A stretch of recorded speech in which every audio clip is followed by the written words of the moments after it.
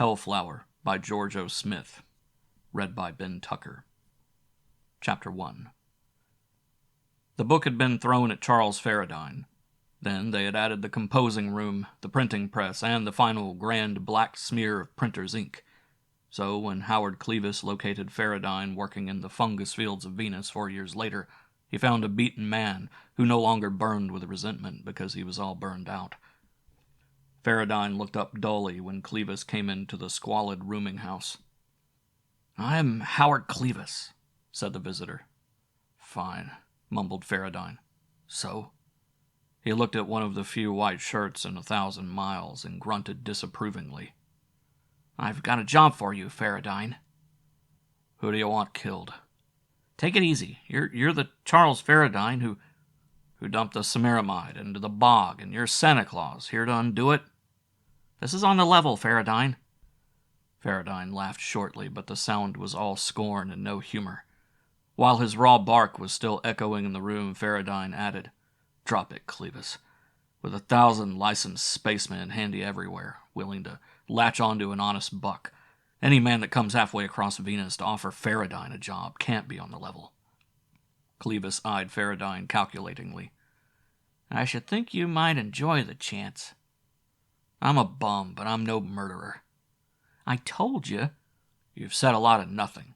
So you came here to offer me a legit?" "Yes." "It doesn't look good." Clevis smiled calmly. He had the air of a man who knew what he was doing. He was medium tall, a sprinkle of gray in his hair, and determined lines near the eyes and across the forehead. There was character in his face, but nothing to show whether this character was high or low, just strong and no doubt about it. "If I'm here, Farradyne, just because of the way it looks, the fact is that I need you. I know you're bitter, but—" "Bitter?" roared Farradyne, getting to his feet and stalking across the wretched little room toward Clevis. "Bitter? My God. They hauled me home on a shutter so they could give me a fair trial before they kicked me out. You don't think I like it in this rat hole, do you?" "No, I don't. But listen, will you?" "Nobody listen to me. Why should I listen to you?"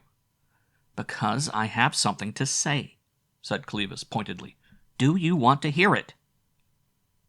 "Go ahead." "I'm Howard Clevis of the Solar Anti-Narcotics Department." "Well, I haven't any. I don't use any. And I don't have much truck with them that do."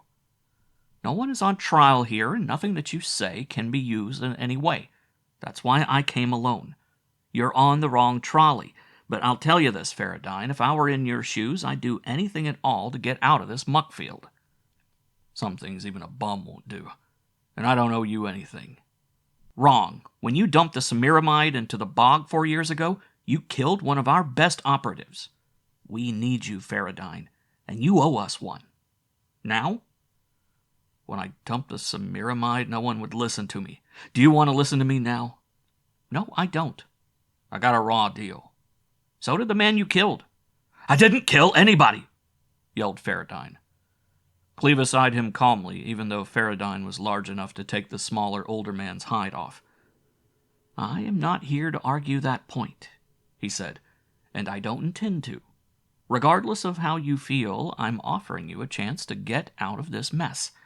It's a space job." "What makes you think I'll play stool pigeon?" "It's no informer's job, it's space piloting." "I'll bet." "You bet, and I'll cover it 1,000 to 1. Farradyne sat down on the dingy bed. "Go ahead and talk, Clevis. I'll listen." Clevis dug into his briefcase and brought out a flower. "Do you know what this is?" he asked, handing the blossom to Farradyne. Farradyne looked at it briefly. It might be a gardenia, but it isn't." "How can you tell?" asked Clevis eagerly. "Only because you wouldn't be coming halfway across Venus to bring me a gardenia. So that is a love lotus." Clevis looked a bit disappointed. "I thought that maybe you might have some way." "What makes you think I'd know more than a botanist?" Clevis smiled. "Spacemen tend to come up with some oddly interesting specks of knowledge now and then. No, I didn't really hope that you'd know more than a botanist, but so far as I know, there's only one way of telling. That's to try it out. Thanks, I'll not have my fun that way. That's one thing you can't pin on me." "I wouldn't try. But listen, Farradyne, in the past 12 years we have carefully besmirched the names and reputations of 6 men, hoping that they could get on the inside. For our pains, we have lost all 6 of them one way or another. The enemy seems to have a good espionage system. Our men roam up and down the system, making like big-time operators and get nowhere.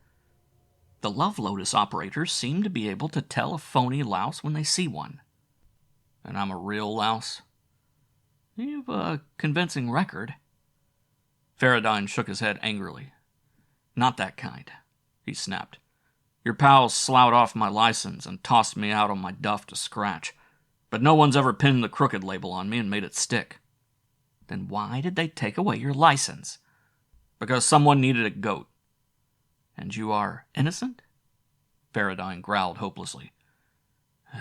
All right, he said, returning to his former lethargy. So just remember that all the evidence was still my unsupported word against their assumptions. I was acquitted, remember? Lack of evidence stands on the books. But they took my license and tossed me out of space, and that's as bad as a full conviction. So where am I? So I'll stop beating my gums about it, Clevis. Clevis smiled quietly. You were a good pilot, Farradyne. Maybe a bit too good. Your trouble was being too sure of yourself. You collected a few too many pink tickets for cutting didos and collecting women to show off in front of. They'd have marked it off as an accident if it hadn't been Farradyne. Your record accused you of being the hot pants pilot, the fly boy. Maybe that last job of yours was another dido that caught you. But let's leave the ghost alone. Maybe you've learned your lesson and are willing to make a stab at it again. We need you. Farradyne grunted, and his lips twisted a bit. He got up from the unmade bed and went to the scarred dresser to pour a stiff jolt from an open bottle into a dirty glass.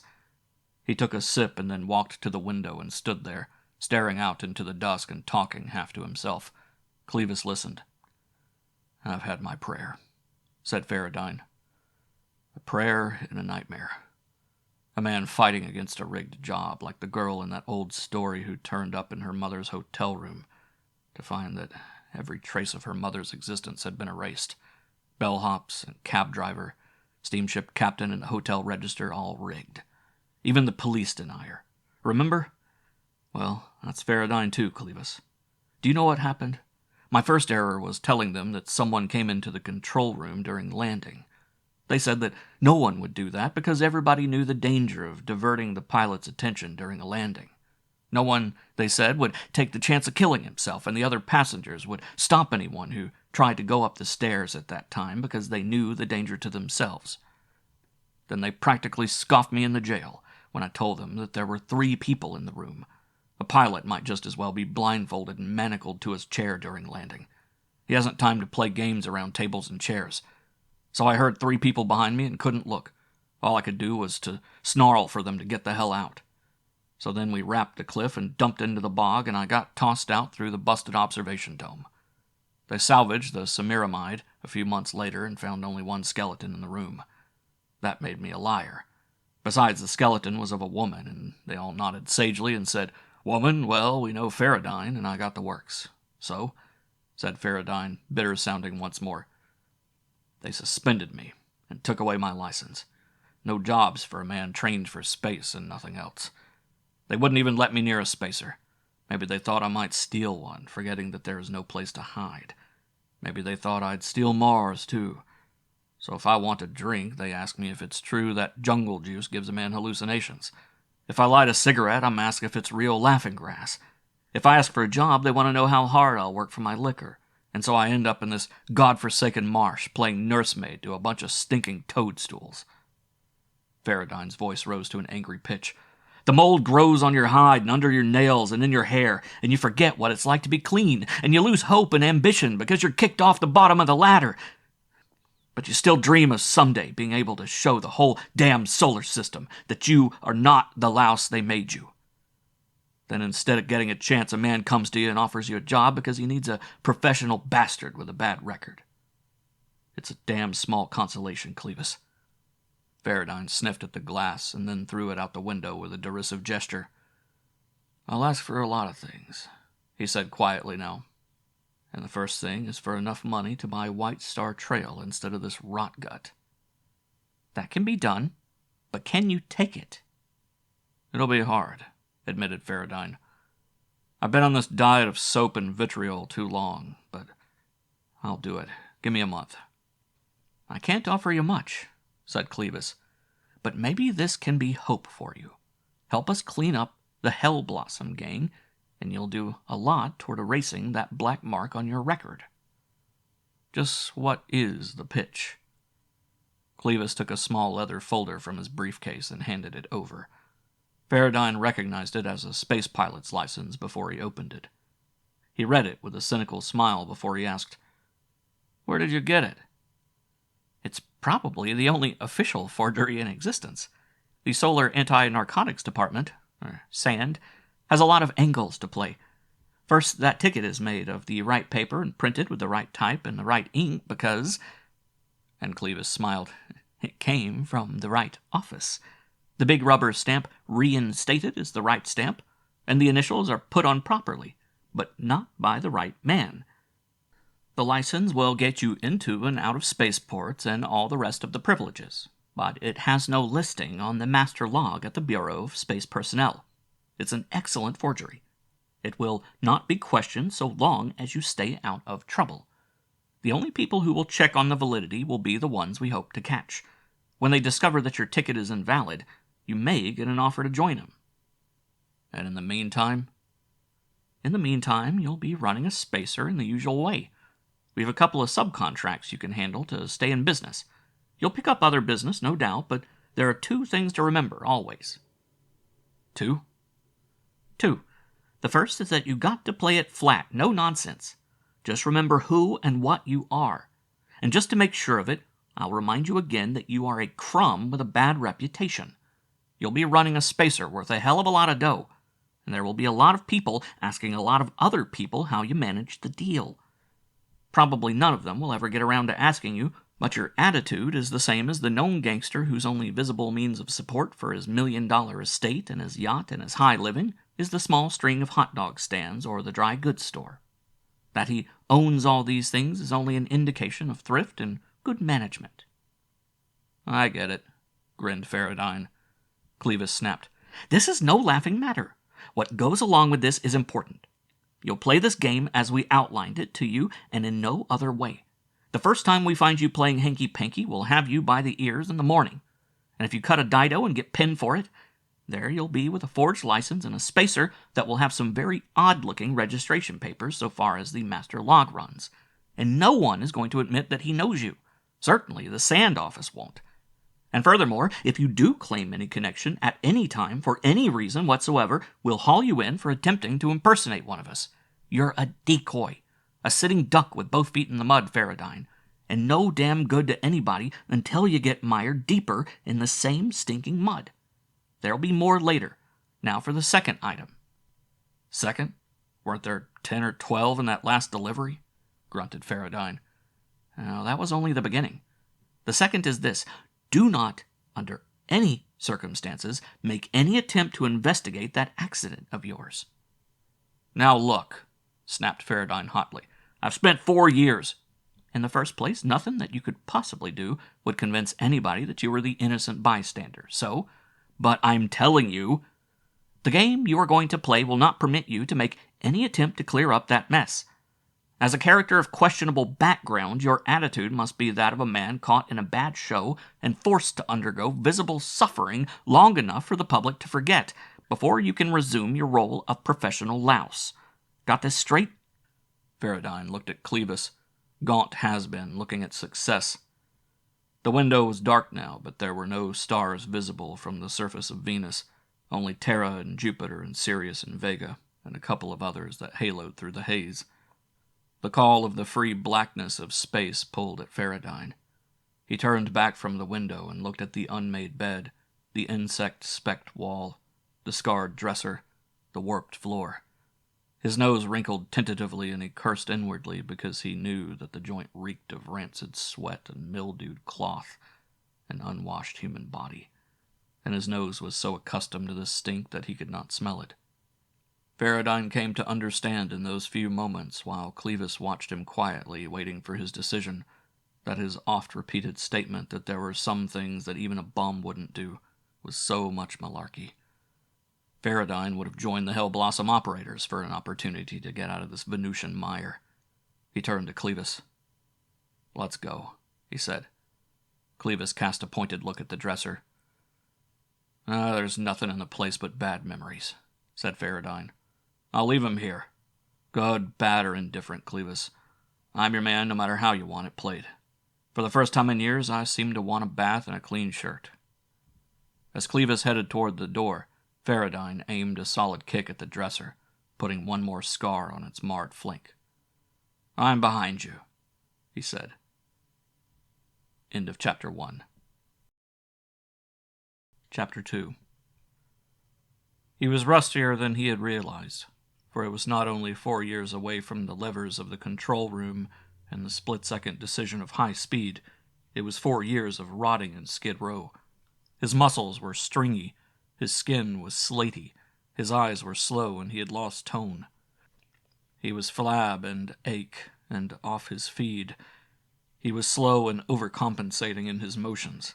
He missed his aim by yards and miscalculated his position and his speed and his direction so badly that Donaldson, who rode in the co-pilot seat, sat there with his hands poised over the levers and clutched convulsively, or pressed against the floor with his feet, chewing his lips with concern as Farradyne flopped the sky cruiser roughly here and there.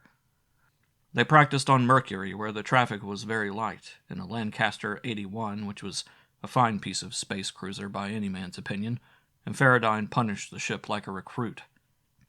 It took him a month to get the hang of it again, a solid month of severe discipline, living in the ship and taking exercise and routine practice to refine his control.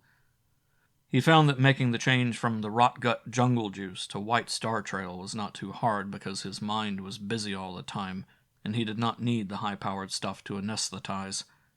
White Star Trail was a godsend to the man who liked the flavor of fine Scotch whiskey but could not afford to befog his coordination by so much as a single ounce of the pure quill. It was a synthetic drink that tasted like Scotch but lacked the alcoholic kick, and Farradyne learned soon enough that he could forego the jolt of high-test liquor in favor of the pleasant flavor because he had discovered ambition again.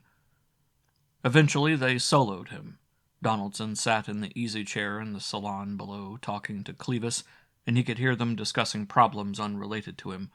Their voices came over the squawk box clear enough to understand. It gave Farradyne confidence.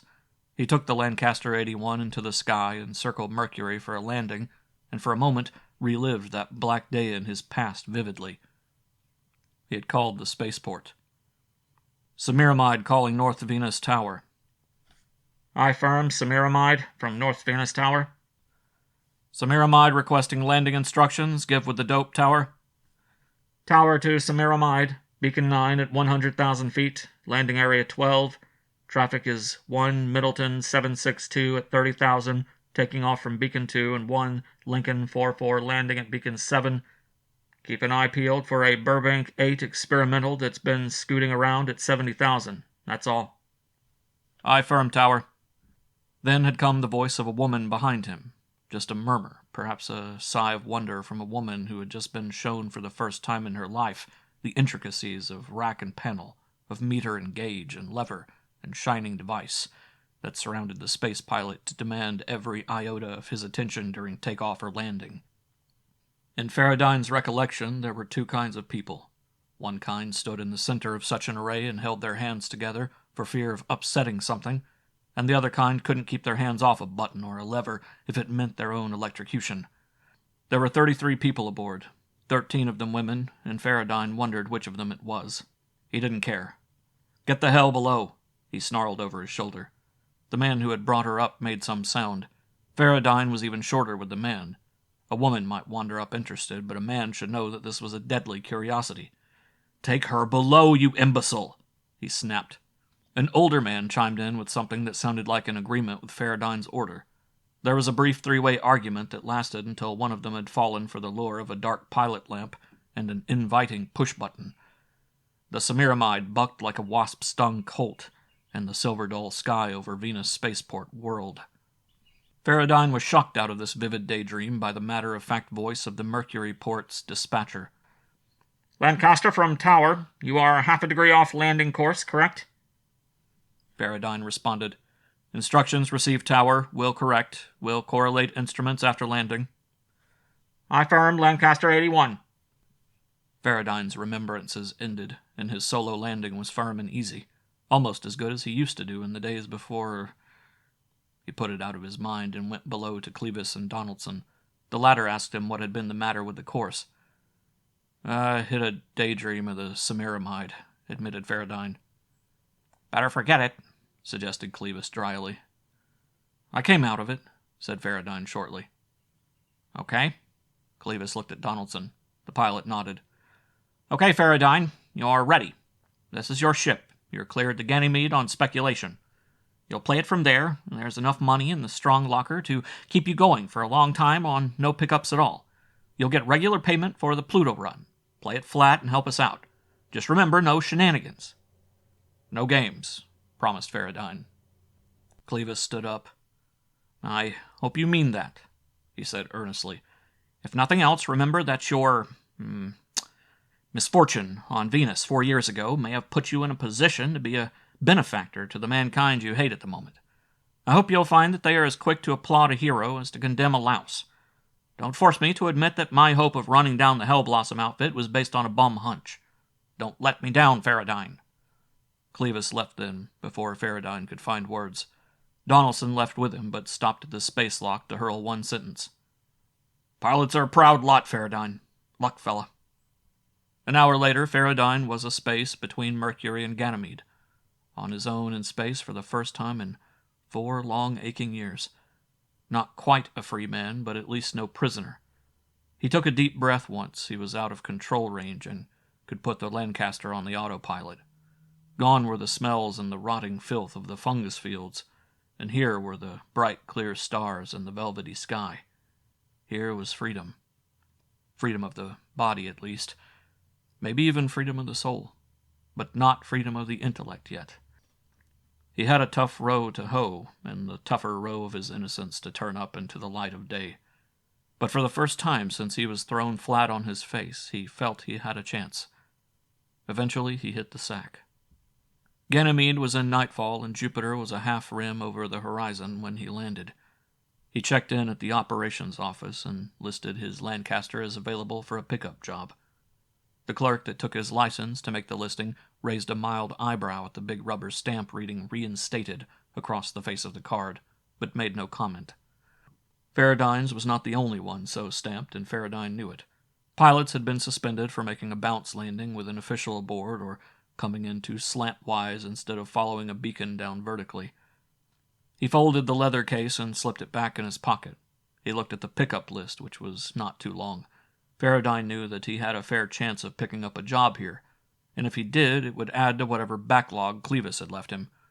The space business was an odd one, and Farradyne found himself able to figure his chances as though he had not spent his time digging mushrooms on Venus. His chances were excellent. The pilot that owned his ship outright was a rare one. The rest were mortgaged to the scuppers, and it was a touch-and-clip job to make the monthly payments. Some pilots never did get their ships paid off, but managed to scratch out a living anyway. A pilot with a clear ship could eventually start a string of his own. This was the ultimate goal which so many aimed at but so few achieved. With no mortgage to contend with, Farradyne could loaf all over the place and still make out rather well, picking up a job here, a job there. He waved a hand at the registry clerk and went out into the dark of the spaceport. Rimming the edge of the field were 3 distant globs of neon, all indicating bars. One was as good as the next, so Farradyne headed toward the nearest. He entered it with the air of a man who had every right to land his ship anywhere he pleased and head for the nearest bar. He waggled a finger at the barkeep, called for White Star Trail, and dropped a tin spot on the bar with a gesture indicating that he might be there long enough for a second. Then he turned and hooked one heel in the brass rail, leaned back on the mahogany with his elbows, and surveyed the joint like a man with time and money to spare looking for what could be found. Appropriately, it was called the Spaceman's Bar, even though the name indicated a lack of imagination, for there were about 1,600 spacemen's bars rimming spaceports from Pluto to Mercury. The customers were about the same, too. There were 4 spacemen playing blackjack for dimes near the back of the room. 2 women were nursing beers, hoping for someone to come and offer them something more substantial. 2 young fellows were agreeing vigorously with one another about the political situation which neither of them liked. One character should have gone home 18 drinks earlier and was earning a ride home on a shutter with a broken nose by needling a man who showed diminishing patience. A woman sat in a booth along the wall dressed in a copy of some exclusive model. The copy had neither the material nor the workmanship to stand up for much more than the initial wearing, and it looked now as though she had worn it often. The woman herself had the same tired, overworked look as her dress. She was too young to have that look, but she had it, and Farradyne wondered how she had earned it. He looked away, disinterested. He favored the vivacious brunette who sat gaily across the table from a young spaceman and enticed him with her eyes. Farradyne shrugged. The girl had eyes for no one else, and she probably couldn't have been pried away from her young man by any means, fair or foul. It occurred to Farradyne from the way she was acting that if some other guy slipped her a love lotus, the girl would take a deep breath, get bedroom-eyed, and then leave the guy to go looking for her spaceman. Farradyne grinned at the idea. The hapless spendthrift who bought the love lotus would probably go roaring back to the cellar raising hob about being rooked on the deal because the lotus hadn't worked. He finished his drink and then turned back to the bar for a refill. As he turned to face the road again, he saw that a man had come in and was standing just inside the door, blinking at the light. He was eyeing the customers with a searching look. Eventually, he addressed the entire room. Who owns the Lancaster 81 that just came in? I do, said Farradyne. Are you free? Until the 3rd of August. Terran, I see. Right. Anything wrong with being Terran? Not at all, just an observation. I'm Timothy Martin of the Martian Water Commission, and I'd like to hire you for a trip to Uranus. My name's Charles Farradyne, and maybe we can make a deal. What's the job, Mr. Martin? Farradyne eyed the room furtively, wondering if the mention of his name would ring any cracked bells among the spacemen. It didn't seem to, and Farradyne did not know whether to be gratified at man's forgetfulness or depressed. Only 3 of us and some instruments, said Martin. That's hiking all the way up to Uranus empty, you know. I know, but this is of the utmost importance. Government business. It's up to you. I'll haul you out there on a 3-passenger charter, since you probably haven't enough gear to make it a payload, okay? It's a bit high, objected Martin. But this is a necessity. Can you be ready for an early morning hop-off? You be there with your gear, and we'll hike it at dawn. He turned to the barkeep and wagged for a refill, then indicated that Martin be served. The government man took real bourbon, but Farradyne stuck to his White Star Trail. The 2 of them clinked glasses and drank. Farradyne was about to say something when he felt a touch against his elbow. Her glazed eyes were small and glittering, and her face was hardened and thin-lipped. "You're Charles Farradyne?" she asked in a flat voice. Beneath the tone of dislike and distrust, the voice had what could have been a pleasant throatiness if it had not been strained. Farradyne nodded. "Farradyne, of the Semiramide?" "Yes." He felt a peculiar mixture of gratification and resentment. He had been recognized at last, but it should have come from a better source. She shut him out by turning to Martin. "Do you know whom you've hired?" she asked in the same flatness of tone. Profile-wise, she was not much more than a girl, maybe 23 at most. Farradyne could not explain how a woman that young could possibly have crammed into the brief years all the experience that showed in her face. Martin fumbled for words. "Why, he started lamely. This rum-lushing bum is Charles Farradyne, the hot rock that dumped his spacer into the bog." "Is that true?" demanded Martin of Farradyne. "I did have an accident there," said Farradyne, "but—" The woman sneered. "Accident, you call it? Sorry, aren't you? Reeking with remorse, but not so grief-stricken that you'll not take this man out and kill him the way you killed my brother." Farradyne grunted. "I don't know you from Mother McCree," he said. "I've had my trouble, and I don't like it any more than you do." "You're alive, at least," she snarled at him. "Alive and ready to go around skylarking again. But my brother is dead, and you—" "Am I supposed to blow out my brains? Would that make up for this brother of yours?" demanded Farradyne angrily. Some of the anguish of the affair returned. He recalled all too vividly his own mental meanderings and the feeling that suicide would erase that memory. But he had burned himself out with those long periods of self-reproach. "Blow your brains out," advised the girl sharply. "Then the rest of us will be protected against you." "I suppose I'm responsible for you, too?" he asked bitterly. Timothy Martin gulped his drink down. "I think I'd better find another ship," he said hurriedly. Farradyne nodded curtly at Martin's back. He looked down at the girl. He felt again the powerful impulse to plead his case, to explain. But he knew that this was the wrong thing to do. Martin had refused the job once. Farradyne had been identified. This might be the start of the game that Clevis wanted.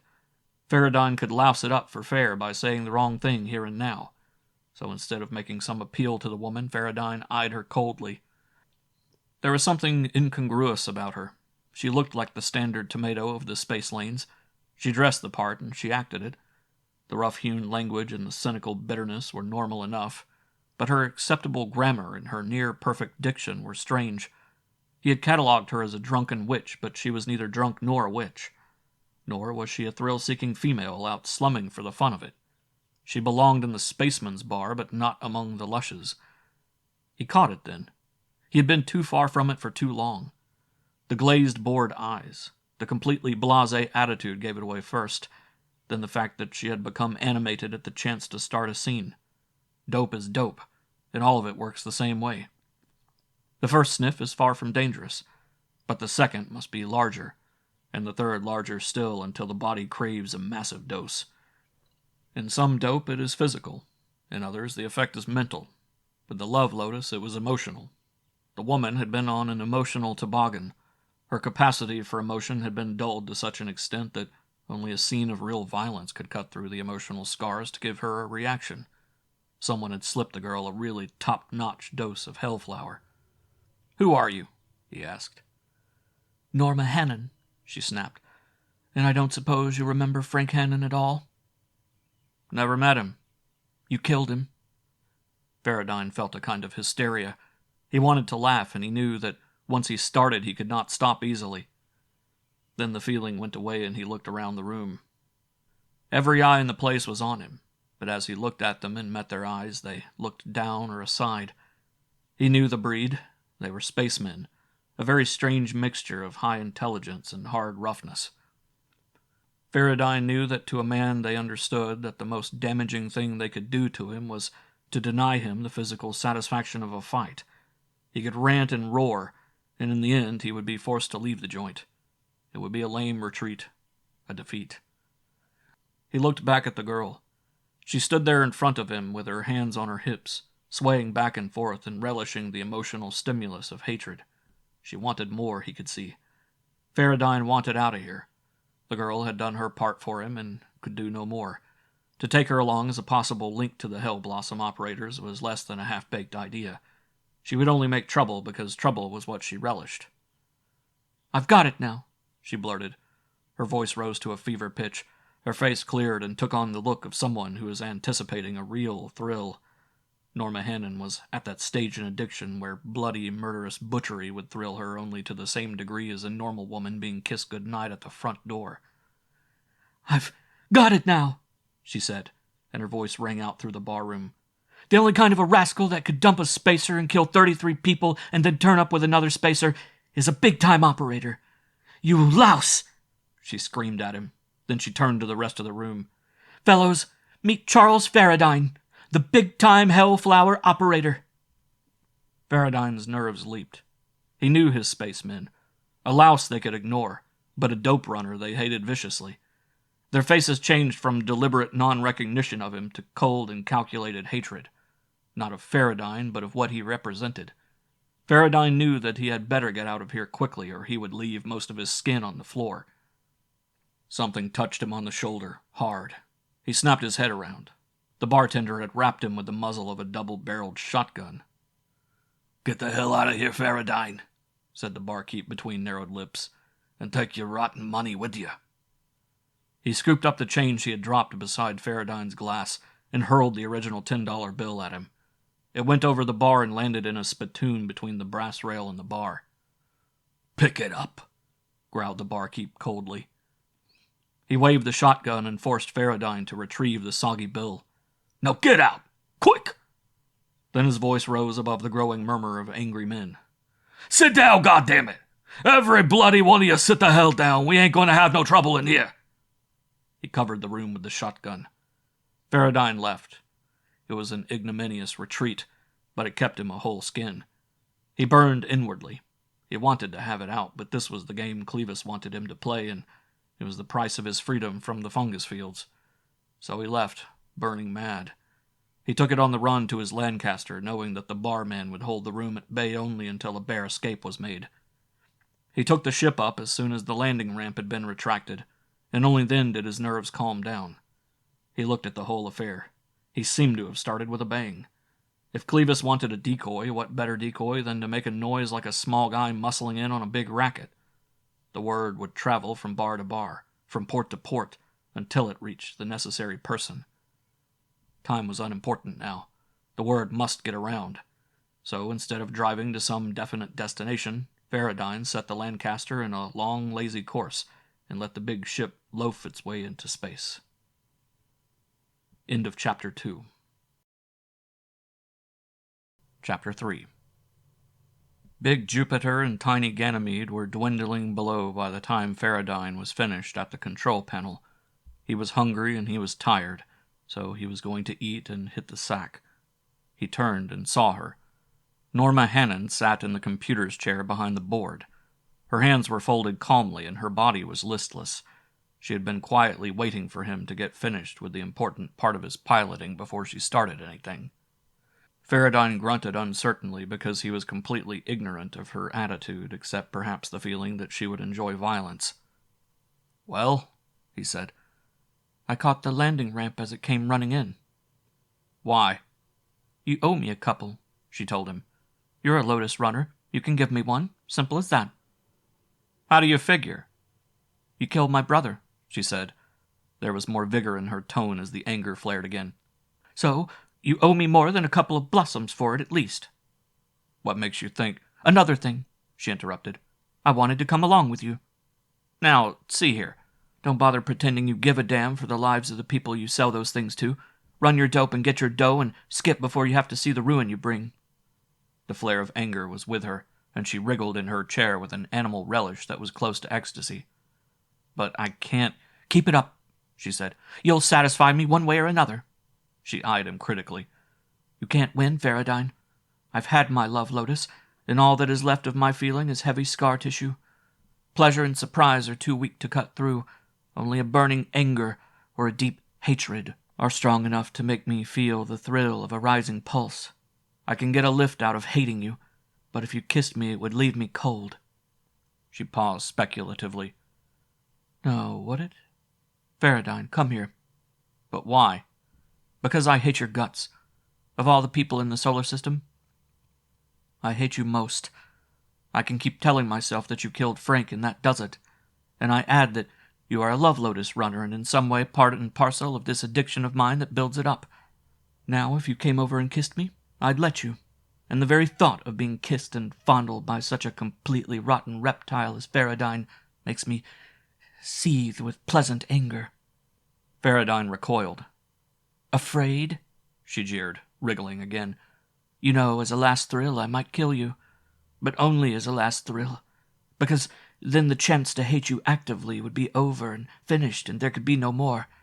So between hating your guts and getting an occasional Hellflower from the man I hate, I can feel almost alive again." Farradyne shook his head. This sort of talk was above and beyond him. No matter what he said or did, it was the wrong thing, which made it right for Norma Hannon. He did not know much about the Love Lotus. All he knew was from hearsay, but that did not include this sort of completely illogical talk. Like many another man, Farradyne had always scorned the use of any chemical means to lower the inhibitions of a woman. He wanted them to love him for himself, not because of a sniff of perfume that made them any man's woman. Seeing this end result actually made Farradyne feel better about the lot he had been cast in. If Clevis was the kind of man who boiled inwardly from a sense of outraged civic responsibility, Farradyne was beginning to feel somewhat the same. He looked at Norma Hannon more critically. She had been a good-looking woman not too long ago. She had probably laughed and danced and fended off wolves and planned on marriage and happy children in a pleasant home. Someone had cut her out of that future, and Farradyne felt that he wanted to get the man's neck between his hands and squeeze. He shook himself and wondered whether this addiction to hatred were contagious. He said softly, "Who did it, Norma?" Her eyes changed. "I loved him."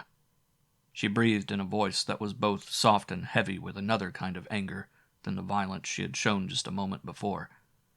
This was resentment against the past, while her previous flare had been against the physical present. "I loved him," she repeated. "I loved the flat-brained animal enough to lead him into the bedroom if that's what he wanted. But no, the imbecile thought that the only way I would unfreeze was with a Hellflower. So we parted with $100 for one. The idiot could have rented a hotel room for a $10 bill," she added sourly. "Or bought a marriage license and had me for the rest of his life for $5. "Why didn't you refuse it?" he asked. "Or didn't you know that it wasn't the gardenia?" Norma looked up with eyes that started to blaze, but they died and she was listless again. "Maybe because people like to flirt with danger," she said. "Maybe because men and women don't understand each other." "That's the understatement of the century." There was no flicker of amusement in her face. "Look at it this way," she said. "I did say I loved him, so naturally he wouldn't be the kind of man who would bring me a love lotus. Or, if he did, I could wear it for the lift they bring without any danger, because any man worth loving would not take advantage of his sweetheart while she's unable to object. So I wore it, and when I woke up after a real orgy instead of a mild emotional binge, I was on the road toward having no feelings left. I've been on the road ever since, and I've come far." She looked at him again. "See what you and your kind have done?" she demanded. Farradyne knew that she was whipping herself into a fury again. "I was a nice, healthy woman once, but now I'm a burned-out battery. It takes a spot of violence to make me feel anything, or maybe a sniff from a lotus. Maybe by now it would take more than one." "But I haven't any." She snarled at him. "You can't afford to part with one stinking flower?" Norma leaped out of her chair and came across the room, her face distorted, her hands clutching at his face. Farradyne fought her away and saw with dismay the look of animated pleasure on her face. It was an unfair fight. Farradyne was trying to keep her from hurting him without being forced to hurt her. She went at him with heel and fingernail and teeth. He gave up. Taking a cold aim at the point of her jaw, Farradyne let her have it. Norma recoiled a bit, and her face glowed even more. In his repugnance at hitting a woman, he had not struck hard enough. She came after him again, enjoying the physical violence, looking for more of the same. Farradyne gritted his teeth and let her have it, hard. Norma collapsed with a suddenness that scared him. He caught her before she hit the metal floor and carried her to the salon below, where he laid her on the padded bench that ran along one wall. His knowledge of things medical was not high, but it was enough to let him know that she did not have a broken jaw. Of one thing there was no doubt. Norma was out colder than he had ever seen man or woman. He carried her to one of the tiny staterooms, and stood there contemplating her and wondering what to do next. He would have been puzzled as to the next move if Norma had been a completely normal woman. As it was, Farradyne decided that no matter what he did, it would be wrong. She would be as angry at one thing as at another. The cocktail dress would not stand much sleeping in before it came apart at the seams, but she would surely rave if he took it off to save it for tomorrow. If he left her in it, she would rave at him for letting her ruin the only thing she had to wear. Farradyne gave up and slipped the hold-down strap across her waist and let it go at that. He would take what happened when she woke up. Then he went to his own stateroom and locked the door because he didn't want any more ruckus and confusion. He slept fitfully, even though the locked door separated him securely from both amour and murder, both of which added up to the same end with Norma. It was a 60-hour trip from Ganymede to Mars. Each hour was a bit more trying than the one before. Norma bedeviled him in every way she knew. She found fault with his cooking, but refused to go near the galley herself. She objected to the brand of cigarettes he smoked. She made scathing remarks whenever he touched an instrument, reminding him of his incompetence as a pilot. She scorned him for refusing to bring her the Lotus. By the time Farradyne set the Lancaster down at Sun City on Mars, he had almost arrived at the point where her voice was so much meaningless noise. He landed after the usual discussion of landing space and beacon route with Sun Tower, and Farradyne found time to wonder whether the word about his affiliation had been spread yet, for the tower operator paid him no more attention than if he had been running in and out of the spaceport for years. He pressed the button that opened the space lock and ran out the landing ramp. "This is it," he said flatly. "This is what?" she asked negatively. "The end of the line." "I'm staying." "No, you're not." "I'm staying, Farradyne. I like it here. You go on about your sordid business and see that you get enough to spare a couple for me. I'll be here when you return." Farradyne swore. She had moved in on him unwanted and had ridden with him unwanted. If she wanted to, she could raise her voice, and, brother, that would be it. One yelp, and Farradyne would spend a long time explaining to all sorts of big brass why he was hauling a woman around the solar system against her wishes. A phenomenal quantity of sheer hell can be raised by any woman merely by making a howl of shocked surprise, putting on a look of wounded dignity, and pointing a finger at any man within a pebble's throw. Even men who have been rooked in this ladylike maneuver are inclined to lean the other way and convict a man when a woman plays that trick. So, grunting helplessly, Farradyne left her in the Lancaster and went to register at operations. He was received blandly, just as he had been received on Ganymede. Then he headed into Sun City to stall a bit. He went to a show, had a drink or two, prowled around a bookstore looking for something that might inform him about the Love Lotus, and then bought himself some clothing to augment his scant supply. He succeeded in forgetting Norma Hannon for 4 solid hours. Then he remembered, and with the air of a man about to visit a dentist for a painful operation, Farradyne went reluctantly back to his ship. The silence that met him was reassuring. Even if she had been sound asleep, the noise of his arrival should have roused her so that she would come out to needle him some more. He looked the ship over carefully, and satisfied himself that Norma Hannon was not present. This was too good to miss. He raced to the control room, punched savagely at the button that closed the space lock, and fired up the radio. "Lancaster 81 calling tower." "Go ahead, Lancaster." "Request takeoff instructions, course Terra." "Lancaster, is your passenger aboard?" "Passenger?" "Check stateroom 8, Lancaster. Your passenger informed us that she was going into town, that you were not to leave without her." "Aye, firm. I will check," Farradyne snarled at the closed microphone.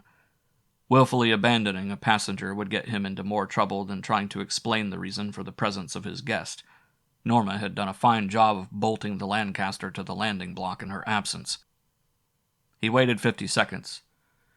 "Tower from Lancaster 81. I will wait. My passenger is not aboard." "Lancaster, hold down switches to safety, warm up switches to standby, power switches to off. Open your port for visitor." "Visitor, Tower?" "Civilian request conference about pickup job. Are you free?" "I am free for Terra, Tower." "Prepare to receive visitor, Lancaster. Good luck on job." "Aye, firm. Over and out." Farradyne went below and rode the bottom step of the landing ramp on its way out of the space lock. He reached the ground about the same time as the arrival of a port jeep which brought his visitor to him. "You're Charles Farradyne? I'm Edward Brenner. I'm told you're free for Terra, is that right?" "That's right." Brenner nodded. He looked around. The jeep was idling and making enough noise so that the driver sitting in the machine could not possibly hear anything that was being said. The driver was not even interested in them. Something in the distance had caught his eye, and he was giving it all his attention. Satisfied, Brenner leaned forward and in a low voice said, "Let me see what you got." Farradyne shook his head. "Who, me?" he asked. "You. I'm in the market. If they're in good shape, we can make a deal." Farradyne felt that this was as good a time to play cagey as any. "I don't know what you're talking about." "No? I hardly think you're telling the truth." Farradyne grinned broadly. "So, I'm a liar." "I wouldn't say that." "Look, Brenner, I don't know you from Adam's off ox. From somewhere you have the idea that I'm a runner and you want to get into the act. In the first place, I am not a runner, and in the second place, you have about as much chance of getting into a closed racket with that open-faced act of yours as you have of filling a warehouse with heroin by asking the local cops where to buy it." Brenner smiled. "I can see you're cagey," he said. "I don't blame you. In fact, I'd not have come out here asking like an open-faced fool if I hadn't been completely out of stock. I'm a bit desperate. He went into an inside pocket and came out with an envelope. "This is a credential or two," he said, "so that when you return this way we can maybe do business. The usual way, you know? No questions or witnesses, okay?" "I'll be back. Maybe, Mr. Brenner." "You get the idea." Farradyne's voice trailed away as he caught sight of the object that held the interest of the Jeep driver. It was Norma Hannon, who came around the fins of the Lancaster with the sun behind her. Her errand had been shopping. The overworn cocktail dress was gone, and in its place was a white silky number that did a lot of fetching things to her figure. She had also taken the complete course at some primp mill. She was another woman.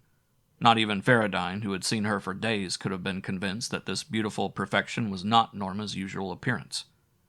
Farradyne was silent, but as Brenner caught sight of her coming around the sunlit tail of the ship, with enough sun shining through her to make the pulses jump, he made a throaty discord. "Hello," she said brightly, as though she and Farradyne were reasonably close acquaintances, but in a tone that indicates that she was paid passenger and he the driver of the spacer. "I've some parcels being delivered in a bit. We'll wait, of course." Farradyne agreed dumbly.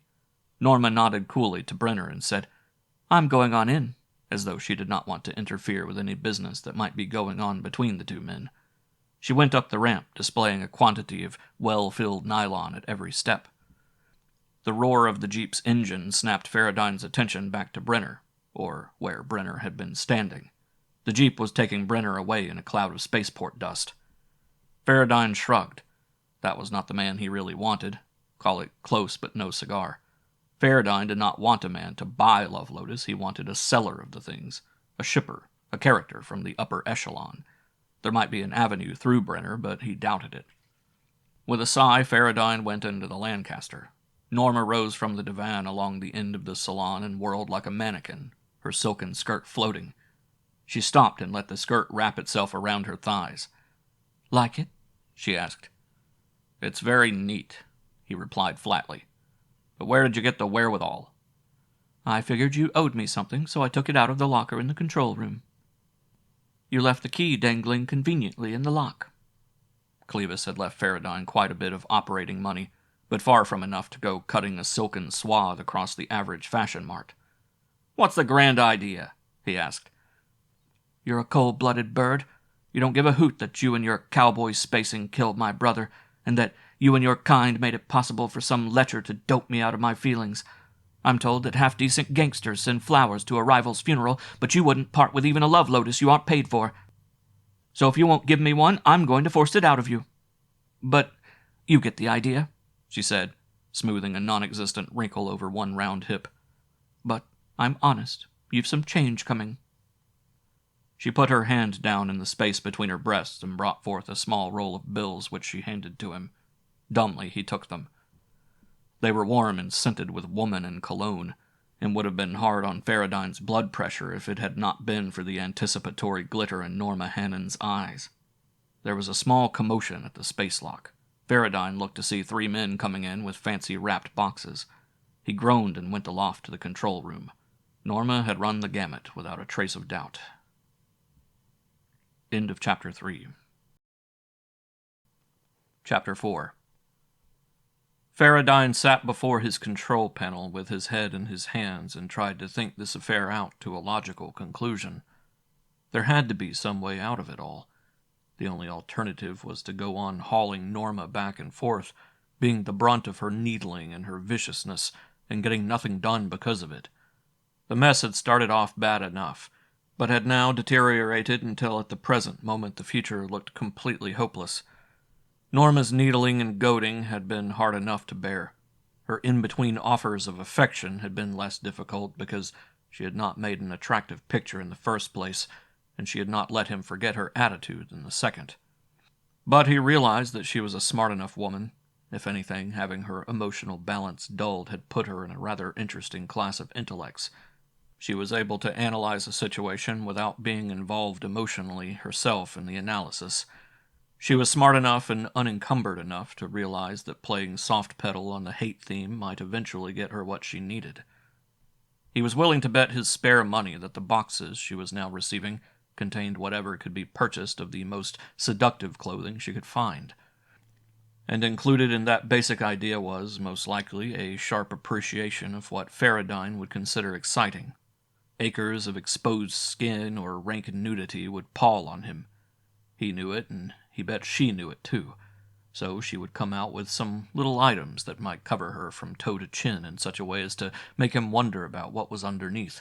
Probably simple stuff with a lot of line and fine fit, and a semi-transparent quality that compelled the eye. If she coupled this program with a soft voice, as she was most likely to do now that she had shucked the sleazy costume, Norma Hannon would be well-nigh irresistible. And if she even once got the idea that Farradyne felt protective about her or angry at the man who doped her, she would see to it that she stopped raving at him. It would demolish the barrier completely. Before this happened, he had to park her somewhere that would be binding. Had she parents? Friends? He hit the control panel with his fist. He hated to think of it, but he might be able to drop her in one of the sanatoriums that had been set up for Love Lotus addicts. They did little good for the victims, but did serve to keep them out of other people's hair. And he had to get rid of her. It should be parents first. Farradyne's forefinger hit the radio button viciously. "Tower, connect me to the city telephone." "Aye, firm, Lancaster. Wait 5. A few seconds later, he was asking for the Bennington Detective Agency, an outfit that was system-wide and which advertised enough to make him remember the name. He got a receptionist first, and then a quiet-voiced man named Lawson. Farradyne came to the point. "I want any information you can collect about the family of a man named Frank Hannon, who was killed in the wreck of the Semiramide in the bog on Venus 4 years ago." "You're Charles Farradyne. The same Farradyne?" "Maybe, but is that important?" "It might be, but it will be held confidential. I'm asking because we prefer to know the motives of clients. I'd like reassurance that our investigation will be made for a legal reason." "I'll put it this way. I know Frank Hannon was killed in the wreck. I have reason to believe that he had a sister that disappeared afterwards. If this is true, I want to know, but I haven't time to find out through the usual channels. Fact of the matter is, I want no more information than I could get myself if I had time to go pawing through issues of newspapers of 4 years ago. No more. Is this reasonable enough?" "It sounds that way. I'll look through our list of missing persons. I suggest that you either call back in a couple of hours, or better that you call in person here at my office. There will be no charge for the initial search, but if this evolves into something more concrete, well, we can discuss the matter when you call, all right?" "It's okay, and I'll be in your office at 4 o'clock. Farradyne hung up and considered. If Norma Hannon had a couple of grieving parents, he could hand her over to them, and that would be the end of that. He lit a cigarette and smoked for a moment, and then got up from the control console, snapped all the switches off, and started for the space lock. He met Norma in the salon. She had changed from her white, silky, wide-skirted thing into a heavy satin housecoat that molded her arms to the wrists, clung to her waist and breasts and throat, and outlined her hips and thighs. Bare feet and painted toenails were provocatively visible below the hem as she sat there with her legs crossed, tossing her foot up and down. "Thought we were about to take off again?" she asked. Her voice was soft and personal and friendly. She had obviously dropped the vindictive tones and was plying the affectionate line as smoothly as she could. Farradyne shook his head. Having a plan of action made him feel better. "Got a call from the tower," he said. "More business. I'll be back in a couple of hours."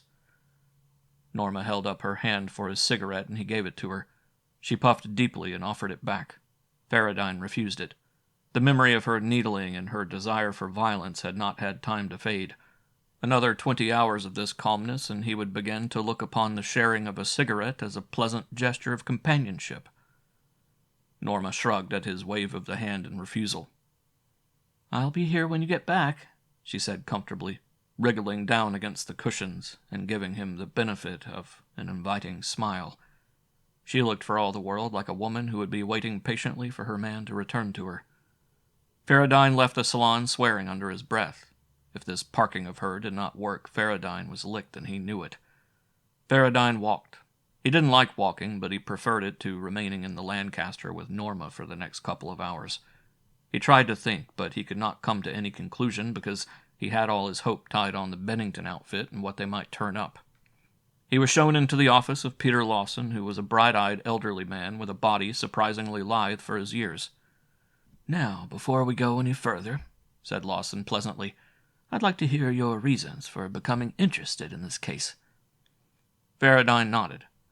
"As I told you, Frank Hannon was killed in an accident on a spacecraft I owned. That was 4 years ago.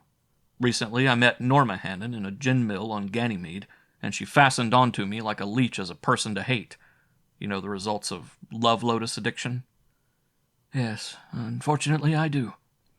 "Well, it occurred to me that one way of getting rid of Miss Hannon would be to turn her over to some relative or friend who would be deeply interested in her welfare. Does this add up?" "Quite logical. Miss Hannon is where you can find her?" Farradyne nodded with a sour look on his face. "She's sitting in my salon waiting for me to come back so she can bait me some more." "Why not just turn her over to the police?" asked Lawson with a careful look at Farradyne. "Look," said Farradyne testily, "I don't enjoy Miss Hannon's company, but I can't see jailing her. She isn't really vicious. She's just another unfortunate victim of the love lotus trap. Maybe I feel a bit concerned over her brother. Anyway, take it from there." "Very well, I shall. The facts are these. Frank Hannon was a lawyer with a limited but apparently lucrative practice. Norma acted as a sort of junior partner, whose ability with briefs and research made her valuable to her brother. The case history says that Frank Hannon had been on his way to Venus to place some case before one of the higher courts, the nature of which is not a matter for public discussion even at this late date. I don't know what it was myself. Then Frank was killed, and afterwards Norma dropped her study of law. Her brother's death seemed quite a blow to her. Before, she dated at random, nothing very serious. Afterwards, she seemed to develop a strong determination to marry and have children, perhaps as a substitute for the gap left by the death of her brother. A man named Anthony Walton became number one boyfriend after a few months, and they were together constantly and seemed devoted to one another. She disappeared after a dinner date with Walton, and Walton is now serving a term on Titan Colony for possession of love lotus blossoms." Farradyne shook his head. "The louse," he said. "Everybody agrees." "I don't know as much as I might about lotus addiction," continued Farradyne. "It all seems so quick. One moment we have a well-bred young woman with ideals and ambition and feeling, and the next—" "It's a rather quick thing," said Lawson. "The love lotus, or Hellflower, is vicious and swift. I've studied early cases. They all seem to have the same pattern. And oddly enough, love lotus is not an addictive drug in every case. It is not only an aphrodisiac. It also heightens the physical senses so that a good drink tastes better and a good play becomes superb. The touch of her man's hand becomes a magnificent thrill. And here is the point where addiction begins, Mr. Farradyne. If the woman's senses and emotions are treated only to the mild appreciation of food and drink and music and a gentle caress, the addiction may take years and years to arrive at the point where she cannot feel these stimuli without a sniff of Hellflower. But if she should be so unlucky as to have her emotions raised to real passion during the period of dosage, it is like overloading the engine. You burn her out." "I see. And there is no cure?" "Some doctors believe that a long period of peace and quiet under conditions where the mildest of stimuli are available may bring the addict back. I am of the opinion that such a place does not exist. They fasten on to hate as an emotion that cuts through their burned-out emotions, and if you should place them among completely bland surroundings, they would find it possible to hate those that incarcerated them. It becomes almost paranoiac. Anything you do is wrong." "So I have discovered. But what do I do with Miss Hannon?" "At the time of Miss Hannon's disappearance, her family offered $5,000 for her return." "I'd be happy to deliver her FOB to her front porch," said Farradyne.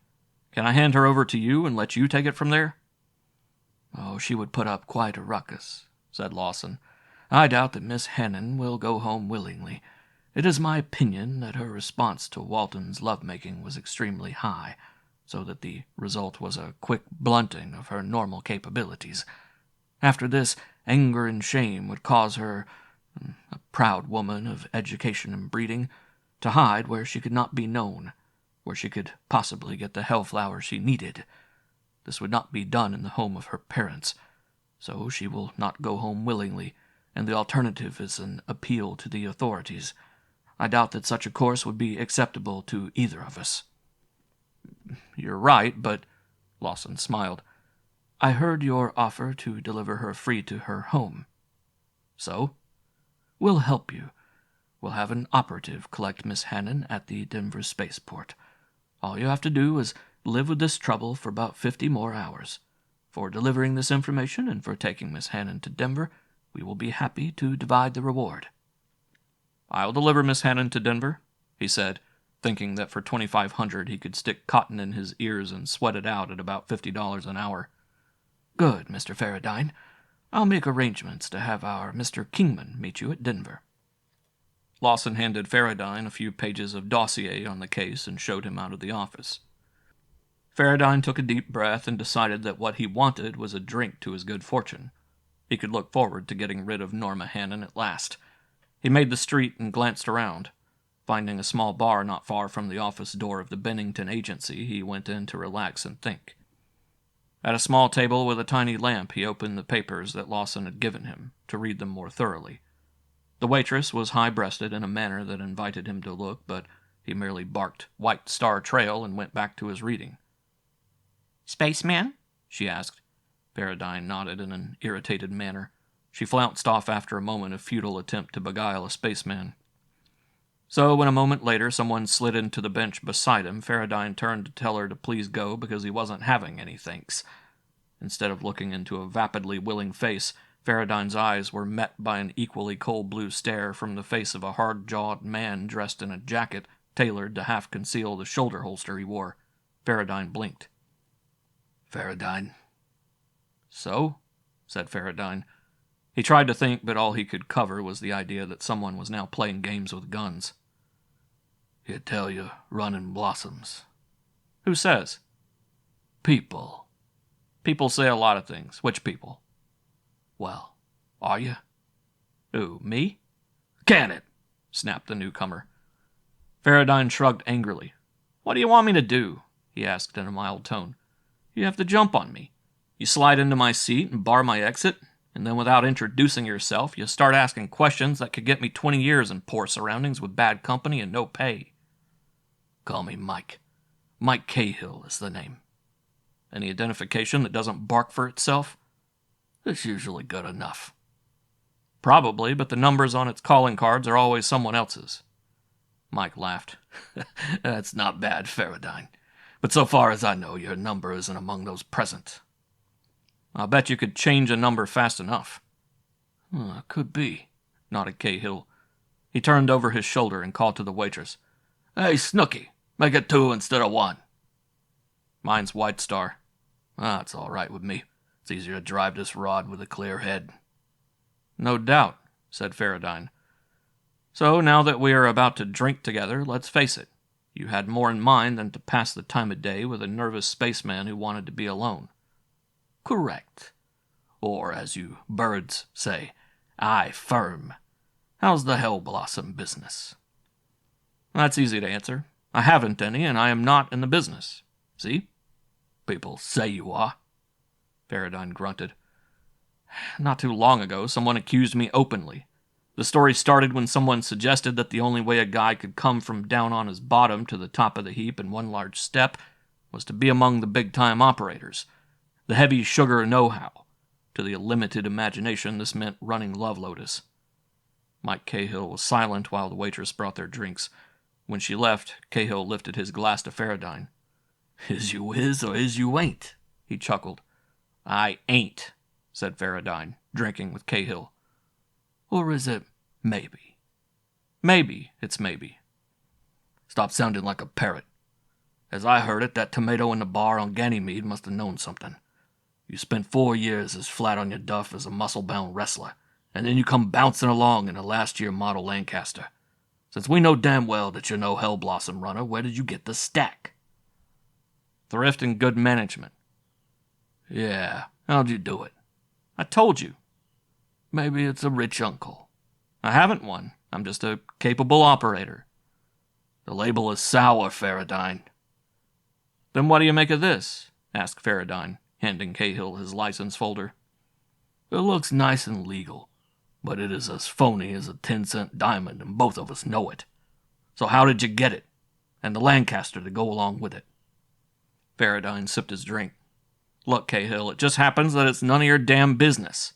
I am not talking. It might make a difference if you did. Let's stop fencing. I may be of use to you. Now, it might be that you are a sand agent, and it might be otherwise. I still may be of use to you either way. But the first time I start shooting off my trap, you'll begin to get the idea that I'm not close-mouthed enough for whatever job you have in mind for me. So, let's leave it this way. I have a ticket that gets me in and out, and a spacer that takes me there and back. And that's your story. That's my story. Finis. Farradyne sipped his drink and then offered Cahill a smoke, which Cahill took. We've had a rather moist spring, observed Cahill. It was moister on Venus, commented Farradyne. It's on Terra that the weather is fine, said Cahill. The crops are coming up excellently, I'm told. Nothing like fresh vegetables. Farradyne nodded. No matter how well we convert the planets to Terra condition, nothing grows like on Earth. Ever enjoy lying on your back in the sun in a field of flowers with nothing to do but get sunburned? Not for a long time. Funny how a guy gets out of his kid habits, mused Cahill.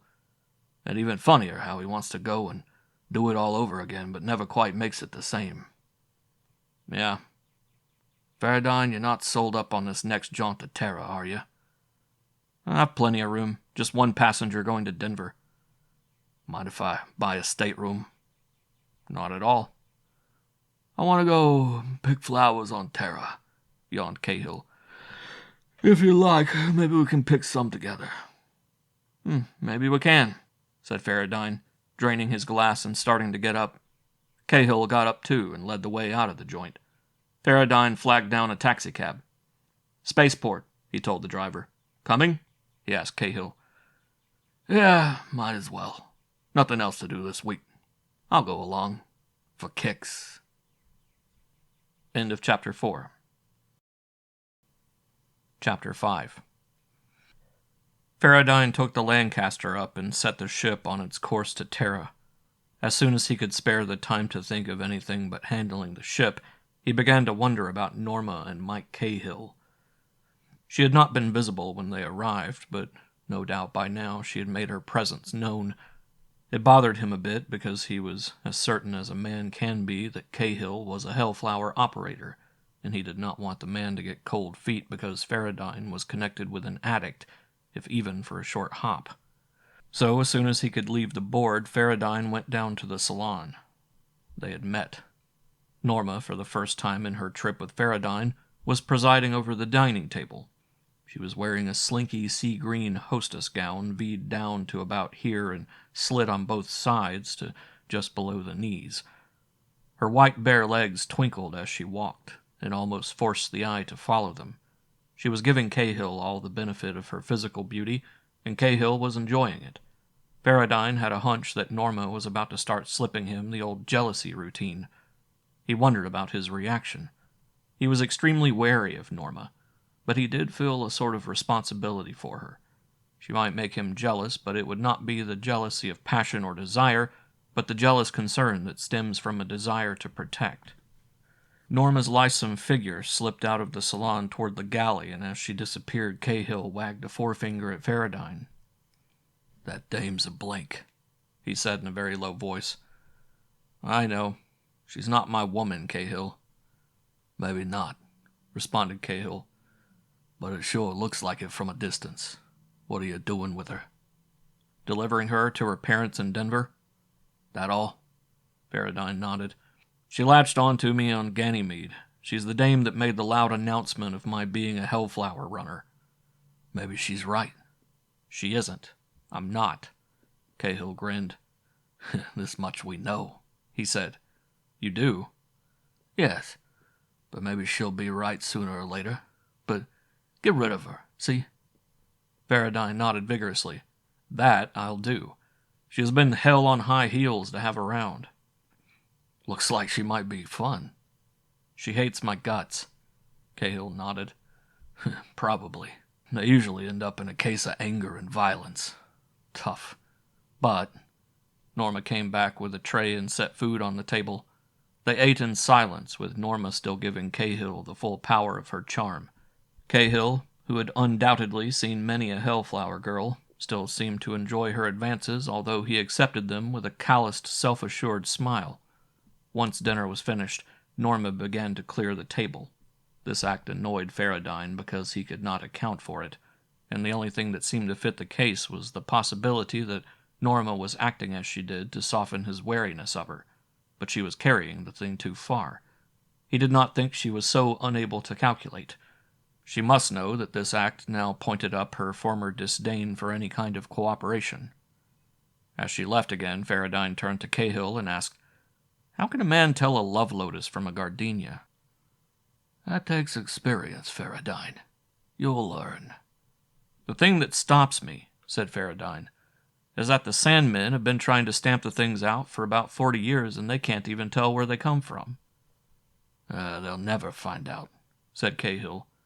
"Maybe you won't either." "But Better you shouldn't. Just enjoy living off the edges. It's safer that way. Remember that." "Where are we going after we leave Denver?" "I'm not too sure we're going anywhere. I'm not too sure of you, Farradyne. You got some holes to fill in." Cahill lit a cigarette and leaned back, letting the smoke trickle through his nostrils. "I don't mind talking to you this way because it would be your word against mine, if you happen to be a Sandman. Some of your tale rings true. The rest sticks hard." "For instance?" "Well, let's suppose you are a Sandman. Humans are a hard-boiled lot, but somehow I can't see killing 33 people just to establish a bad reputation. So that tends to clear your book. As to the chance of your laying low for 4 years until the mess blew over, I might buy that except for the place.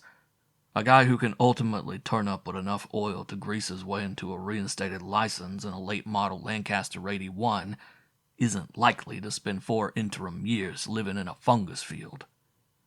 "Maybe I hit it rich." Cahill laughed roughly. "Dug up a platinum-plated toadstool."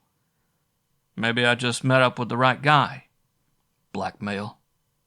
"That's a nasty word, Cahill." "Sure is. What did he do?" "Let's call it maligning. Let's say he played rough at the wrong time, and might have to pay high for it at the present." Farradyne looked at the ceiling. "And maybe that isn't it." Cahill laughed. "Have it your way, Farradyne. Well, tell me, do we have a layover at Denver, or is it better if we take off immediately for Mercury?" "Cinnabar or Hell City?" "Cinnabar, if it makes any difference." "Mercury, Smurcury. I didn't know there was anything there but the central heating plant." "There isn't much," admitted Cahill, "but enough. His voice trailed away as Norma's high heels came clicking up the circular stairway back toward the salon. "I thought I'd have a cigarette and a drink with company before I go to bed," she announced in a tone of voice that Farradyne had not heard her use before. With gracious deftness, Norma made 3 highballs of White Star and water and handed 2 of them to the men. She let her fingers linger over Farradyne's very briefly, and over Cahill's longer. She lounged in a chair across from them, all curves and softness, with only that strange disinterested look in her eyes to give her away. Farradyne found this a bit difficult to explain to himself. The evening had been a series of paradoxes. Norma's change from vixen to the lady of languid grace did not ring true. He had been aware of her ability to reason coldly, brought about by her burned-out emotional balance, which was so dulled that her thinking was mechanically unemotional, and therefore inclined to be frightfully chilled logic. But Farradyne's grasp of the problem was incomplete. Norma had claimed that she knew the emotions by name and definition, that once she had felt them, but that now she only knew how they worked. Farradyne found it hard to believe that she was so well schooled in her knowledge that she could put on the act of having them when she obviously did not. She did not even force herself upon them. When her cigarette and her drink were gone, Norma got up, excused herself, and quietly went below. Me too, said Cahill. Farradyne led him down to a stateroom and waved him in. See you in the morning, he said. Cahill nodded his good night, and Farradyne went on to his own room to think. He hadn't done bad. Of course, he did not really know how far some of Clevis's other operators had gone, but Farradyne had been on the trail for less than 100 hours and already had a lead.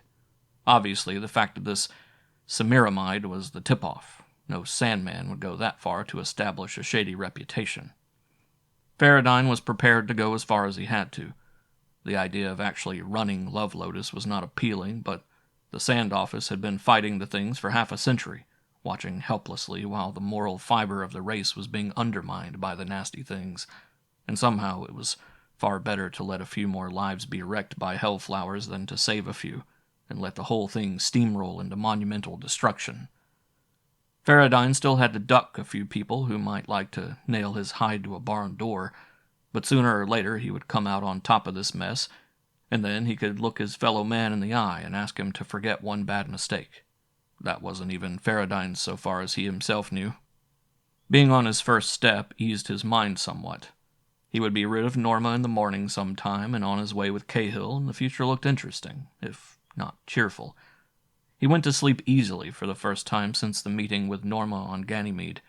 He dreamed a pleasant dream of freedom and success that ended with the bark of a pistol.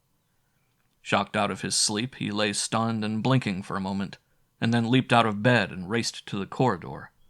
The light blinded him first, but not enough to stop him from seeing Cahill. Cahill came along the tiny corridor listlessly, blood dribbling from under his left arm, running down his fingers and splashing on the floor. On Cahill's face was a stunned expression full of incomprehension, semi-blank. Blood ran down his leg, across his ankle, and left red footprints on the floor. Through the haze that clouded Cahill's eyes, he saw Farradyne. He stumbled forward and reached out, but collapsed like a limp towel to stretch out at Farradyne's feet like a tired baby. His voice sighed out in a dying moan that sounded like a run-down phonograph, and then the shocking rattle of death. Steps behind him came Norma Hannon. Her eyes were blazing with an unholy, satisfied light, and her body was alive and sinuous. A tiny automatic dangled from her right hand. Her lips curled in a sneer as she came up to Cahill and poked at the dead man's hand with her bare foot. She started to cry in a strident tone. Then the semi-hysteria faded and she looked down at Cahill again, relishing the idea. Farradyne shuddered. Cahill probably had not been able to do more than clutch at the deep neckline of Norma's nightgown. He leaned back against the wall and saw things in a sort of horrid slow motion. Under any normal circumstances, no jury in the solar system would have listened to an attempt to prosecute her. Under any normal circumstances, Farradyne could bury Cahill at space and report the incident at the first landing. But Farradyne couldn't stand too much investigation. Norma Hannon was a Hellflower addict, a blank, in Cahill's words. She couldn't bear investigation. Worst of all was the loss of Cahill. "Why?" asked Farradyne bitterly. Her eyes opened wide again as she relived the scene, relished the violence. "Have your fun," gritted Farradyne. "I hoped it was you," she said. "I wouldn't have killed you." Her voice was calm. She might have been saying kiss instead of kill. "Him I did not like." "And you liked me?" "You I saved to hate tomorrow," she said with a matter-of-fact flatness. "Why didn't you save him?" "What was he to you?" "He was my source." "Source?" Norma looked blank. Then understanding crossed her face. "Hell blossoms," she said with a sneer that twisted her face. She stepped past Cahill's body and handed the automatic to Farradyne, who took it dumbly because it was proffered. She went on into the salon and sat down. Farradyne wanted to hurt her, to reach through the wall and make her feel something besides anger. "Source," he nodded, following her. "Love Lotus. I'd have given you one, Norma." She made a sound like a bitter laugh. "No good, Farradyne. What good is one lotus?" "I don't know," he said simply. "I've never had one." Her laugh was shrill and insane. Then she bawled at him like a fishwife. What an operator you are, you big fumbling boob with your stolen spacer and your forged license making like a big wind. Fa! She got up as suddenly as she had sat down. She paused on her way down the corridor to kick Cahill's leg. Farradyne stayed where he was until he heard her door slam shut. He should be moved, thought Farradyne. He found himself looking down on the dead man with a strangely detached feeling, as though he were watching a play. He relived the scene, although he tried to shut it out of his mind. Shutting out would not work, so he went through it detail by detail minutely, from the sound of the pistol shot to the last dying groan from Cahill's throat. The memory of that dying wail jarred on Farradyne's nerves. It was a discordant cry. He found himself making a completely useless analysis, itemizing things that surely could not matter. The cry had been a discord. His mind wandered a bit as he considered the word. A series of atonal notes do not make a discord. A discord comes when atonal notes are sounded at the same time. The former can be pleasant to the ear, the latter not. And then a chill hit him. He felt like a man who had just been told that he had one more question to answer before winning the prize on a quiz show. Cahill's moan had been a full discord. With a sudden disconnect of the mind, Farradyne was back in the Semiramide, hearing 3 voices behind him. They found one skeleton afterwards. Then his mind leaped to Brenner on Mars, who had emitted an approving grunt when he saw Norma come around the tail structure of the Lancaster with the sun shining through her skirt. He had no proof. No proof. Brenner's grunt had been no discord, but nonetheless a mingling of tones. 3 voices? Maybe more? Maybe he was not sure of the first. Brenner's voice had been very brief. Maybe he was convincing himself. But Cahill's death cry was most certainly polytonal, and they were both Lotus operators. It might mean something, or it might not.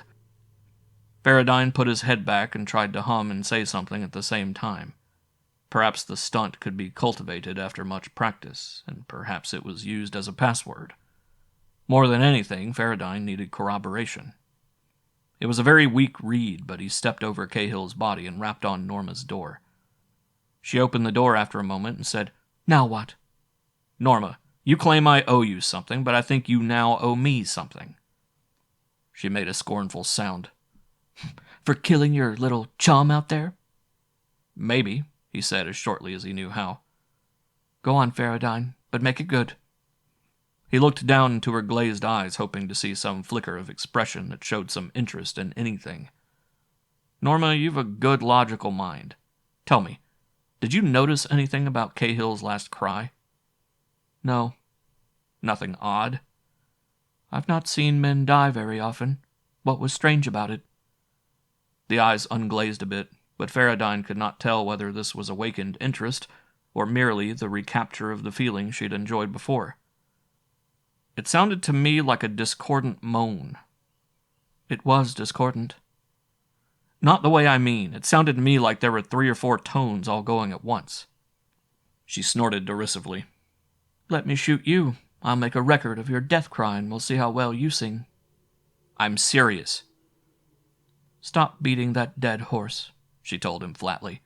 "It's the same chorus you used to sing about the 3 men in your control room, remember?" "Brenner made a sound like that too," he said. "A pig-like sound," she said scornfully. "Forget it, Farradyne. You've convinced nobody but yourself, and your evidence consists of 1 man surprised at the sight of a good-looking woman, and 1 man whose throat was coming apart in death. Forget it." She shut the door to her room in his face abruptly. Farradyne looked down at Cahill's body with regret. Not that Cahill's death touched him in any way, but mild shock and distress at the loss of his link to the Hellblossom gang. A gunman and a Love Lotus operator was not likely to have his absence noticed among the kind of people who could afford to start asking a lot of questions of the officials. And there might be fair chance that Cahill's disappearance would cause the same people to ask a question or two of Farradyne. He would have liked to keep the body, but hauling a slain corpse, he did not consider it murder, into a doctor's office and asking for an autopsy on the throat could not be done. Nor could Farradyne do it himself. He could perform a fair job of setting a broken bone, and he could treat a burn or a cut, but he would not recognize a larynx if he saw it.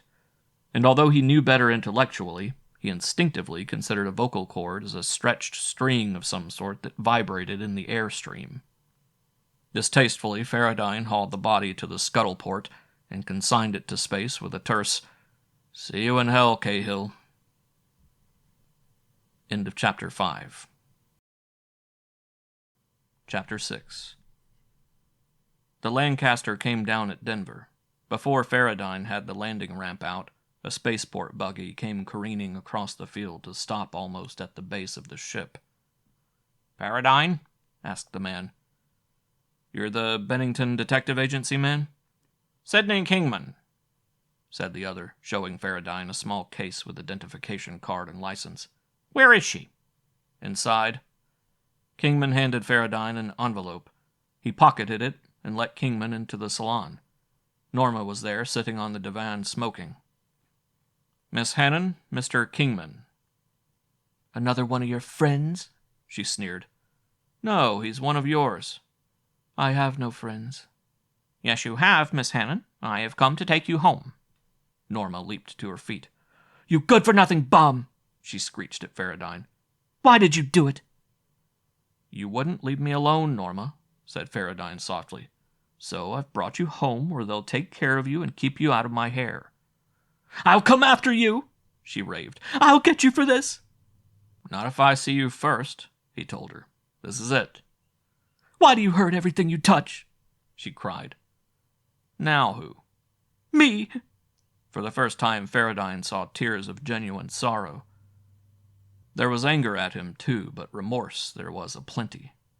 "Why hurt my people?" she asked. "Why can't they just call me dead and let it go at that? I'm worse than dead." Then her face froze again, and she looked at Kingman. "All right," she said in a hard voice. "Let's go and hurt my folks to death. Let's get it over with. You pair of money-grubbing ghouls." She started toward the space lock, waving her forefinger at Kingman, who followed. Her face wore a coldly distant expression as she left the Lancaster. Kingman's driver took them off. She did not turn back to look at Farradyne. And that was that. Farradyne retracted the ramp, closed the space lock, and not long afterwards hiked the ship into the sky and headed for Mercury. End of Chapter 6. Chapter 7.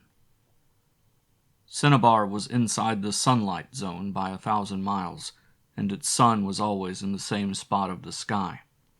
It was a well-contrived city, built so that the streets were lighted either directly or by reflections. Cinnabar was also one of the show cities of the system, but Farradyne found that it did not show him the right things. He could have learned as much about Hellflowers on Terra merely because New York had a larger public library. He tried everything he could think of, but made no progress. His trail had turned to ice after Cahill's death. He loafed, and he poked his nose in here and there, and drank a bit, and varied his routine from man about town to the spaceman concerned about his future. There was only one bright spot. His listing had been tentatively taken up by a group of school teachers on a sabbatical, who had seen Mercury and now wanted a cheap trip to Pluto. Farradyne had accepted this job for about 3 weeks later. It gave him a payload to Pluto, and when he got there, it would be time to do the subcontracting job Clevis had set up as a combined source of revenue and a means of contact. Once each month, Farradyne was to haul a shipment of refined thorium ore from Pluto to Terra, a private job that paid well. In the meantime, Farradyne could nose around Mercury to see what he could see. Then he could haul his school teachers to Pluto and pick up his thorium, which definitely made his actions look reasonably normal to the official eye. On the end of the drums of semi-refined thorium there would be a spot of fluorescent paint, normally invisible. He was to wash off this spot so long as he had nothing to report. If it remained, then something was wrong with Farradyne. He had not turned up, or he had something to report. Clevis would know what to do next.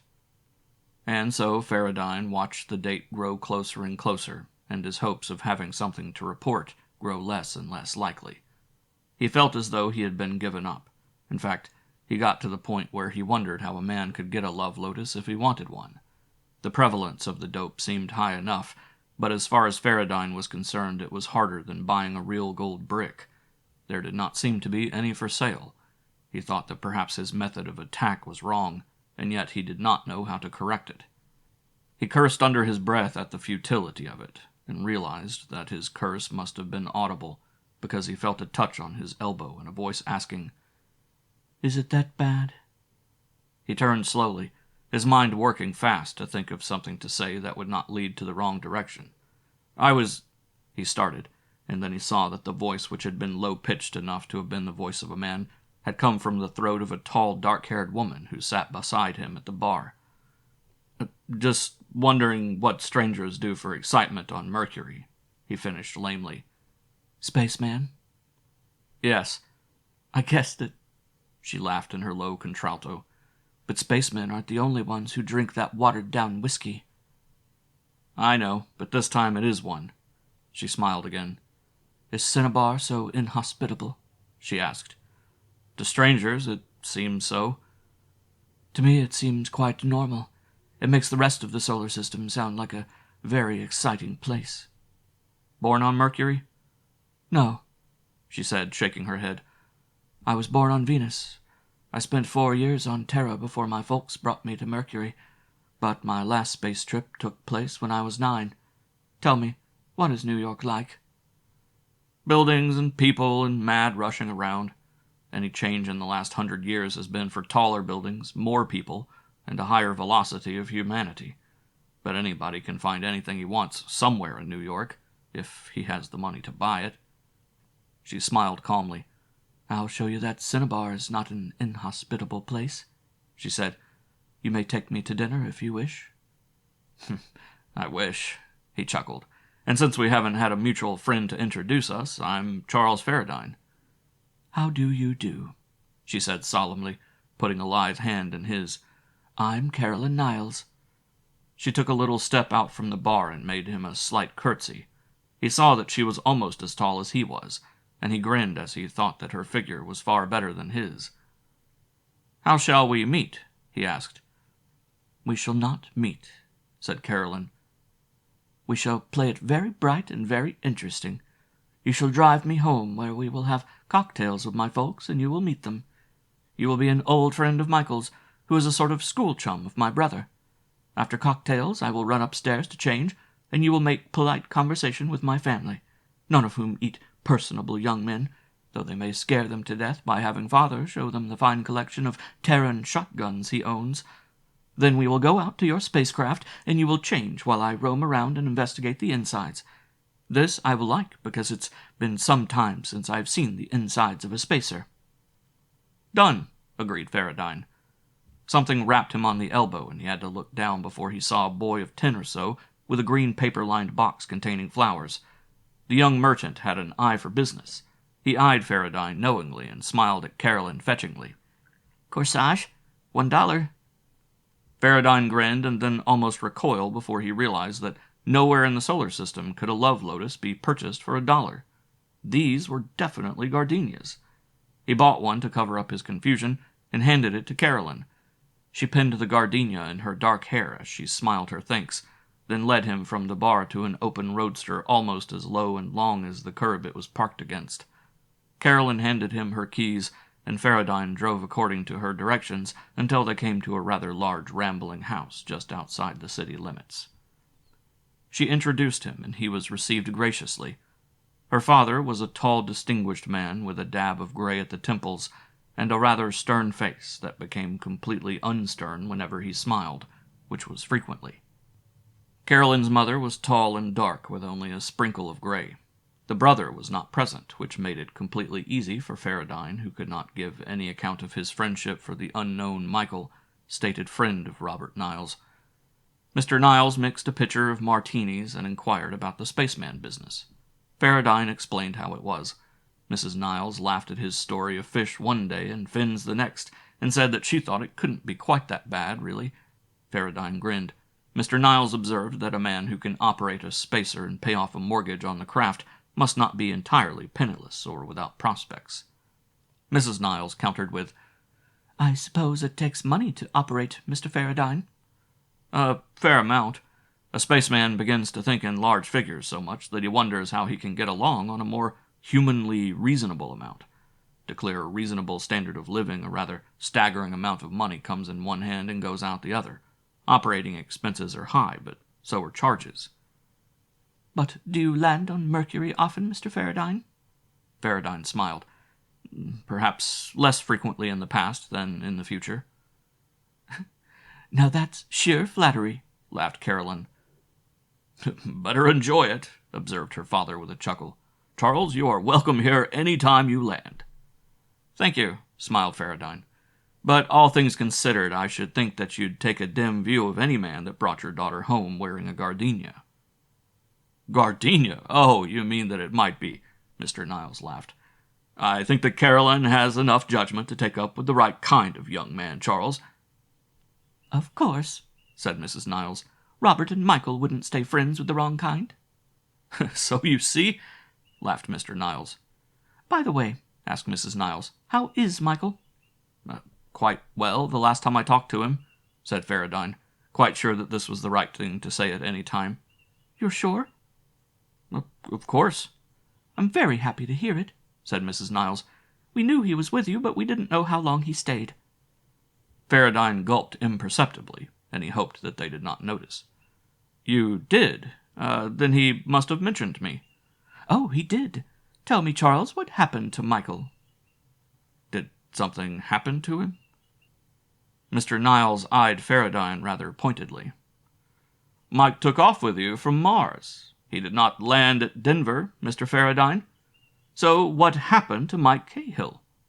Farradyne gulped, and this time it was a full-throated gulp that left him with his Adam's apple high in his throat. Caroline cooed. Yes, Charles, what happened to Michael Cahill? A shiver crossed Farradyne's nerves, and he felt the muscle-loosening tingle of fear. His thinking mechanism stopped functioning.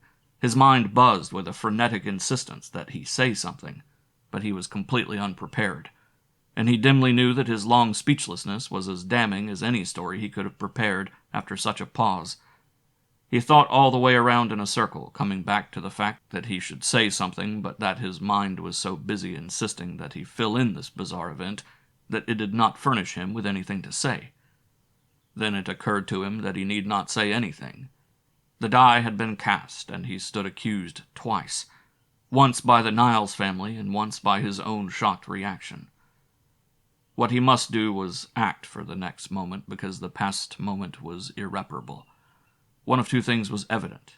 Either Cahill was a double-dealing rat, or the man was hand in glove with the Niles, and that meant... Farradyne laughed at his own simplicity. It was a sort of brief, scornful bark. "What is funny?" asked Mr. Niles. "It just occurred to me. The brilliant concept that you people are either innocent or guilty." "Very sage," commented Niles dryly. "You don't seem quite that bright, Mr. Farradyne. Not even that bright. Now, what happened to Cahill?" Only for a fleeting moment did Farradyne follow the possibility that Niles was innocent. There had been no attempt on Cahill's part to contact anybody, from the time Farradyne met him until he saw him last alive. Ergo, the Niles must have been forearmed with Cahill's plan. This was the place that Cahill would have brought him. It had just taken him a bit longer to get here without the proper guide. He leaned back, trying to relax. He took a sip of his martini, not that he wanted it, but to see if his hand was still trembling. It did not seem to shake. He said, "If you knew Cahill and his whereabouts, you also know quite a bit about me. You'll have heard that I was recognized in a bar on Ganymede by a woman named Norma Hannon, who is a Hellflower addict. She hated my guts because I am Charles Farradyne, and her brother was among those present when I had the accident in the bog. She hung on to me for the emotional ride it gave her. I succeeded in locating the home of her parents and was going to take her home when I met Cahill, who offered to come along after a bit of talk. Then, during the night, Cahill made a pass at Norma, and she shot him. I put his body out through the scuttle port." "Cahill was always a damn fool," nodded Niles. "He was a dame crazy idiot, and it served him right. Some men prefer money, power, or model railroads. Women are poison." "I seem to have followed one of them like a little lamb," said Farradyne. "But I was picked up and brought here for a purpose, so let's get down to cases." You're rather quick on the trigger, man, aren't you? What makes you assume that this purpose was anything beyond finding out about Cahill?" "Because you have tipped your hand," said Farradyne, feeling more at ease. "You could have accomplished the same thing by tipping the police and waiting for the case to be newscast. If Cahill admitted to Hellflower running, it was for a purpose, too. I call the same logic in you, Niles." "Please, Mr. Niles, I'm a bit your senior." "All right, Mr. Niles. I've learned one thing so far. I can tell a Love Lotus operator from the rest of the system." "How?" They all leaned forward eagerly. "Because it is the real operators that take an amused view of my alleged machinations. They know the facts." "Very sage. You are a bit brighter than you appeared a moment ago." "May I ask why you let me cool my heels for almost a month before you hauled me in?" He looked at Carolyn with a wry smile. "I would make a mild bet you weren't more than a few 100 feet from me all the while." "You are a blind man, Farradyne," she said calmly. Mr. Niles smiled knowingly. "There are a lot of unexplained items in your past, Farradyne. We never could be too sure that you were not a Sandman. Of course, it does seem a bit hard to believe that a government operative would crash a spacer and kill 33 people just to establish a bad reputation, especially when his own neck was involved in the affair. Still, such a deal might have been managed. So we have been checking on you, and from that angle you are clean. Then comes the question of Cahill. It might be that you thought turning in a Hellflower operator would help smooth your lot in life. Mayhap you get a bit of a reward. So we waited. No Cahill. Cahill started to bring you here. He would either have turned up with or without you, or he would have gotten in touch with us. Unless Cahill was dead. You would know the answer. Norma Hannon is keeping her mouth shut so far as we know. Of course, no one would believe a blank anyway, and she probably knows that. So it stands to reason that you know more about Cahill than anybody else." "No more than I've told you. Cahill came and made me a sort of sidelong offer." "That much of it rings as true as the other. But there are still holes in your story." Farradyne nodded. "Let's put it this way. There are ways of getting money in things. I found one way, which is an obvious fact. But I have been told time and again that the entering wedge to a full confession is a willingness to talk. Do you follow me?" "I do, but—" Farradyne smiled. "I don't care to face it. Not in company, Mr. Niles." Farradyne's emphasis on the Mr. was heavy with sarcasm. Niles looked at him piercingly. "You are a bit belligerent and a trifle sure of yourself. Close-mouthed and apparently able to get along. You'll be out on a lonely limb for some time, Farradyne, but we can use you." "I can use the sugar," said Farradyne. "Naturally. Anybody can use money. In fact, everybody needs money. What visible means of support have you?" I've a subcontract. Once each month I'm to lug a load of thorium refines from Pluto to Terra." "It's a start, but it isn't enough." "I'll pick up more, doubtless." Niles leaned back and put the tips of his fingers together pontifically. "One of the hardest jobs in this business is to justify your standard of living. The financial rewards are large and the hours involved are small. It is patent that a man who has not been granted a large inheritance, or perhaps stumbled on a lucrative asteroid, cannot live in a semi-royal manner without having to work in a semi-royal fury. One of the great risks in this business is the acceptance of a recruit whose appearance causes discussion. The day when a man can build a $50,000 home on a $5,000 salary without causing more than a raised eyebrow has gone. If a man has a hidden income, he must appear busy enough to warrant it, or at least provide a reasonable facsimile." "This I can understand."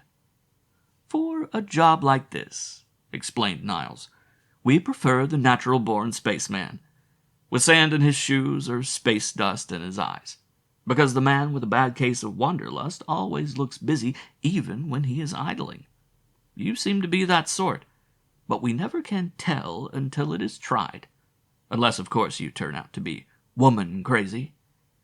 "I'm a normal enough male," said Farradyne. "I'll remind you that Cahill was the guy that tried and failed." "How normal are you?" demanded Niles. "We'd have less liking for a misogynist than for a satyr here." Farradyne smiled serenely. "I have enough sense to keep my hands off Norma Hannon, but I have enough red blood to come home with Carolyn. That good enough?" Niles thought for a moment. "Could be. Anyway, we'll find out. For one thing, Farradyne, you'll be in no position to hurt anyone but yourself if you're playing games.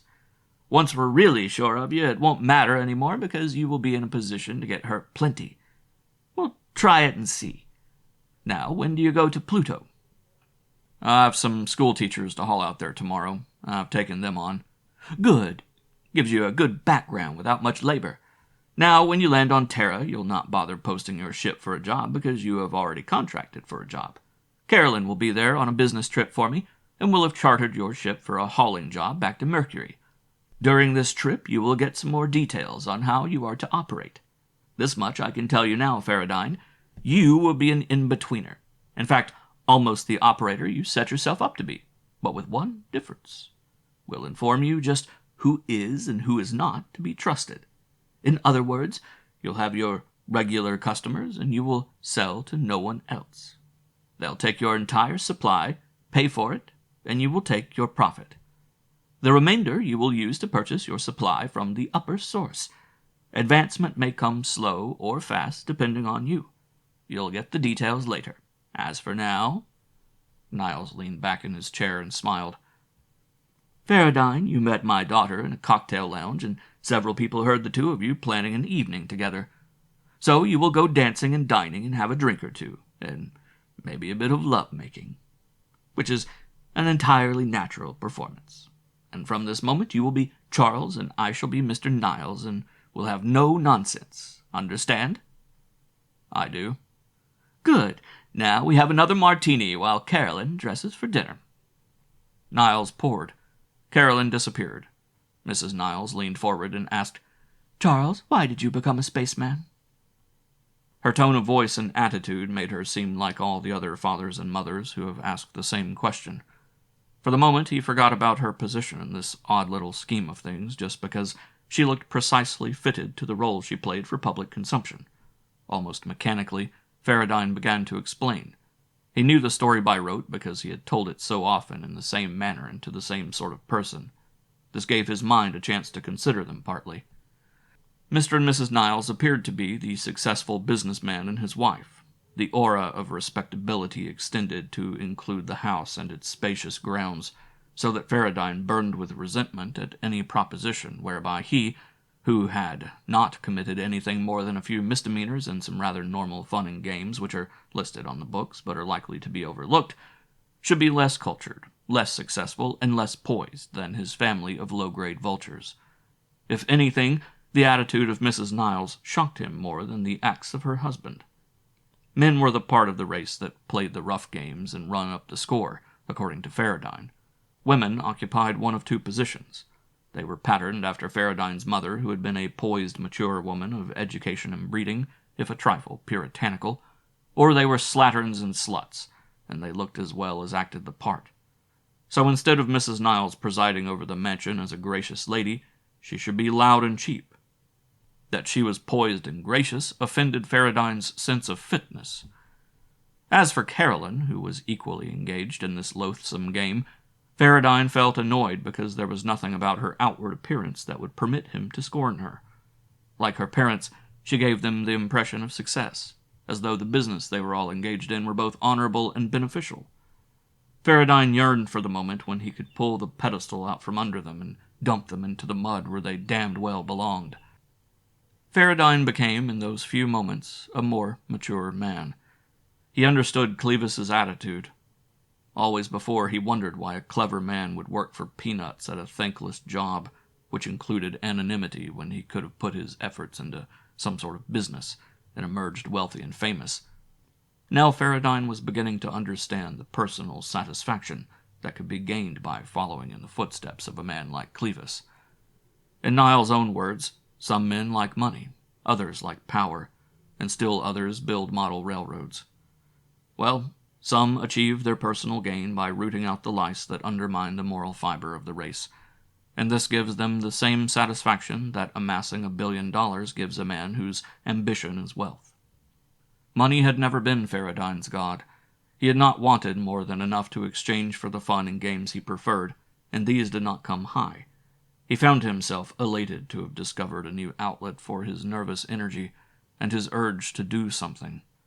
Performing a thankless job in anonymity could provide for Farradyne a deep satisfaction in proving that he was smarter than people like Niles and family. He smiled as his mouth got to the point in his story where he was telling about the time he had landed the training ship perfectly, but 9 feet above ground, so that the ship dropped the 9 feet and nearly flunked him out of spaceman school. He knew that his smile was hypocritical, and he enjoyed this sort of thing. If Niles could play the hypocritical game, so could Farradyne. But Farradyne could play it better because his own kind of hypocrisy was... He hated to call it righteous, but could not find a better word to describe it. He could play Niles's game, and he could even go along with Mrs. Niles, although he wondered how a woman that looked as honorable as Mrs. Niles could justify her willingness to have a daughter engaged in the vile game of Hellflower running. He could play their game because he would have little contact with them. But he wondered whether he could play the game Carolyn expected. He did not know exactly what she expected, but his guess was that anybody amoral enough to run dope would hardly cavil at anything else.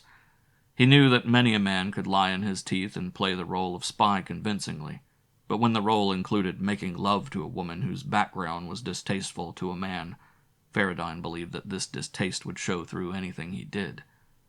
And then Carolyn came down the stairs in a white, strapless evening dress, and Farradyne knew that he was going to have trouble remembering that she was worthy of only shapeless gray prison denim.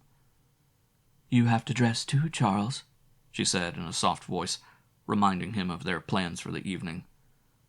Farradyne nodded and got up. He wondered how she could possibly act this part of a young marriageable woman pleased with a date, when at the same time she was engaged in a hellishly illegal operation. He realized at the same time that Carolyn had most likely spent her entire life this way, and was attuned to it. Such was her natural way of living, and there was not going to be any possibility of weaning her into a life of honorable struggle. Then she put her hand into his elbow and gave a little squeeze, and Farradyne found it not too hard to put his personal attitude into a small compartment in his mind, and half closed the door.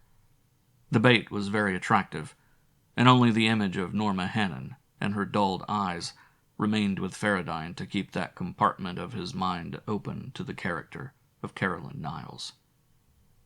End of Chapter 7. Chapter 8. In the salon of the Lancaster, Farradyne smiled knowingly. "The plan was to let you investigate this ship while I dressed, but I gather you have seen your share of spacers."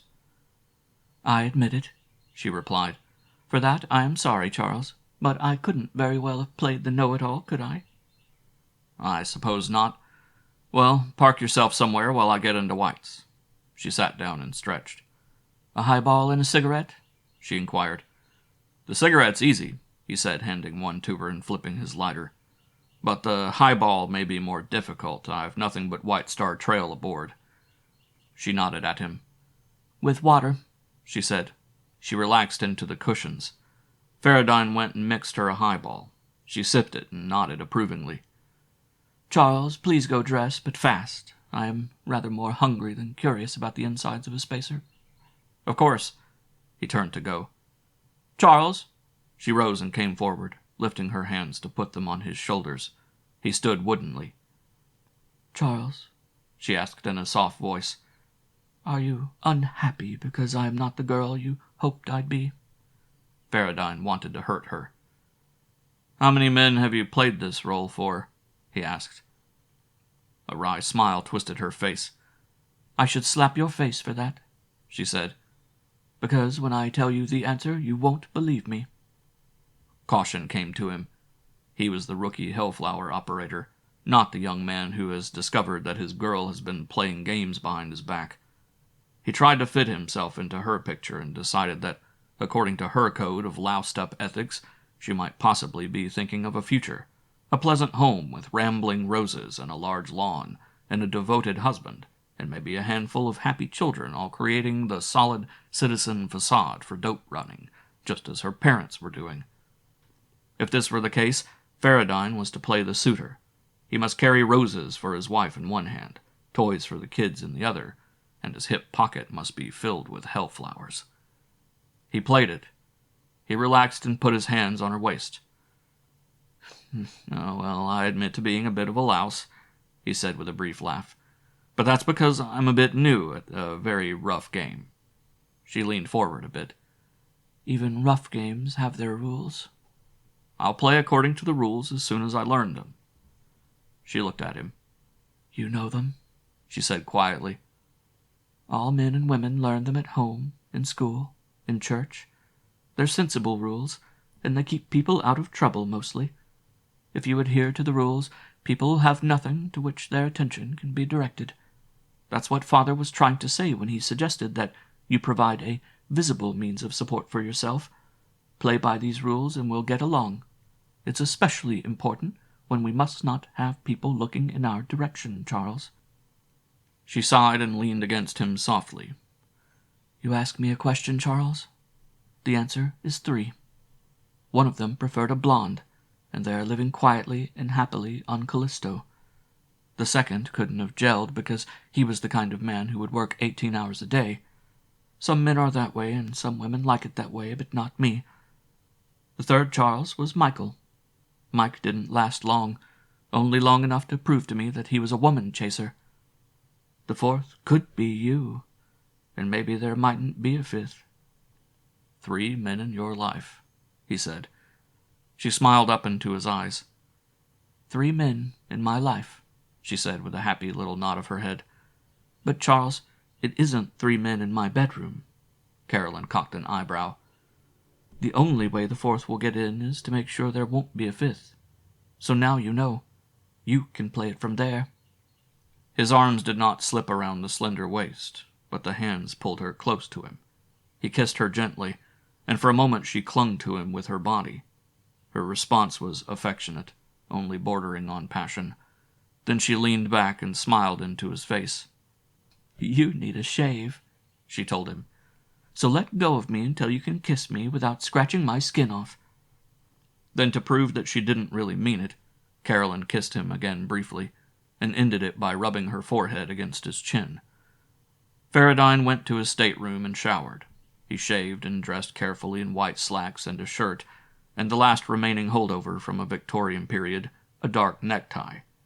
He returned to the salon to find Carolyn waiting for him calmly and patiently. She looked him over and nodded approvingly, then got up and rubbed her cheek against his, cooing pleasantly but moving away again when he tried to kiss her. Then she tucked her hand under his elbow and said, "Dinner, man-thing." Farradyne chuckled. "Dinner," he repeated. She hugged his arm. He led her down the landing ramp and into her car, and at her direction drove to her preference in a dinner spot. The food was good. Carolyn was a fine dancer, with a high sense of rhythm and a graceful body. Farradyne decided that if this were a thankless job that gave no chance for fame and fortune, there were plenty of very pleasant facets to it. Her shoulder rubbed his as he drove her home hours later. He handed her out of the car and walked to the front door with her. She gave him her key and he opened the door. She walked in to wait for him just inside. She came into his arms as the door closed behind them, and she clung to him, returning his kiss and his embrace, matching his rising fervor with a passion of her own. They parted minutes afterward. Farradyne moved her slightly, settling her body into a more comfortable fit against him. "It's late," she breathed. Farradyne chuckled. "With the sun shining like that?" She kissed him, amused. "It's always like that, silly. You're on Mercury, remember?" Farradyne held her close and kissed her again. A minute passed before he came up for air. He looked at her, leaning his head back so that he could see her face without looking cross-eyed. "I'll bet you are a real hellion in the dark." Carolyn laughed and shook her head. "Like all the rest of the women on Mercury, I'm scared to pieces of the dark. But it is late, Charles, and you've just got to go." She hugged his head down so that he could look at her wristwatch on the arm about his neck. "It's 5 o'clock, and you are to take off at 9. Charles, please don't crack up just because of lack of sleep." "Okay," he said regretfully. "Okay." She held him close. "It's been a nice evening, Charles. So, kiss me goodbye, and remember that it won't be long until I see you on Terra." "It gets dark on Terra," he told her. He tightened his arms and she pressed against him. Against his lips, she murmured, "I might not be afraid of the dark, Charles." The promise of her last embrace stayed with him. There were only 3 hours of sleep between the time he left her and the time of awakening for the takeoff, but dreams of Carolyn filled them all. They were pleasant dreams, and they were unpleasant dreams. He saw Carolyn coming to him with her past renounced. He saw her coming to him as a secret agent who was in the hellish business for the same reason he was. And he dreamed of her waving him a goodbye with her dark eyes filled with tears as she was taken off to the Titan penal colony. He even entertained notion of joining her, justifying himself by thinking that people who fall in love with Love Lotus addiction are the weaklings of the human race and could be eradicated to the advantage of the general level. This he recognized as sophistry. But, be as it may, Carolyn was a pleasant, attractive companion, and if her presence could only be known for a very short time, it was none the less pleasant. It was a rough game they were playing, and many people were bound to get hurt. More people, innocent people, would get hurt if he called it off. So, by the time Farradyne in his dreams came to the conclusion that he could afford to take what pleasure out of life this situation offered for the moment, and let tomorrow exact its tribute, it was time to get out of bed and start the pre-flight checkoff. He had work to do, school marms to haul to Pluto and some refined thorium, or to bring to Terra. He would make no signal this trip. He was still far from being on the inside. Maybe the next, or the one after that, depending upon his progress. But in the meantime, he would be seeing Carolyn Niles on Terra. Farradyne began his checkup, already anticipating the reunion, which was at least 10 days away. End of Chapter 8. Chapter 9. They came aboard a half-hour later, and Farradyne saw at once that this trip would be free of trouble and danger. They were all mild and wide-eyed curious. They obviously knew their place and how to go about in life with a minimum of friction. Their leader was a Professor Martin, an agile gentleman of about 60 years who led them up the ramp, and then stood there introducing each and every one of them to Farradyne as they came in. They became a sea of faces and a sound of disconnected names except for a few of the more vivid ones. Miss Otis, who giggled like a schoolgirl but hadn't been of schoolgirl age for at least 30 years, a Mr. Hughes, dark of skin and smiling, who tried to convey the impression that he knew his way around in space, a very prim dame named Miss Higginbotham, who probably had every kid in her class scared of her, a Mrs. Logan, who was far too beautiful to be part of Farradyne's narrow pattern for school teachers. Miss Tilden seemed to know something about spacing, and her friend, who was old enough to be Miss Tilden's mother, Miss Carew, knew more about space than Miss Tilden, and a Mr. Forbes, who seemed completely impressed by everything he laid eyes on. And so they came, a prim and straight-laced lot, the like of which Farradyne had not seen in a long, long time. Certainly nothing of the Hellflower flavor among this group. It made Farradyne feel easier, and after a bit he began to smile at their innocence and their wholehearted interest. He came to understand that this trip was to be a bit different for them, or it could be if he cared to make it so. It was obvious that their previous hops had been made under pilots who treated them with the usual aloofness that spacemen hold for their passengers. Farradyne felt more sympathetic about them. He wanted to help, wanted to show them what could be seen.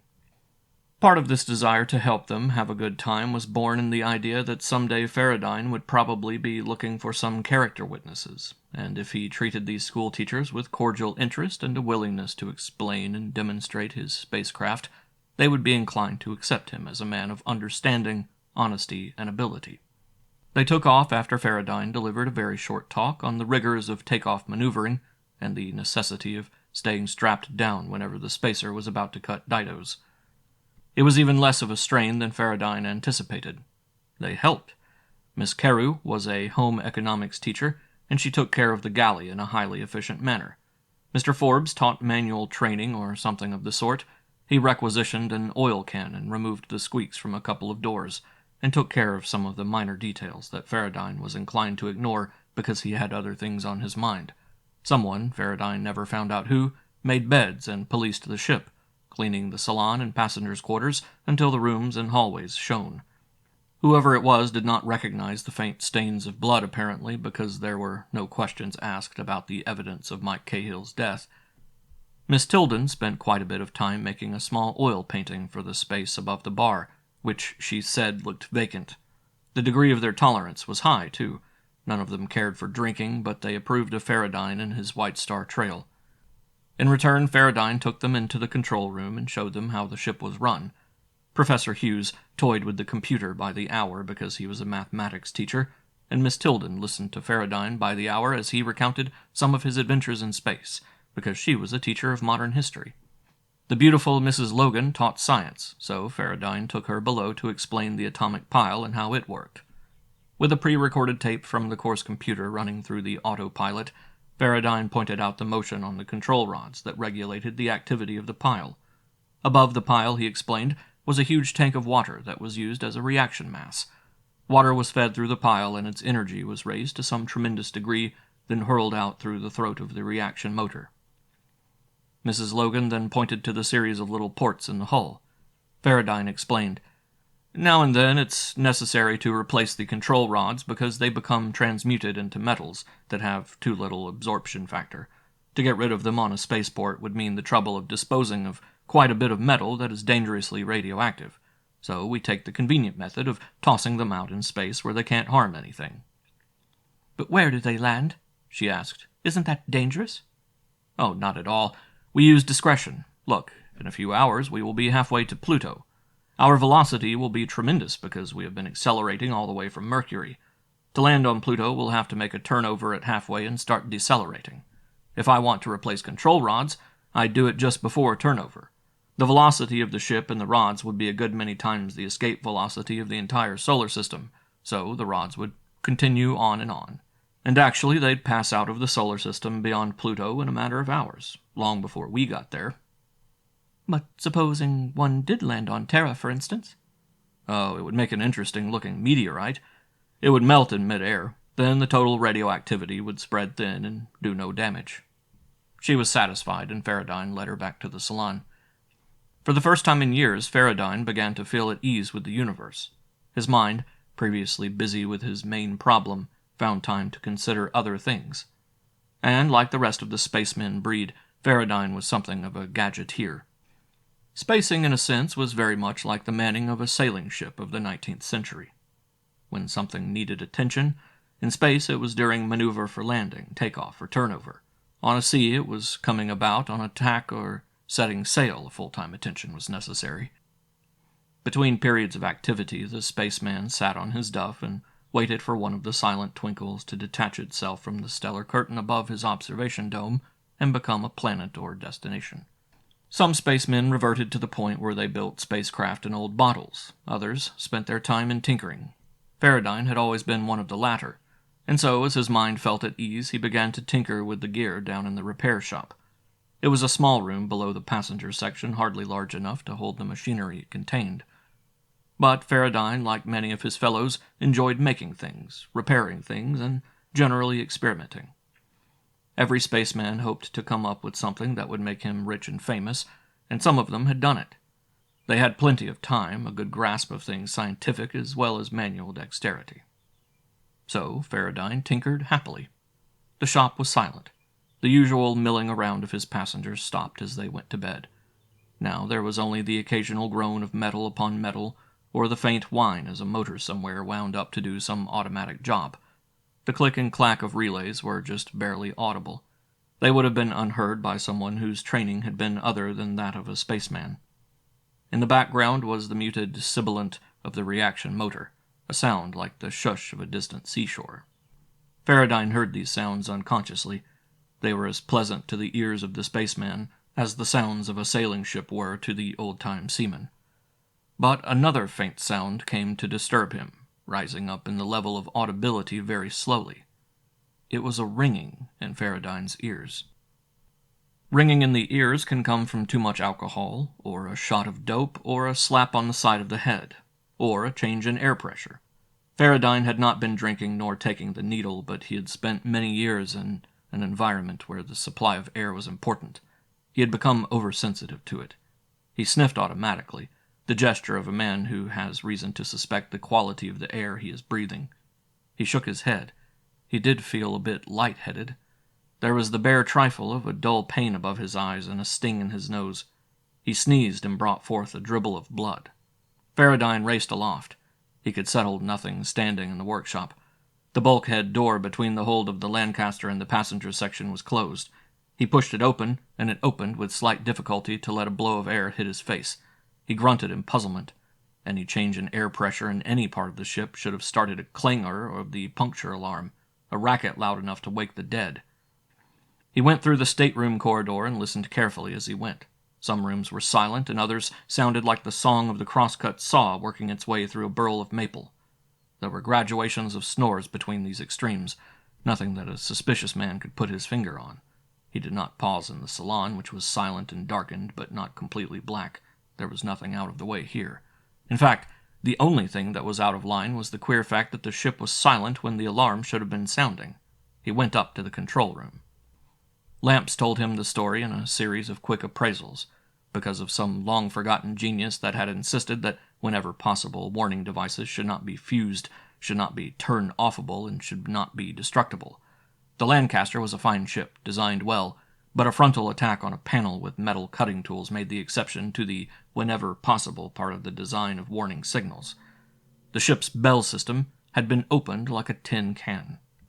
But the pilot lamp system was strung here and there behind the panels, and it would have taken a major overhaul to ruin it. The saboteur would have spent all night opening cans instead of doing his dirty work. Farradyne should have been asleep.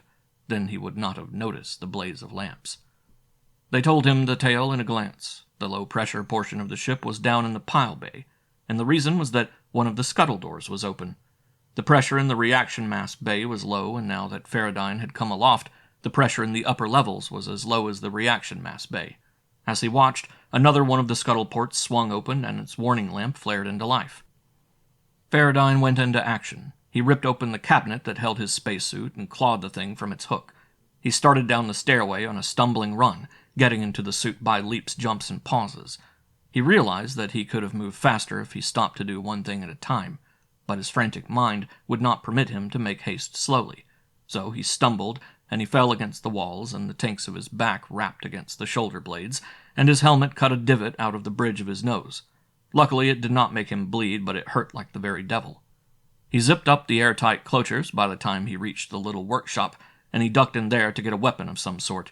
He reached past the hammer, ignoring the obvious chisel because it was not heavy enough, even though it was sharp, and picked up a 14-inch half-round woodworking rasp. He hefted it in his gloved hand, and it felt about right. The air brake on the topside was open, and Farradyne closed it.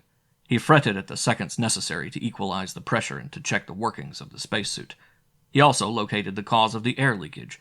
Normally, the air brake doors were airtight. A sliver of wool or cotton string lay in the rubber gasket and produced a channel for the escape of some of the air into the pile bay. Farradyne stopped, his attention attracted by this trifle of evidence. It was neither wool nor cotton, but a match torn from a giveaway book and used to light a cigarette for Mrs. Logan a good many hours before. He threw it aside and went in, his attention once more on the important business before him. He ran along the curved corridor, and there a figure in a spacesuit was quietly levering one of the control rods out of its slot and preparing to hurl it into the void. Farradyne understood the whole act in one glance. It was the sort of thing that he would do if sabotage were his intention. The single scuttle port had been opened first by hand. Then the saboteur had scuttled the stock of spare control rods, and since the Lancaster was reasonably new, there had been quite a batch of them. Furthermore, they were long, unwieldy, heavy things that took time to handle. Naturally, this was the first act, because the next act would cause the ship's acceleration to rise. The rise in acceleration would make the rods too heavy to carry, and would also cause investigation as soon as people became aware of the increasing pressure. Then the working rods would be hurled out, leaving the ship heading toward some anonymous star at about 8 gravities of acceleration. The passengers and crew would be helpless, and dead long before they got within any appreciable fraction of a distance to any planet. Maybe 2 or 3 of the rods had been scuttled already. The rest, functioning on the automatic, would have been shoved in farther to compensate. Farradyne could feel no change in the acceleration pressure, but once the working rods were all the way home, the removal of the next would cause the ship to take off, literally with the throttle tied down. Farradyne was willing to bet the rest of his life that the safety valve that furnished the water mass to the pile was either welded open or damaged in such a way that the supply could not be stopped. Then, and Farradyne had to admire the vandal's precautions, he would make his way to the escape hatch and let the helpless passengers go on and on, victims of another case of lost in space. The saboteur was well prepared. His suit was a high-efficiency job capable of maintaining a man alive for a long time in space. It had a little radio for calling, and a small and expensive chemical motor for mild maneuvering, even though it would not be strong enough to permit planetary landing. The man had friends, obviously, lying in wait out there who would pick him up. A parcel of ice-cold-blooded murderers. Farradyne saw the man through a red haze that clouded down over his eyes. His evaluation of the act was made in a glance, and in the bare instant that it took for Farradyne to see the man, he got his feet in motion. He plunged forward with a bellow that hurt his own ears. End of Chapter 9. Chapter 10. The man whirled and sent a heavy gloved hand back against Farradyne's face glass. Farradyne lifted the file for a second swing and caught the gleam of a heavy knife, just as it swung upward at his face. The blade jabbed at the face glass and blunted slightly before Farradyne's eyes, splintering the glass and sending a shard or two against his cheek. Farradyne's second swing caught a shoulder and sent the man staggering back. The knife came up, and the gleaming edge sliced close to Farradyne's arm. The man stumbled and fell, and Farradyne came forward to take advantage of the opportunity. The long lever used to handle the radioactive control rod chopped against Farradyne's shins and cut his feet out from under him. He landed on his face, and the other man kicked out with heavy space boots. The heels rammed Farradyne's helmet hard down into his shoulders, and the top of his helmet hit the top of Farradyne's head, stunning him. The other scrambled forward and landed on Farradyne's back. He pulled up and back on the fittings of Farradyne's helmet until the pilot's spine ached with tension. Then the man thrust forward and slammed Farradyne's face down on the deck. The splintered safety glass cracked further, and there came the thin, high screech of air escaping through a sharp-edged hole. Farradyne lashed out and around just in time to parry a slash of the knife. Blade met file in a glint of metal spark, and both weapons were shocked out of the gloved hands to go skittering across the deck. The man left Farradyne to scramble across the floor after his knife. Farradyne jumped to his feet, took 3 fast steps, and leaped, coming down with both feet on the man's back. The other collapsed, and Farradyne fell, turning his right wrist underneath him. The other made a kick that caught Farradyne in the side, turning him over. And as Farradyne rolled, the bent hand touched metal, and he came out of the roll clutching a heavy pair of repair pliers. He could cut bolts with them, and had. He faced the killer, standing again, armed again, spaceman's pliers against assassin's knife. He plunged forward and felt the knife bite against his suit. He swung the pliers as a club and caught the killer's upper arm. He opened the jaws and bit down, twisting and pulling. A 3-cornered tear ripped and came away with the point between the jaws until the heavy outer cloth gave way. The knife came up and bit through Farradyne's suit across the knuckles of the hand that held the pliers. Farradyne kicked, sent the killer staggering, and followed him, probing at the tear to get at the thin inner suit. The other man struggled, hurled Farradyne back, but Farradyne staggered back with the thin lining between the jaws of the pliers. The suit ripped, and there came a puff of white vapor as the air blew into the void. The struggling killer stopped as though shocked by an electric current. He stood there stiffly, his hands slowly falling to his sides limp. Farradyne took a step back, breathing hard. He could see now that his head was not jerked back and forth behind the cracked glass. He peered in time to watch the froth of blood foam out of Hugh's nose. Hughes, the math professor. The wise guy who had created the part of Dumb Bunny by making sounds of knowing too much, who pretended to know his way around in space. Farradyne wondered whether Hughes had cried out in a polytonal voice. Then he hauled him into the air brake and slammed the door shut. He felt for a pulse and found one fluttering. He turned him on his face and pumped the ribs in, out, wondering whether he was wasting his time. Hughes groaned painfully. His groans echoed and re-echoed in the tiny space, but Farradyne could not hear more than the reeking moan of a man hurt very deeply. Hughes stirred and opened one eye. Then he closed it again and sobbed under his breath. Farradyne checked the heart and found it beating weakly. The pulse was not fluttering any more.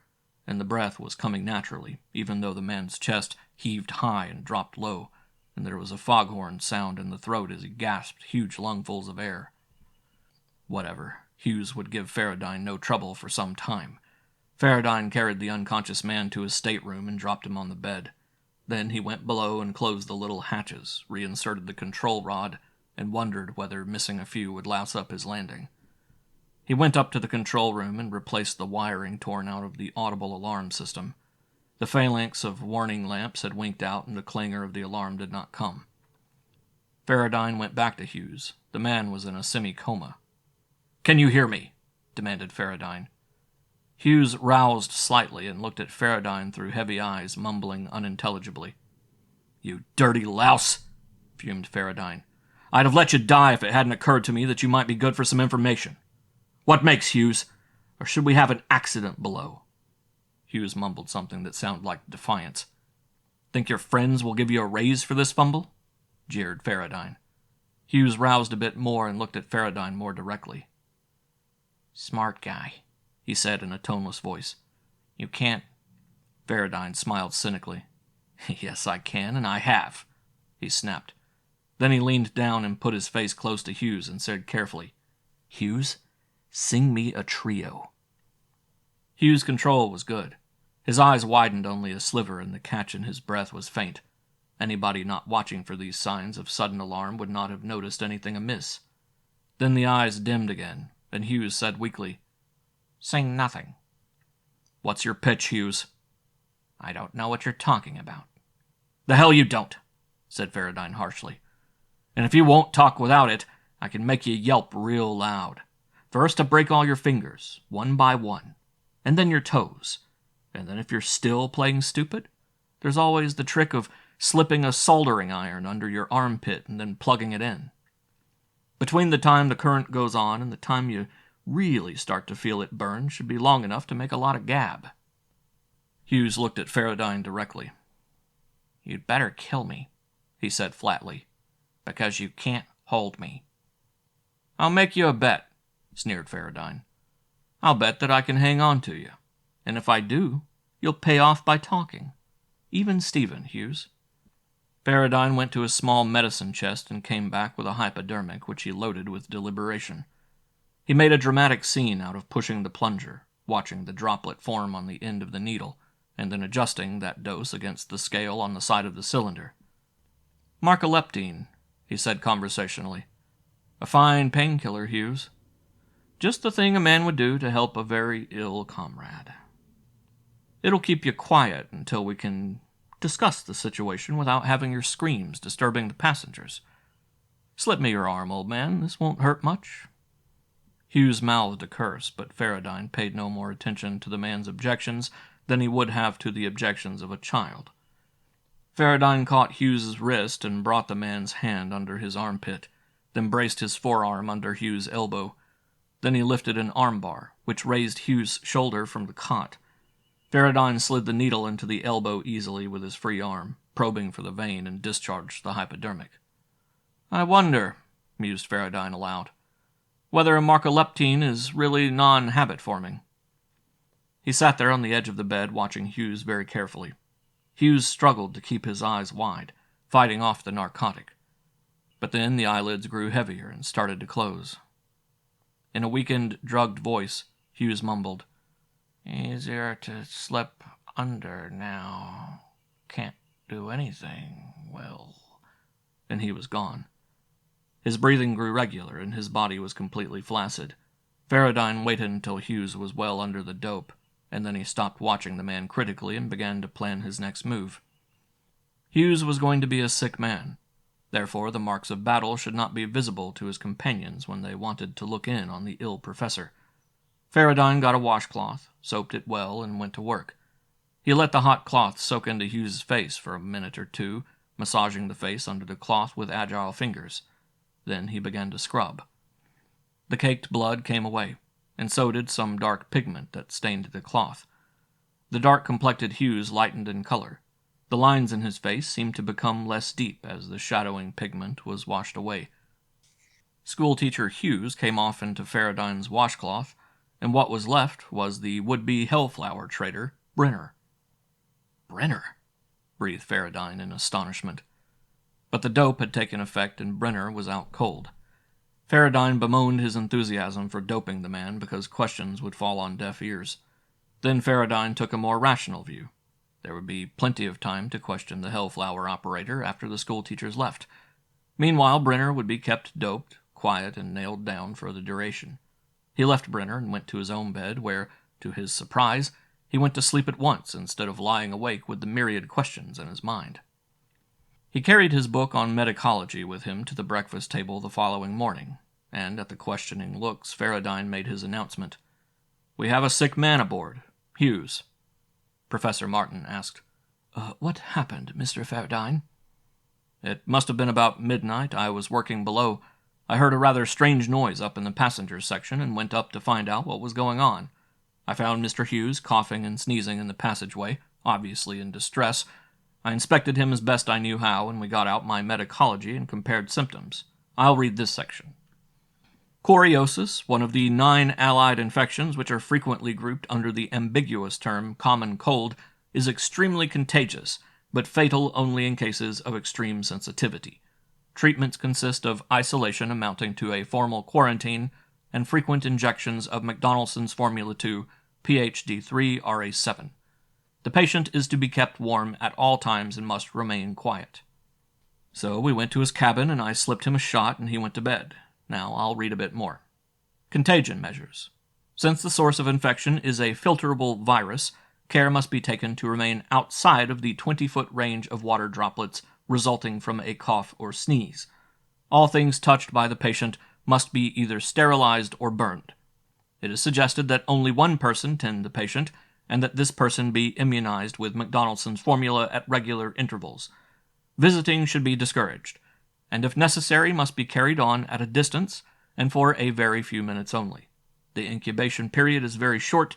The duration of choriosis is approximately 14 days. It is, however, possible for a reinfection to take place, which often resembles the initial infection, thus giving rise to the 6-week cold. There's more along this line, but I think we have the picture well enough, Farradyne concluded. Professor Martin's face was grave. What must we do?" he asked anxiously. "Nothing," said Farradyne firmly. "But he shouldn't stay on Pluto?" "That is correct. Pluto is very cold, even with the Terra conversion program going on. Mr. Hughes should be returned to Terra." "But—" Farradyne smiled.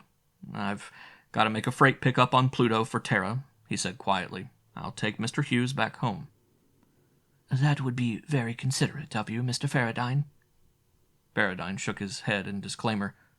"It's only what any man would do," he said. "What do we know about Mr. Hughes?" Miss Tilden said, "Not very much, I'm afraid. Mr. Hughes teaches ancient history in Des Moines, Iowa. He joined us on Mercury, you know."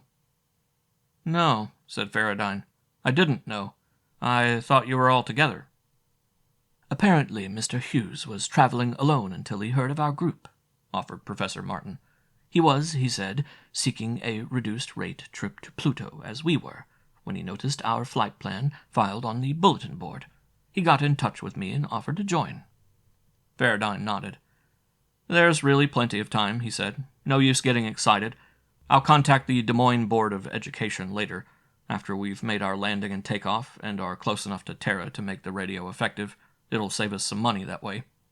The latter, he thought, would appeal to these people. It was left that way. Farradyne did not assume for one moment that Hughes was a complete fake. One of the two ideas was certainly true. Either there was a real schoolteacher named Hughes who looked like the made-up Brenner, or Brenner had been masquerading as Hughes and really taught school in Des Moines when he was not peddling Hellflowers. There were more important things to be considered, too. Was there another Hellflower operator on the ship? Farradyne watched them all like the proverbial hawk, but he could see no evidence of another Hellflower man. He decided to take no chances. It would be very much like the higher-ups in this racket to have put a second operator aboard the Lancaster to take over in the case of Brenner's failure. The second undercover man could escape as easily as could Brenner, and in the same way as soon as it became evident that Lancaster had been properly sabotaged.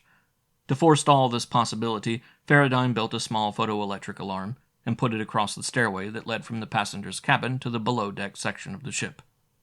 Some of Hugh's friends went with Farradyne to watch him tend the stricken one.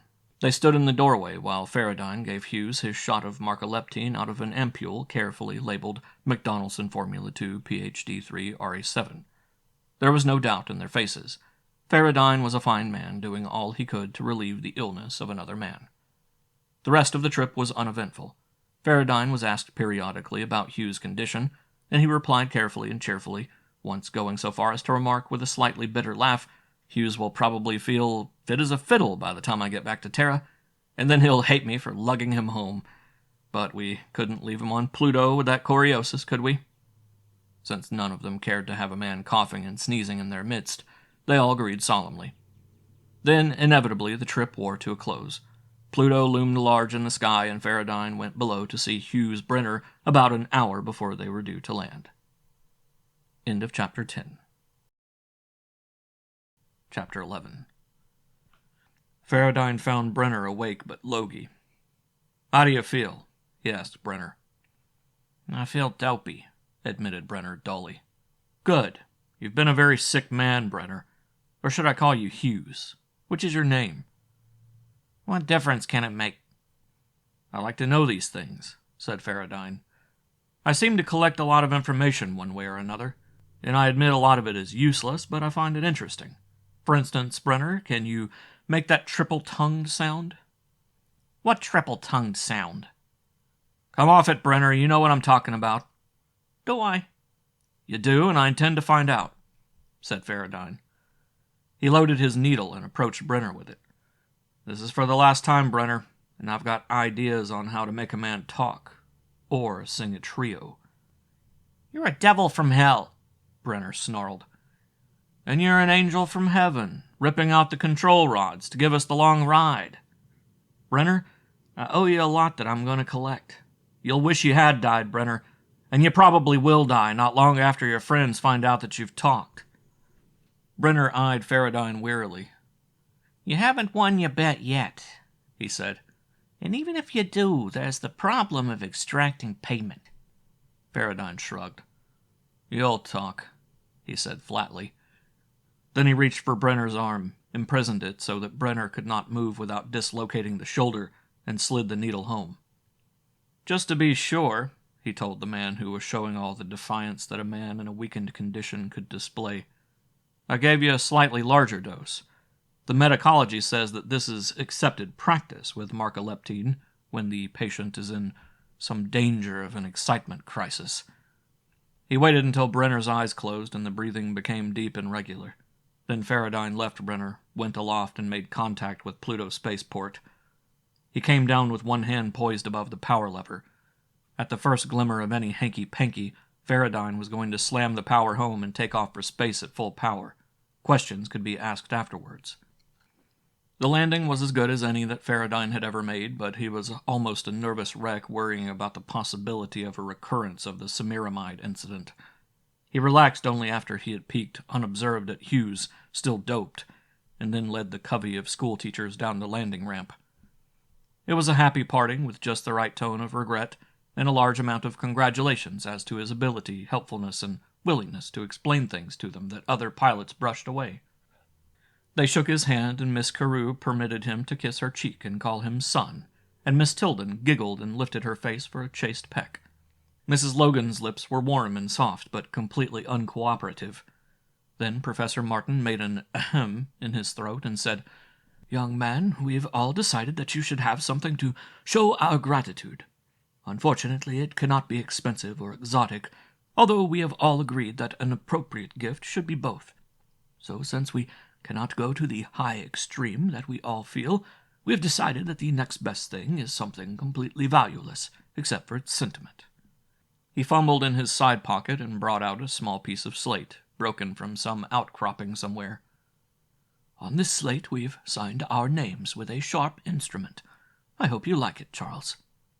Farradyne took the bit of slate. It stated, "To Charles Farradyne, pilot first class, in memory of a very pleasant flight." It was signed by all of them. "Thanks," he said shortly. A lump hit his throat and his eyeballs stung. He felt ashamed. He had been playing games and holding high intrigue almost under their noses, and they had responded with this very simple gesture of sincerity.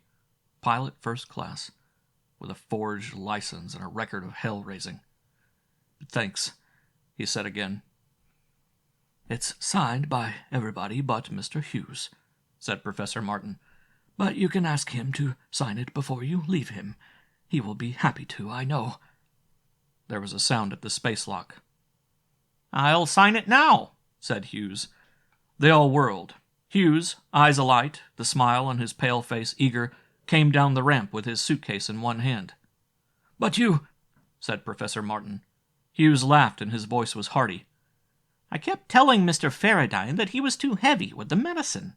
Hughes poked Farradyne humorously on the shoulder. "Choreosis, Mr. Farradyne, is nowhere near as violent an illness as you have been led to believe. Our ancestors called it the common cold, and most of them spent a few weeks each year fighting one form or another, frequently several forms at the same time. Sleep and isolation cured me. I'm quite all right now." "You're certain?" Farradyne managed. "I'll let any doctor on Pluto look down my throat," promised Hughes, "and I'll go back with you if he doesn't say I'm fit. I'm a bit pale, I admit, and I won't regain my color until we get back sunward, but I'm telling you that I'm quite cured of my brief encounter with choreosis." The spaceport bus came to a stop at that moment, and Hughes, pausing to scratch his name on the plaque, thanked Farradyne for the thorough medication that had kept him quiet, got on the bus, waved, and was whisked away. Farradyne, stunned, could only wave like a reluctant schoolboy. So Hughes Brenner disappeared again, wandering away under the protection of a group of honest, unsuspecting human beings who would have been aghast at the first cry of villain against one of their number. Farradyne felt like a 7-year-old who had just been trapped into admitting that he has been a naughty boy. But out of the maze of items, one thing was obvious. Hughes, or Brenner, or whatever he called himself, was a very extraordinary man. He had been able to walk off the ship with his eyes bright and his system hale, when he should have been flat on his spine with a brain full of narcoleptine. And narcoleptine was one of the most completely paralyzing drugs that had ever been synthesized. Hughes had feigned his doped slumber and his helplessness because he had known that Farradyne would not attempt to ask questions until he had Hughes alone. He had also lulled Farradyne into thinking him drugged so that he could come out nice and easy to join his fellow travelers in such a way as to turn Farradyne's own explanation against him. Then he had walked away without a murmur of dissent from Farradyne, who had no legal right to raise a cry against him. Hughes Brenner was a very remarkable fellow. Farradyne watched the truck bringing out his shipment of refined thorium ore. Outpointed, outsmarted, outnumbered. The evidence he had was so very meager. He sneered at himself. Evidence? It was more a mere belief. But what was a case history but snippets and bits of inconclusive evidence that somehow fitted together like the sections of an interlocking jigsaw puzzle? What did he have to fit together? A common pattern of Love Lotus background? A man who died with a discordant moan? A man who grunted in a polytone when surprised, and who could take a paralyzing dose of narcoleptine and then walk out jauntily? A family of apparently well-to-do formality with a proud place in the community, and a girl who worked hand-in-glove with Hellflower manipulators, but who obviously had never had her delicate nose near one of the hellish things? Or maybe she was immune, as Hughes was immune to narcoleptine, and did she make multiple-tone sounds when she was startled? A few very remarkable people. Farradyne took off for Newark with his cargo, still trying to think the matter out. Two things were certain. Farradyne himself was afraid to take a needleful of narcoleptine because he knew damn well that he was not immune. Farradyne could not make a polytonal sound with his vocal cords. He sat in the salon, alone and quietly thinking, and finally realized that he was completely isolated from everyone else in the solar system. He could sing crazily or go to bed, and no one would know which he did. He essayed a sound. It sounded like the croak of a Terran tree frog. He made the whimper of a cocker spaniel and succeeded in getting a cramp in his throat trying to get down an octave below his normal register. He hummed and he spoke in a falsetto that made his tongue ache way down deep and back, and he tried humming and speaking and groaning at the same time, and the result of that was a toneless croak. It struck him funny after a bit, and while he was laughing at himself, he concocted a ludicrous picture of himself kissing Caroline Niles, and she responded in a 3-toned moan. Alone and lost in his own thoughts, Farradyne slipped deeper and deeper into his daydream, until he answered her throaty little sound with an audible reply. "I love you," he said, straining at his vocal cords. It sounded like an overage choir boy whose voice was not ready to stay in one key yet. Soprano and baritone and tenor sounded the words, but they came out in sequence instead of all at once, a bit sing-songy like Chinese. The sound, at discordant odds with the smooth, pleasant daydream, jarred Farradyne's mind into wakefulness. The chances were that if he had been able to create a three-toned reply, he might have gone on with the pleasant reverie. But now aware, Farradyne tried it again. "I love you," he said aloud. He was not particularly aware of the meaning of the words. They had just been appropriate to the dream. If Farradyne had been daydreaming about dinner, he probably would have been trying the strange triple tone on "Please pass the mashed potatoes." He tried it again. What Farradyne wanted to do was to say I in F, love in A natural, and you in E flat, which would have been a nice chord in B flat minor, and somehow appropriate to the context of the words. I hate you would have been just as likely. Old Brenner Hughes might have said, "That's very neat," when he had seen Norma Hannon with the sun shining through her skirt, or its equivalent all coming out in one surprised grunt. Carrying this line of thought still farther, Farradyne considered the original saboteur who might have said, "That takes care of you, Farradyne," as he clobbered the relays in the Semiramide, and Mike Cahill, who might have cried, "I've been shot," or more probably something completely unprintable. Farradyne sat bolt upright. As a countersign to tell another Hellflower operator your own identity, it was a fine job, but could a whole language be constructed out of this three-tongued hodgepodge? Or was his entire trend of thought based upon the ultimate hope of discovering something that would absolve him from the responsibility of the wreck of the Semiramide? Actually, what did he have to go on? An exclamation? A surprised grunt? A death cry? Absolutely nothing but his own suspicion. That, plus the fact that Farradyne's ship had been subjected to some intercepted sabotage by a Hellflower operator who had made a sound that might have been polytonal. If nothing else, the fact that the dope-running gang was trying to clip him was enough for Farradyne to seek Clevis's help. He went down into the hold and started to wash the ends of the thorium drums. Then he spent a lot of time tinkering with the little semicircle of soft plastic material across the opening of which he stretched two thin, flat strips of hard-surfaced, waterproofed paper. As a boy, Farradyne had been bilked out of 50 cents for a gadget advertised in a cheap magazine that purported to give the user the powers of ventriloquism. It hadn't enabled Farradyne to throw his voice into a trunk, but it had made a rather interesting bird call. Such a gimmick now might enable him to make a multiple tone. Farradyne spent the remaining time of his trip from Pluto to Terra building the gizmo and practicing with it until he could make a very odd moaning cry in 3 notes. Meanwhile, he wondered whether Carolyn Niles would actually be on Terra to meet him. End of Chapter 11. Chapter 12.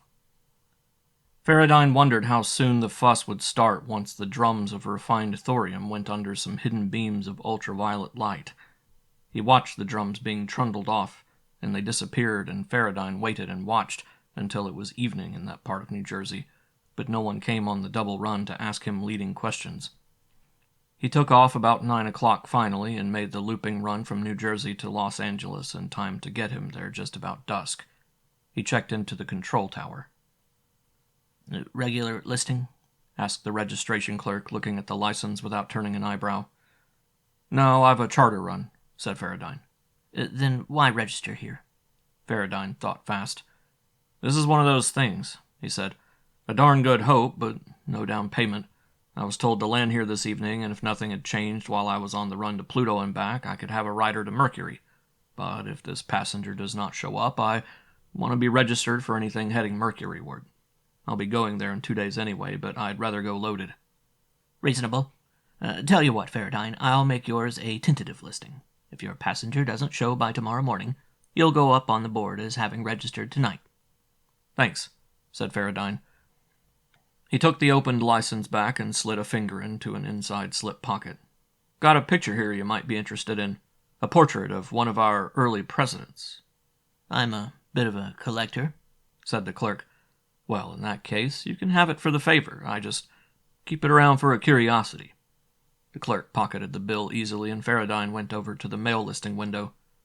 Anything for Charles Farradyne? Expecting something?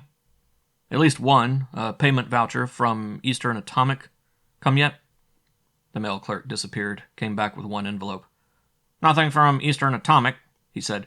But here's a letter for Charles Farradyne, pilot of ship's registry 683, a Lancaster 81. That must be yours. It's mine. But keep an eye peeled for a Landwire payment voucher, will you? I had to leave Newark before it was ready, and the guy at the shipping office said he'd notify the company that the stuff was received at port, and that I'd be in Los Angeles, okay? Aye, firm. The letter was from Carolyn. A brief note telling him that she would be ready for the trip on the morning of the 5th. This suited Farradyne. He had been afraid that Carolyn might be waiting at the spaceport for him, and that they'd be taking off before Clevis had a chance to find out about the washed drum inns. She also suggested as a postscript that she might possibly be at her hotel and free about 9 any evening, and there was some reference to her being a bit squeamish about the dark. Farradyne was half inclined to believe her. Carolyn Niles lived on Mercury, a planet that knew no night. He looked at his watch. He had a couple of idle hours left. He started to wander the streets of Los Angeles, wondering just how a man went about buying a Hellflower. He had done that before, but that was on Mercury, where such things might be more difficult to find. There were 2 places in America where, for generations, a man could get anything he had enough money to buy and knew where to look. He was in one. The other was 3,000 miles across the continent, in New York. All that remained was the problem of finding out where to look. Farradyne had to admit he had a difficulty. He was in a position similar to a teetotaler in a Prohibition era, who suddenly decides to buy a drink and cannot, from lack of experience, locate a speakeasy. And dope, which had been with the human race ever since the first caveman took a bite out of a bit of sawtooth weed and was sold on the street by peddlers, was singularly hidden from the clutch of a man who just casually wanted to collect a packet. So Farradyne spent some time wandering. He went into a florist's shop and tried to buy a corsage. He could buy a corsage for a few dollars, but not for 50. At least, for 50 he could get nothing smaller than a garland. In one place, Farradyne tried his tonal throat gadget. The florist eyed him curiously and asked him if he had something wrong with his throat. And then about 15 minutes before he reached Carolyn's hotel, a man sidled up alongside him and said, "Say, Jack, looking for something?" "Who isn't?" "Might be able to fix you up, Jack. Got 5?" Farradyne knew that this was not the price, so he looked at his watch and said, "I've got 15. "Won't take that long. Try to stand in the Essex lounge." Farradyne blinked. The Essex was no more than 6 years old, right in the middle of the city, and considered one of the plush joints of Terra. Selling Hellflowers at the Essex was like selling the things on the steps of the Terran Capitol building. "Yeah?" he asked sourly. "Yeah. Tell him Lovejoy sent you to pick up his flowers. Cost you 50, Jack. Willing to pay?" "I've got it, and I'm willing." "See ya, Jack." The character sidled away, leaving a slight scent of decaying cloth mingled with a faint fragrance of gardenia. It was, according to Farradyne's standards, one god-awful mixture. Farradyne went to the Essex and into the florist shop. A girl who was undeniably beautiful came forward. Farradyne smiled knowingly. "I'm a friend of Mr. Lovejoy," he said. "He asked me to stop by and pick up his corsage." "Of course." The girl disappeared and returned with a transparent plastic box containing a gardenia, or a love lotus. "That will be $5, she said with a piercing look at Farradyne. Farradyne took a 50 out of his wallet and handed it to her. She rang up 5 on the register, and Farradyne walked out, wondering if anybody ever considered that Mr. Lovejoy must have a number of peculiar habits and rather easygoing friends that could be imposed upon. At Carolyn's hotel a few minutes later, the desk clerk informed him that Miss Niles was expecting him, and he should go right up. Carolyn greeted him warmly, took him by the hand, and drew him into the hotel room. Once the door was closed, she came into his arms and kissed him, not too fervently, but very pleasantly, with her body pressing his briefly. Then she moved out of his arms and accepted the flower. "Lovely," she said. She opened it and breathed the fragrance deeply. She held the white flower at arm's length, admiring its beauty. Then she held it to her nose and took a deep breath, letting the fragrance fill her lungs. Farradyne's mind did a flip-flop. First he felt like a louse as she smiled at him over the edge of the flower, and then took another sniff of the $50 blossom. "Maybe," she said archly, "I shouldn't do this." Well, she was immune, or she wasn't. Could be that it wasn't even a hell blossom. But she should know. He hoped his smile was honest-looking. "You're stuck already," he grinned wolfishly. Carolyn took another luxuriant breath and tucked the blossom in her hair. She came into his arms and kissed him sweetly. Then she relaxed, leaning back in his arms to look into his eyes. "I'm not afraid of you, Charles," she said in a low, throaty voice. "No?" She laughed at him, and then turned out of his arms. She went to a tiny sideboard and waved a hand at glasses and a bottle of Farradyne's favorite liquor. He nodded, and she mixed. "Don't disappoint me, Charles," she said. "How?" he asked, wondering what she was driving at, and feeling that this had nothing to do with Hellflowers. She handed him the highball. She sipped at her drink and flirted with him over the top of the glass for a moment. "I don't think anybody will call me overinflated if I admit for a moment that my family is a long way from poverty. If, for an instant, I admit that I know that I am very well equipped with physical charm.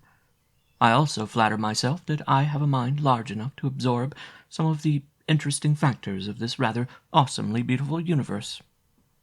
"I will grant you the truth of all three." "Thanks," she said with a sly-looking smile. "But the point is, Charles, that a girl with a bit of money in the top of her stocking and a brain in her head wonders whether the gentleman is interested in the money or the shape of her stocking. She is more interested in having the man want her for the aforementioned brain, I think. She'd like to feel that the gentleman in question would still be interested if the shape of the stocking changed for the worst with age and the money disappeared." Farradyne looked at her and wondered again what she was and what she was after. If nothing else, Carolyn was a consummate actress. He wanted very much to take his face in his hands and ponder this problem deeply, but there was no time. He had to reply at once or have the appearance of a man who must make a careful answer. He walked across the room and took Carolyn by the shoulders and shook her gently. He bent down and kissed her, and he found that the warm and eager response was back again, even though he touched her only with his lips and his hands on her warm shoulders. "Let's leave it just that way," he told her. "Sooner or later something will give me away, and then you will know whether I am after your body, your money, or your mind." Farradyne kissed her again and again lightly. "Until you know, nothing I say will convince you of anything." Farradyne still had her shoulders under his palms. Carolyn moved forward into his arms and rested against him. She put up her face for his kiss and held herself against him, close. Then she said dreamily, "You're a nice sort of guy, Charles, and I'll be very happy to leave it that way. Maybe you'll be the one who stays." Farradyne recoiled mentally and hoped that his instinctive revulsion was not noticed. It was too easy to forget what Carolyn represented when Carolyn went soft and sweet and eager. He wanted to be a male Mata Hari. He wanted to lure her on, to caress her into breathless acquiescence and then walk out with a cold smile to show his contempt. Then he relaxed, and hoped that the muscles of his body had not undergone the change that his mind had, and decided if this were part of the game he had to play to cut the Hellblossom Hellflower Love Lotus ring out of the human culture, it was nice work. He recalled reading in history as a child another but mild drug, marijuana, had multiple names. His job would have been infinitely more difficult if Carolyn had been a gawky, ugly duckling with buck teeth and a pasty complexion. "Charles," she breathed, "take me out into the dark." He laughed lightly. "Where?" She leaned way back, arching her fine back. "I want to go out to some dark gin mill and dance among the smoke and the natives and the throbbing of tom-toms." Their evening was a repetition of the evening on Mercury, except that on Terra it was dark outside. They danced, and there was a steak dinner at midnight, and there was Carolyn relaxed in his arms in the taxi on the way back to her hotel at 3. He took her up to her room, and Carolyn came into his arms again, soft and sweet. Her response was deep and passionate in a mature way that Farradyne was not prepared for. The woman in his arms was all woman, and there could be no mistaking the fact. But there was also the mysterious ability of the woman to know when to call a halt. She smiled softly and put her head on his chest. "It's been wonderful again, Charles," she said quietly. "I hope it always is." Farradyne rubbed his chin against the top of her head. Then Carolyn swirled away. "It's incredibly late again. I'm going to come aboard your ship at 7 tomorrow night so we can take off before the crack of dawn. This much I'll tell you, and no more, now." "But—" "Easy, sweetheart, easy. Take it slow and lovely. Tomorrow night. Tonight I need my beauty sleep." He eyed her humorously. "Think it doesn't help?" Then she laughed happily. "Charles, do me a favor. Put this gardenia in your refrigerator for me, please." Farradyne nodded dumbly. He watched Carolyn put the thing into its plastic box. He watched her tie it up in the original ribbon. She handed it to him, and then, chuckling because he had one hand full, she came into his arms again for one last caress. "Go," she told him with a wistful smile. "Go and dream about tomorrow night." Farradyne went, half propelled by her hands, his reluctance partly honest and partly curious, but he went. On the street, he hailed a taxi and spent the time on the way to the spaceport wondering whether sharpers had clipped him for $50 for a $5 gardenia. He wanted to toss the thing out of the cab window, but he did not because Carolyn would ask for it tomorrow. He even cursed himself for being willing to save it for her. Farradyne walked into his spacer feeling like a man who had put his last dollar on the turn of a card and lost. Lost at least until he could get somewhere and draw another stake from the bank. Futility and wondering confused him. In one moment he was on top of the world with everything going according to plan. In the next his world was kicking out from underneath him, and he was dropped back into the mire of fumbling, helpless ignorance again. Farradyne walked into the salon of the Lancaster and stopped short. The last peg had been pulled out of the creaky ladder of his success. "What's the matter, Farradyne? Aren't you glad to see me?" There was plenty the matter, and he was not glad to see her. Her eyes widened a bit, and she came up out of her chair and toward him. "Farradyne," she said with more eagerness in her voice than he had ever heard before, "you've brought me a love lotus." He let her have it, and watched as her rapid fingers tore away the ribbon. Norma lifted the flower from its nest in the box, buried her nose deep in the center of the blossom, and inhaled with a deep shuddering sob. Her eyes closed, then opened serenely to look up at Farradyne from beneath half-closed lids. She relaxed. The tension went out of her body, and she sank back against the cushions. She put her head back and rested, and now Farradyne could see her face more clearly. Her features had lost their chiseled immobility, and her eyes had lost the glassy stare. Her face became alive, and pleasant color flooded it. Her muscles took on tone, and Norma became alive and young-bodied and beautiful. She was a new person. Her lips parted slightly and curved into sweet lines. The hand that held the flower lay idly on the seat beside her. The other lay palm up on the other side. She looked like a young girl who had just been kissed. Slowly, Norma lifted the blossom to her face and inhaled again the fragrance from the center of the flower. "Thanks, Farradyne," she said softly. Farradyne's mouth was open, and his mind refused to work on any but the single thought. It was a hellflower. It had had no visible effect on Carolyn. Why? Then the attitude of the woman sitting on the divan forced the other thought from his mind. Not that Norma's attitude had changed in the past minute or so. She was still relaxed, alive, and obviously at peace with both the world and herself. But Farradyne had been expecting much more. He had expected an onslaught of passion, of hate, of violence, of emotion. It might be either a demanding lust or the pleading languor of a woman bereft of her defenses. But in any case, Farradyne expected passion of a wanton depth. He was wholly unprepared for this calm return to young and healthy womanhood. He wondered whether Norma would react normally to a gesture of affection, and absently he took a step toward her. He felt once again that flush of pity for her, and righteous anger for the rotten devils that had done this to her. He wanted to comfort her. She had changed visibly from a hardened woman whose beauty was stiff and unnatural to a girl whose loveliness was vivid enough to shine through the hard facade of heavy makeup. "Norma," he said. She smiled at him warmly, but shook her head. her arms raised as she tucked the Hellflower in the heavy hair over one ear.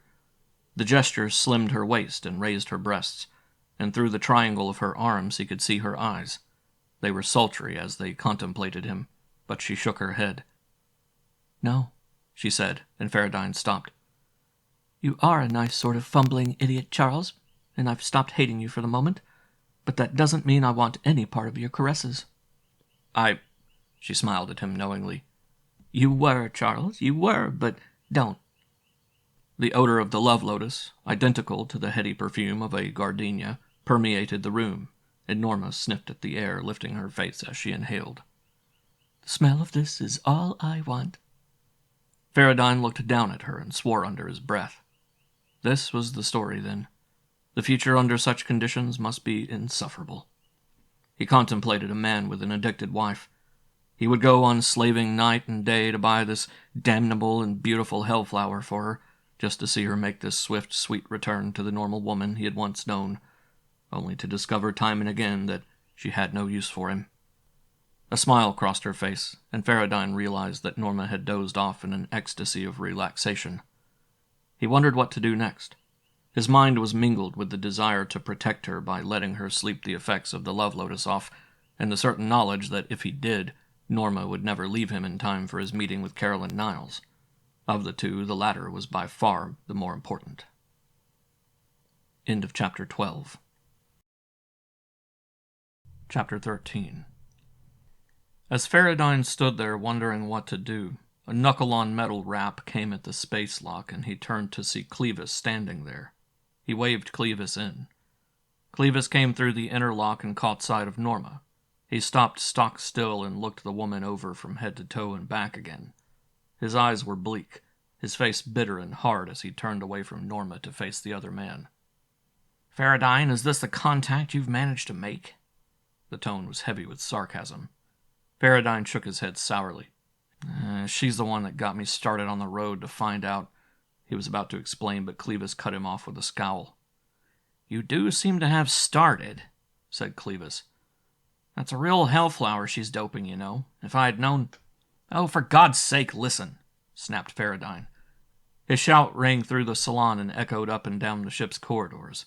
Norma stirred and came awake. She looked at Farradyne happily first, then her eyes settled on Clevis. "Company? Hello, Howard," she said cheerfully. "How do you do?" said Clevis coldly. "Not bad, thank you. In fact, I'm feeling in very top-notch shape, thanks to Mr. Farradyne. You're, I must admit, ashamed too, but there it is." "There's a reward out for you, Miss Hannon." Norma's eyes twinkled a bit. I know. He tried to collect on it.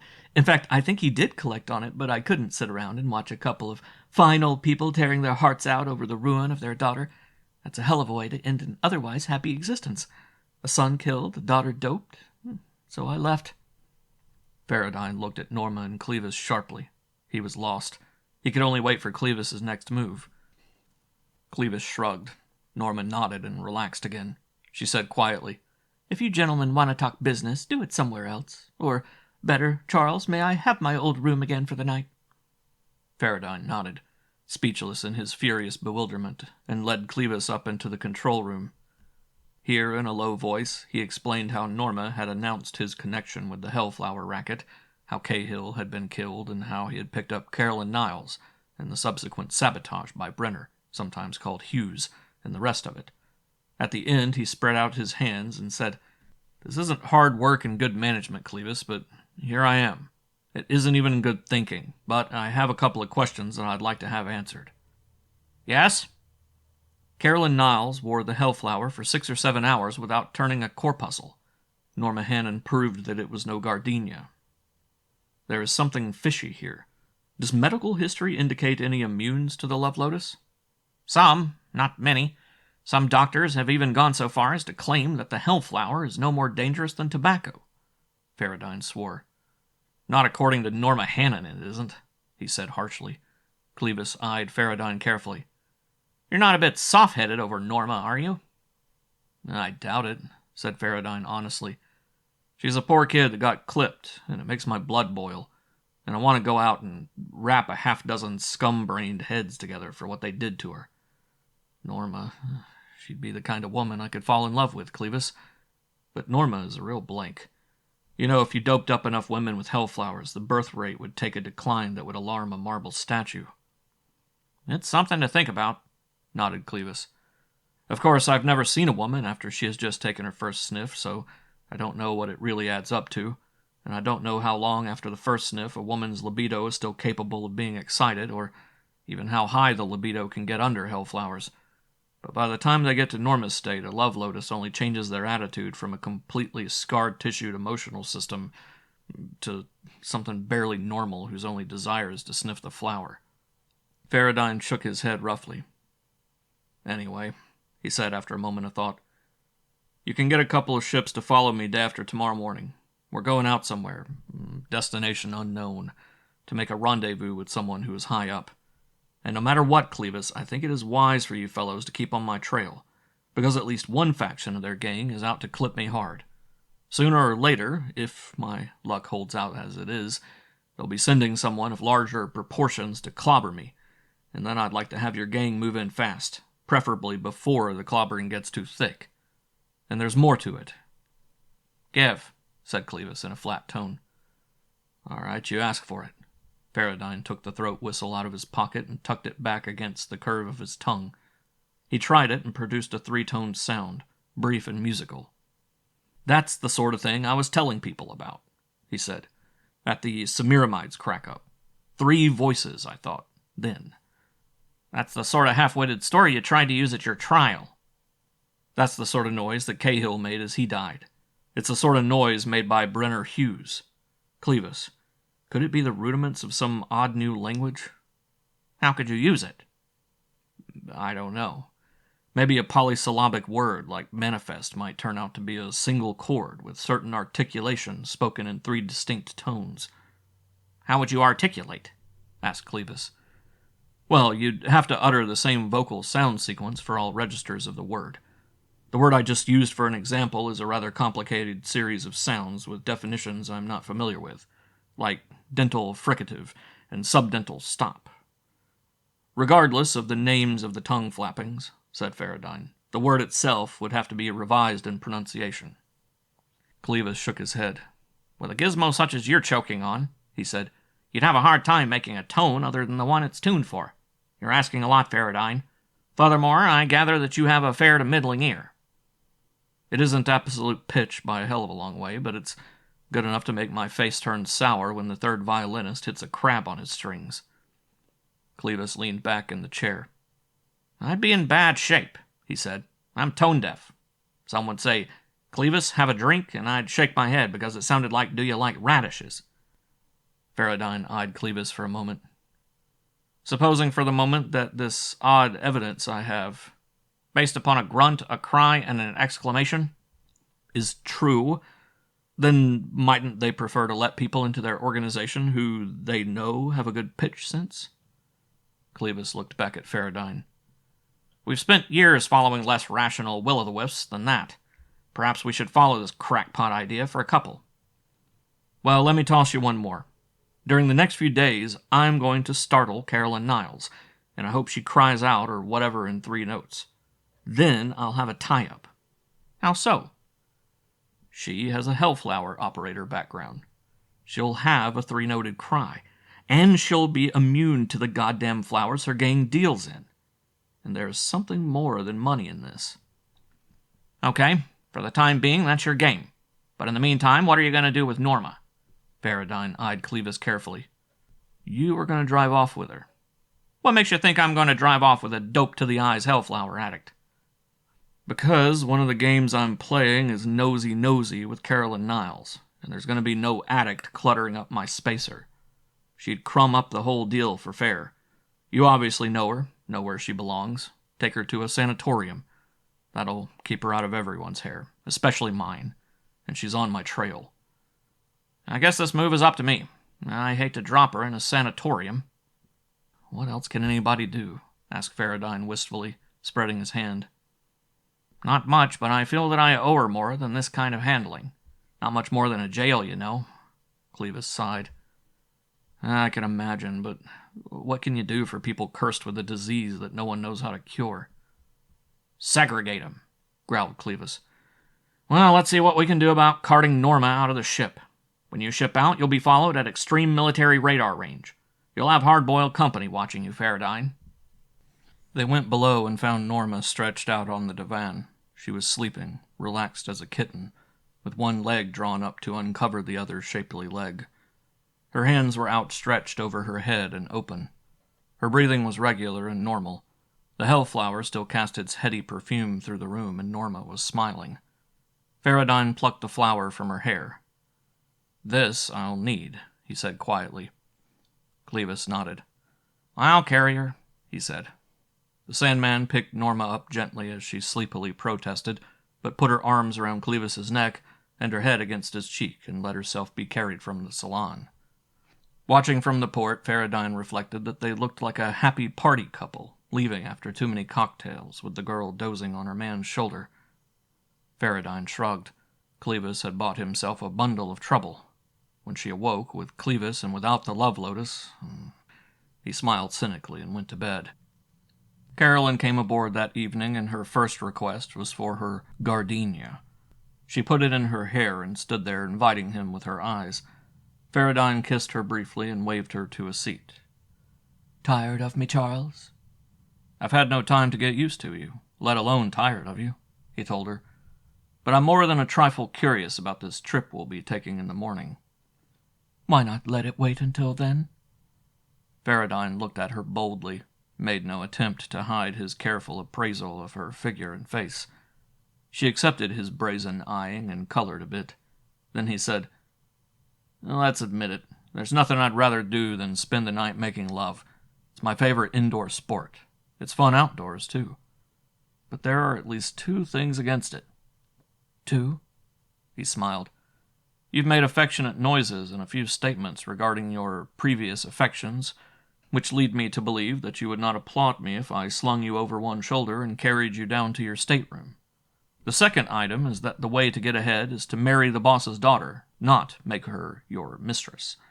Also, if you think for one moment that I have enough ice in my spine or hardening in my arteries to make with happy talk from now until 6 Akema, you're wrong." Carolyn leaned back and laughed. "Carolyn, have you ever heard of noblesse oblige?" "What has that to do with me? And you?" "It applies. You are a damned attractive female. And as such, you should not use this attraction unless you want the man you are luring. Follow?" Carolyn nodded. "I'll behave," she said. "I like you, Charles.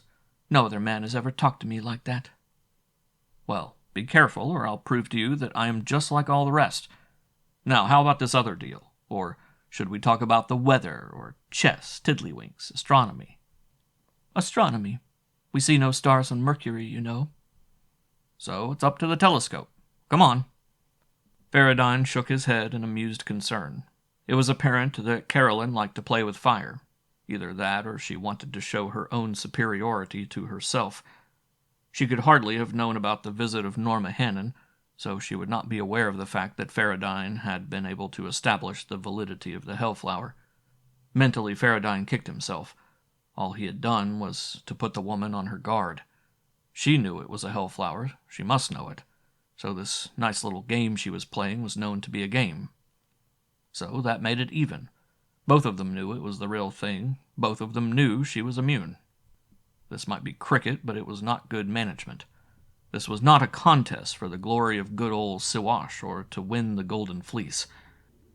This was a game where the loser never came to bat again, and once he was out, started polishing the golden gates or riding gain on the servo amplifiers for Mephisto's atomic hellfire. He had to pull a part of this play back out of danger. He had pulled a fluff. The obvious way to remove it was to admit it. In the darkened control room, Farradyne reached forward and removed the love lotus from her hair. He threw it into the chute that eventually led into the incandescent reaction blast. She turned and her face was dim in the starlight. "Why did you do that?" she asked. Farradyne lied calmly. "Because when I give you your next corsage, it will be a bona fide gardenia if I have to get a pedigree from the guy who grew it." Her smile was a trifle bitter. "What would you have done if it had worked?" Farradyne laughed. I didn't expect it to work. But, he went on swiftly, like several million other people, I've been wondering how you can tell a gardenia from a hellflower. Honestly, I expected that you would take one look at the thing and then coldly inform me that you knew the difference. Then I was going to ask you to prove it. I was even going to be indignant over your thinking that I would do such a thing. Upset, fraught with unrequited love and all that bosh. I was prepared to maintain that I had bought the corsage in good faith and that some joker like Cahill had played a gag on me just for kicks. Sooner or later you'd have told me how one could determine the difference. He laughed bitterly, and it was not hard when he thought of Norma Hannon. Then, he went on, you accepted it and put it on your hair, and I know damned well that you can tell them apart. That made me think, and I remembered that there are cases of women being immune. So I found myself sheepishly afraid to explain and let it go at that. Carolyn, I just couldn't explain last night, but I do want to be honest with you. He waited, hoping he had done a good job. Carolyn put a soft hand against his face and then looked down. He reached for her chin and lifted it. She blinked a few times and then smiled faintly. Of course I knew what it was, she said, and I know that I am immune, so I took it and wore it. I wanted to see how you would react. I wanted to find out why you did it. If you had done it for the usual reason, I was going to lead you on until you were incapable of control, and then I was going to laugh at you and send you packing. She looked up at him shyly. I didn't want to think it was for the usual reason. She leaned toward him, but he took her by the shoulders and turned her to face the telescope. At this, Carolyn put her head back against his shoulder and rubbed her cheek against his. None of that, he said with a sharp laugh. Hell, woman, you do fine without a hellflower. She turned in his arms and melted against him. He held her close for a while and then pushed her away from him. We're running by the rules, remember, he said softly. No fair, Carolyn. Think of my poor, broken-down blood pressure, woman. Let's get back to astronomy. I may live longer that way. Astronomy is a fascinating hobby. Besides, this study required quite a bit of close proximity, with his arms loosely around her so that he could handle the setting wheels on the telescope, or Carolyn leaning back against him as he looked over her shoulder to set the piece on another object in the sky. At midnight, Farradyne showed her to the stateroom, and it was only after he was in his own room that he remembered that she had carefully ducked the explanation of how he could tell a love lotus from a gardenia. He wondered at that. Maybe she thought he had not noticed the careful steering away from the subject, and maybe a man who was going into the business for what it was worth would not have noticed the evasion. Then there was the question of his own moral sense. So far as he had appraised himself, he had damned little such sense, and most of this was a matter of personal taste rather than observance of a set of rules. More strange was the moral sense of the Niles family. It seemed to be high except for their completely amoral disregard for what happened to the hapless victims of their racket. He went to sleep murmuring a line from a poem, many hundreds of years old, that he had read as a youngster. Their honor rooted in dishonor. Takeoff was scheduled for 6 o'clock, and Farradyne barely made it. Fortunately, there was only an Albemarle 71 coming in on a landing beam, and he could take his Lancaster up with his eyes closed. The tower signed him out with a few remarks about sleepy people who just got up and a yawn over the near-at-hand bedtime. Then the contact was closed, and Farradyne was a space on the next leg of his journey. Free from the control board, Farradyne had two choices. In his role of lover, he could rap on her door because he wanted to be near her, or he could let her sleep because he did not want to disturb her. He listened at her door on his way to the galley, but he could hear nothing. Apparently, she did not snore. He went on down and built himself a plate of ham and eggs and a large pot of coffee, and thankful for the quiet and the solitude and the freedom, he ate his breakfast, and then loafed in the salon trying to plan his future course. Carolyn made her appearance at 10 o'clock and reproached him. He gave her the stock answer, against which there could be no rebuttal, and offered her breakfast. He was solicitous and gentle. He felt that with 4 hours of nerve-soothing quiet behind him, he could play it with a bit more relaxation. "Where are we?" she asked. About 500,000 miles out from Terra. I can figure it out for you if you want it precisely. She smiled at him. "It's important. How close is that about 500,000 miles?" Farradyne leaned back in his seat and closed his eyes as he went through the familiar formula, tossing out the figures beyond 3 significance. It took him a half-minute of plain mental arithmetic to come up with the answer. 4 hours at 1 gravity makes it 660,000 miles. There's some error there caused by the fact that our apparent gravity just at takeoff was not much more than 1.3, and the pull of the Earth was replaced by true accelerations as the Terran gravity diminished. But those figures should be close enough. I didn't think you could guess that close. Well, that was no guess, it was a practiced estimate. I can come closer than that with some thought. After all, a shoe salesman should be able to call off the sizes of the shoes he sees on the street. And you know the classical Chinese carpenter? No. The Chinese carpenter is an Oriental who comes in and takes a careful look where the plaster fell out of the ceiling, and then goes away and cuts a hunk of plasterboard that exactly fits the holes without any cutting or even shaving. Carolyn laughed politely. But this is neither here nor there. There are 2 things to consider. One is breakfast, and the other is that we are on our way, but your pilot does not know where he's going. Can you strike a line between Terra and Polaris at a distance of 300 million miles? Duck soup, replied Farradyne. But how fast? 0 with respect to Terra at 300 million. Let's go up and start computing, he suggested. I'll construct you some grub after we get the first approximation and we get the ship on the preliminary correction course. He led her up to the course computer in the control room where she added the time of rendezvous to the rest of the figures. He plucked at the keyboard steadily for a minute, then sat back while the calculator machine went through the program of arithmetical operations for which it was designed.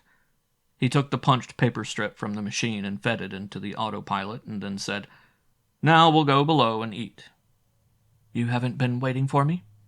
He nodded, hoping that he looked a bit lovesick. You shouldn't have. They went below, and she eyed the dirty dishes with womanly amusement. You are a sweet sort of liar, Charles, she said, turning and coming into his arms. He returned her kiss, thinking, these are the dames that try men's souls. End of Chapter 13. Chapter 14. Carolyn's eyes were fastened on the telescope. Her attention was rapt. There was a tiny signal pip at the extreme range on the long-range radar that controlled the telescope, but the object was still too far away. The range was closing slowly, but they would meet somewhere out there, 300 million miles above Terra to the astronomical north. Farradyne knew his instruments, and his attention was therefore free to think of other matters. Carolyn was busy at the scope, so Farradyne carefully and quietly slipped a long fluorescent lamp from its terminals and stood it carefully on one end beside him. He balanced it carefully and took a couple of silent steps toward Carolyn before the tube lost its balance and fell to the floor with an ear-shattering explosion. It even shocked Farradyne, who knew it was coming. Carolyn reacted like a person stabbed with a red-hot spear. Every muscle in her body tensed as her nervous system twitched, and she stood there for a full 10 seconds as stiff as a figure of concrete while the shock gripped her. Then adrenaline poured into her veins, and she started to bundle up muscularly at the same time that she realized that there really was no danger. Farradyne could see the relaxation of her body taking place almost inch by inch. The tension crept out of her silently until her breasts began to fall in a shuddering exhalation. Then she sighed, and her tuneful voice was a wordless trill of relief. Farradyne's attention snapped into full awareness, and he felt a thrill of exultation run through him. Carolyn Niles' voice was a quavering trill in 3 lilting tones. Then the spell was gone, and she relaxed against a brace holding one hand under her left breast and breathing heavily. What on earth? Lamp fell out of its moorings, said Farradyne. My fault, that's one of the pre-flight checkups that I didn't have time to make this morning. Stay where you are, and I'll clean up this mess. Do you mind if I sit down? I haven't been that startled in years. I thought the ship had exploded. Park yourself in the pilot seat, he said. But be careful. Broken fluorescent tubing is doubly dangerous. The gook they put on the inside is as poisonous as hell, and the glass is as sharp as a razor. She nodded and picked her way through the glass.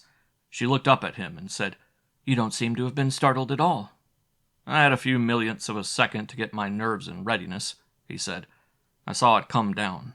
You took a beating. I guess I did. she admitted weakly. Farradyne laughed. It was a forced laugh, but he hoped it was convincing. Someone told me once that when a person is excited, he always reverts to his native tongue. Her eyes widened and her mouth started to open, but Farradyne went on as though he hadn't been watching avidly for some sign. But I didn't think your native tongue was Upper Irish Banshee. Her eyes half closed and her mouth snapped back from slack wonder to toned self-control. What did I say? She asked with a half-humorous smile which Farradyne knew to be false. It sounded like, I am slain to pieces, but I don't know Upper Irish Banshee very well. You're making fun of me, she complained pettishly. No, I'm not really. Anyone can be scared right out of his skin when something like that happens unexpectedly. All right, she said, and the humor was gone from her voice. So you are not making fun of me. You've been playing a very serious game with me, haven't you? Farradyne thought fast, but came up with only, What makes you think... Let's drop our masks, Charles. Masks? Look, Carolyn, I'd rather go clean up this glass. Sweep it up, then, but while you're cleaning up, we'll talk seriously. About what? He got a brush from the locker and a square of cardboard from the bottom of a ream of paper and started to collect the debris. What do you know about our language? Damned little. Frankly, I'd had only a very insecure suspicion right up to the moment that you admitted it that there was any language involved. So I gave it away myself? Yes. I knew you were smart, Charles, but none of us thought that you were smart enough. Thanks, milady. Stop it, she cried. What do you want of me? What do I want of anybody? He whispered in a voice thick with anger. I had 4 brutal years clipped out of the middle of my life by a 3-voiced unknown party who wanted to commit suicide bad enough to take 33 innocent victims along with him. They blamed it on Hot Rock Farradyne, the spur-wearing spaceman. His voice came back and he was half-roaring. I've seen the results of the Hellflower in a ruined personality that might have been a brilliant and gracious woman. I've seen a man plugged through the middle to die at my feet. And on top of that, I've seen a family of prosperous stability calmly making their place in society by dealing in the stinking things that brought the ruin and death to millions. His voice calmed to a cold, brittle determination. What do I want of you? Your lovely, flawless hide skinned alive and spread seductively before a fireplace. That's all. She shrank away from him, looked wildly at the stairway and back into his face as she realized there was no place in the spacecraft where she could hide. He sneered at her fear. I'm not going to hurt you now. His voice was heavy with derision. You're beneath my hurting you. Carolyn drew herself together. Somehow her self-confidence was returning. Perhaps it was a realization that he was not going to do anything violent.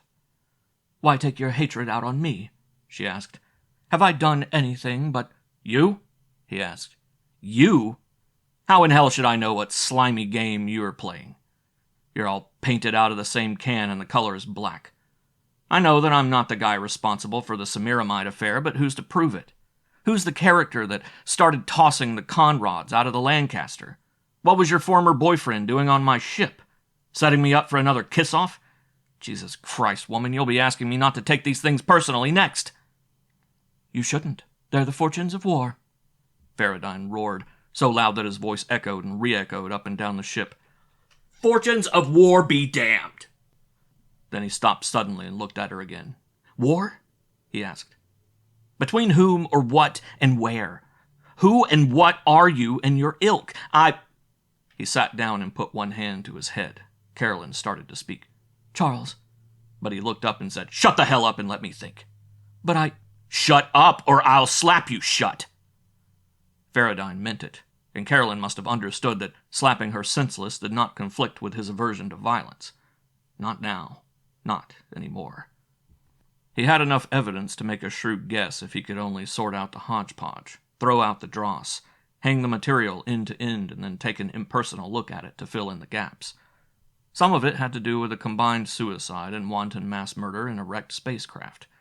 He should study that incident with the view of discovering why it was done, and not why it had been done to Charles Farradyne. There were the Nileses, who probably went to church on Sunday, belonged to the Chamber of Commerce and the Ladies' Aid and the Civic Welfare, and considered running Hellflowers a proper business.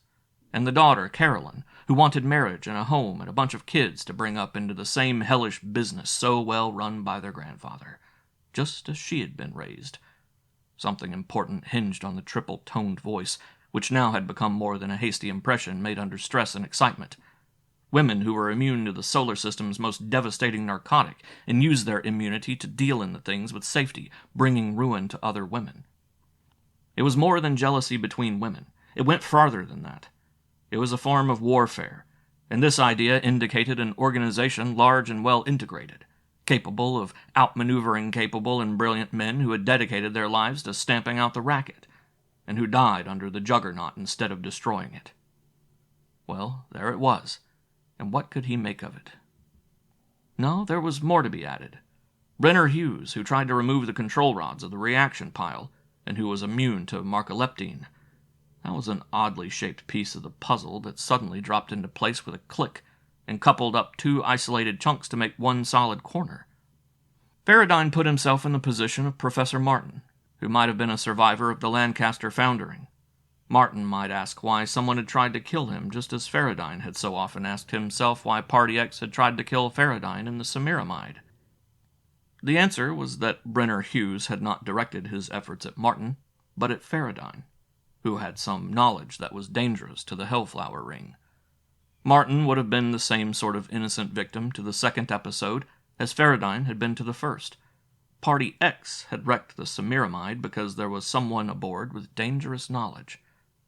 There was a coldly operating group of persons, immune themselves to drugs, who were efficiently undermining the rest of the human race by preying on weakness, lust, and escapist factors that lie somewhere near the surface in the strongest of human characters. He raised his head and looked at Carolyn Niles. She faced him squarely and asked, "Have you figured it out?" "I think so," he said coldly. "There are a couple of gaps yet which you can fill in." "What makes you think I'll do it?" "You'll do it," he said in a brittle voice. "For instance, what are you? Real or artificial mutant?" Her laugh was strained and cynical. "Brilliant," she said. "Homo superior Charles." "All right then, keep it clammed. But we'll find out." "You haven't found out yet," she remarked pointedly. "We didn't always have electric lamps either." Carolyn shook her head in a superior manner. "You did not discover this thing either," she said calmly. "You were shown most of it deliberately." "Indeed." His voice was sarcastic. "We knew that someone high up and undercover had furnished you with a spacecraft and a forged license and set you to running into us, hoping that your reputation would establish you as a racketeer. He used you efficiently, so we used you more efficiently. There are two ends to a fish line, Charles, and the fish and the fisherman never meet until one pulls the other in.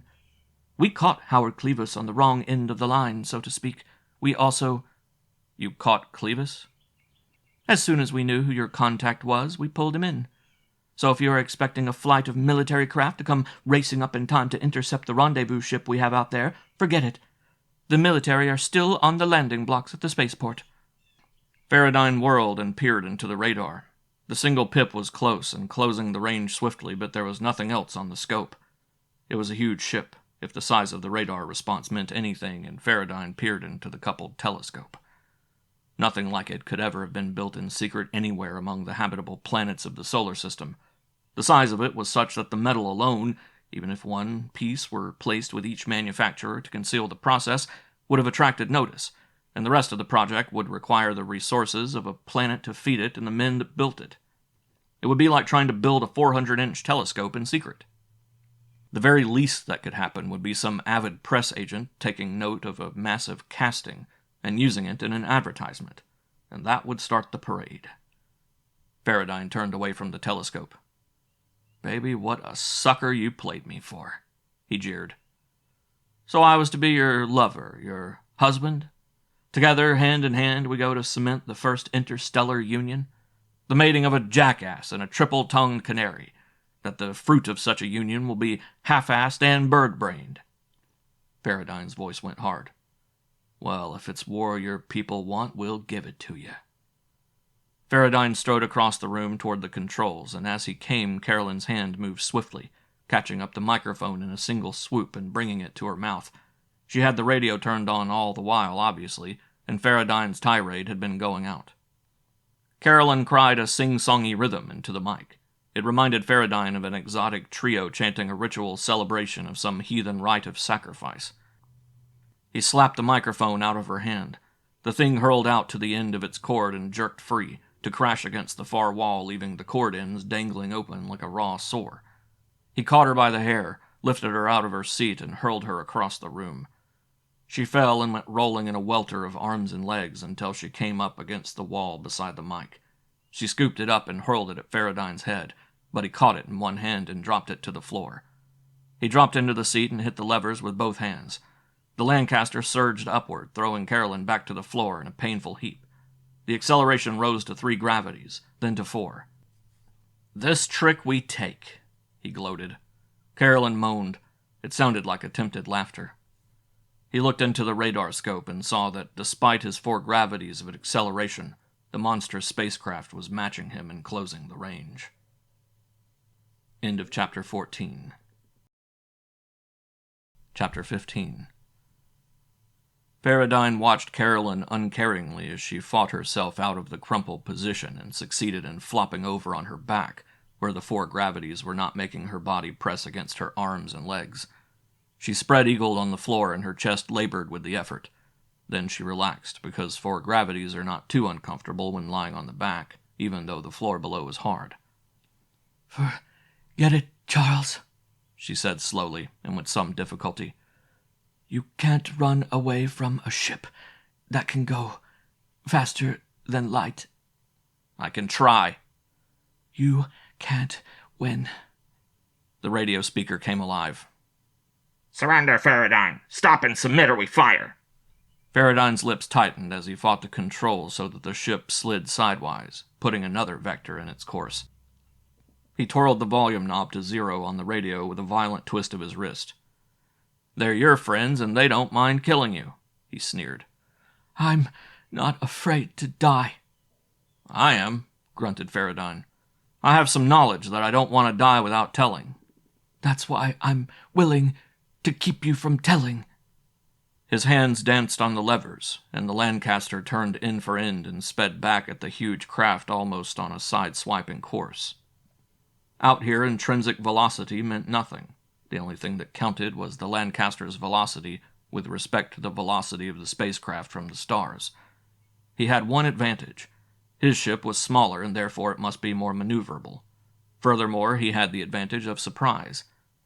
He could go where he pleased and the other pilot must follow him. Since Farradyne's changes of pace and course would come without warning, each switch would take a few fractions of a second to follow. On land, a few fractions of a second mean little, but in space they mean miles. On land, a quartering flight meant closing of the range. In space, where the pursuer could not dig a heel into the ground and turn on a dime, quartering flight meant adding another vector to the course. He widened the gap. Somehow Farradyne realized that because a ship could exceed the speed of light, it did not follow that the ship would be able to catch an elusive quarry. He looked at Carolyn, plastered against the floor by 4 gravities, and realized that her race could be no more hardy than his, and therefore 4 gravities was about all they could take over an extended period of time. Maybe the more hardened space dogs could take 5 or 6, with training and special seats and wearing equipment. His outfit protected him more than the flimsy stuff she wore. Here at least he was on an equal footing with the other spacer. It was obvious to Farradyne that interstellar velocities did not depend in any way upon reaching that speed by plain acceleration. A force field of some unknown kind was needed, and this force field must not be one that permitted the body to stand, say, 1,000 gravities, or this force field would go on and the other ship would catch him as easily as a greyhound could catch a rabbit. Then here in space there were no brambles in which to hide. He snapped his Lancaster around and crossed behind the course of the other ship. Again he widened the gap. He had only one thing to worry about. To the present moment, and until it became evident that he would get free of pursuit, this new and sudden enemy was hoping to take him alive. So until it became evident that he could make his escape, he had nothing to fear. Once he was free of them, he would have to face the terror of target-seeking missiles capable of several hundred gravities of acceleration, and equally capable of turning in mid-flight if he managed to make them miss him. He wished desperately for a cargo of bowling balls or steel castings that he could strew in his wake. He cursed his lack of foresight in not having the control rods replaced, because a few of them might have done the trick. Farradyne stopped cursing. He struggled to the computer and played a long tune on the keys, ignoring the fact that the enemy had finally lined up on his course from behind again and was closing range. Recollection of Brenner Hughes and the depredations in the pile bay had started a train of thought that Farradyne followed with growing interest. It was long and involved, and it depended upon a large amount of luck, good planning, and ability. He hoped all three were with him. The Lancaster made one more complex turn as the end of the punched tape entered the autopilot. Then, if Farradyne's computations were correct, the Lancaster's nose was pointed at Terra. The space liner behind, fooled again, made a turn and began to pick up the space that had been lost. Farradyne saw that he had plenty of time. He waited until the punchings on the tape cut the drive a bit, and then he went below and came back into the control room with Brenner Hughes's spacesuit. He got out patching material and carefully repaired the triangular rip. He cleaned out the strong locker, putting the greenbacks into one of the many pouches of the suit. Then he set about checking it, testing the air supply and purifier, filling the food pouch and the water tank. Men had been known to last 72 hours in a suit like this without any discomfort other than the confinement. The primary danger was running out of oxygen, and the secondary danger was thirst. How much longer than the 3 days depended upon the character of the man and when he had last eaten and taken his fill of water. The suit was checked to Farradyne's satisfaction, and he started to put it on. "How handy are your friends with that big spacer?" he asked. "Good enough," she said. "You'd better pray for them to be better," he said, "because your life depends upon how handy they are." "Charles, you can't possibly make it." Farradyne paused. He wanted to take time for a last cigarette. He lit one and puffed before he said, "Honey child, I could outguess that gang until Saul freezes over. Except that sooner or later they'll get sick and tired of the chase and end it by launching a target-seeking missile, and that would be that. I have no intention of sitting here and letting them catch me either." "So, what are you going to do?" Farradyne reached up and stopped the clock. "I've punched a very interesting autopilot tape. It'll dodge and swoop along at about 4 gravities and lead your pals a long and devious way after you and I part company. 4G is enough to keep you flat on your attractive behind so you can't louse it up. Since you can't measure time too accurately, when they grab you, you won't be able to tell them just when I took off, and they'll have a fine time combing space for a man-sized mole making his course to Terra." "Charles?" Farradyne snubbed his cigarette out and dropped on his hands and knees so that he could look down into her face. "You've pitched me many a low, soft curve to the inside," he told her quietly. "Now you are lying there looking helpless with those big eyes telling me that I am leaving you here to die. Good act, Carolyn, but this time you didn't think it out far enough. By now you should have known Farradyne well enough to realize that staying here will kill us both, because I won't be taken alive. By scramming, maybe we'll both live. This is one battle you lose, and the last. But maybe we'll meet again somewhere to take it up later." He bent down with a cynical smile and kissed her on the lips.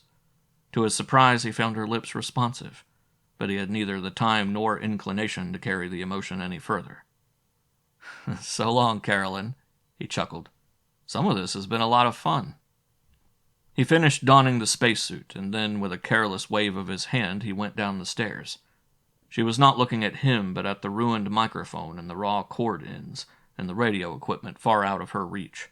Panic showed in her face, and it gave her some strength, but not enough to fight the 4 gravities that held her flat.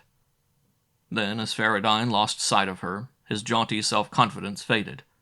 Up until now, not too long ago, he had been complimenting himself on being able to find out more about the Hellflower operation than the Sandman. Now he knew that the Hellflower gang had been using him in a more efficient manner than Clevis and the Solar Anti-Narcotics Department. It became obvious to Farradyne that fighting a gang of cutthroats and fighting an enemy race of intelligent people were about as different as he really was from the brilliant operator he imagined himself to be. It also required that he change his plans for escape. He knew that he could flee the big ship and had a fine chance of being picked up by a Space Guard scooter as soon as he could get within calling distance of Luna.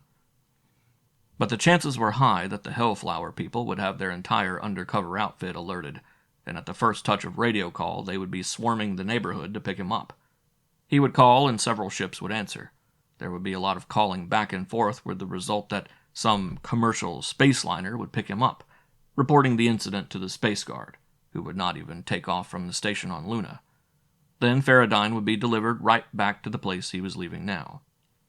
He paused by the space lock and cracked the big portal and stood there eyeing the huge starship, a tiny dot in the distance below, visible only because its reaction flare limned the ship, making an annular object against the cold twinkling stars. He kept the space lock open long enough to make it look like a real escape to Carolyn, who would be watching the indicator lamp and marking the time. Then he closed the space lock and went down and down in the Lancaster until he found the lowermost inspection cubby. He crawled in and closed the hatch behind him. He settled down to wait with about the same amount of wondering concern as the schoolboy summoned to the principal's office without being told why. Even the small amount of evidence that he now could use had been given to him as bait to catch the one man who would be willing to listen to him. He groaned and swore aloud, and the sound of his voice echoed and re-echoed within the confines of his helmet. Time creaked past, and the Lancaster turned and curved according to the punchings on the autopilot tape. Farradyne had only one prayer, that the enemy would not get tired of the chase and fire a missile that would end the whole game with a wave of intolerable heat and indescribably bright light. Only Carolyn's presence aboard might prevent that until the last moment. Then the hour period ended with the Lancaster pointing up, and a quartering course from Terra and Sol and a long, long way from the point of supposed escape. Not long after that, Farradyne felt the clink of the magnetic grapples. He tensed again. Would they fine-comb the Lancaster? Or would the inevitable question-and-answer session that must ensue once they found Carolyn alone convince them that he had abandoned ship? Would they take her off and blast the Lank, or would they deem it of value and keep it? His mind went on and on. How good was the radar? How alert was their radar operator? Were both good enough to state unequivocally that there had been no minute object leaving the ship on a tangential course? Or would there have been the usual clutter of noise and interference and lack of anticipation, so that someone could assume that he had left the ship? Someone was going to get chewed for it in any case. Then, assuming that the enemy considered the ship valuable, where would they take it, and what would they do with it? Far from feeling gratified at his maneuver, Farradyne was only satisfied to be alive and temporarily out of the hands of his enemy. What happened from here on in must be played by ear against an unknown score for 3 voices. The drive of the Lancaster dropped from 4 gravities to about 1, and Farradyne could hear dimly the clumpings of heavy feet coming in through the rooms above him. Then the drive diminished again, remaining at about a quarter gravity or maybe less, and there were sounds of feet above his head. He tensed and he tasted the acid in his mouth.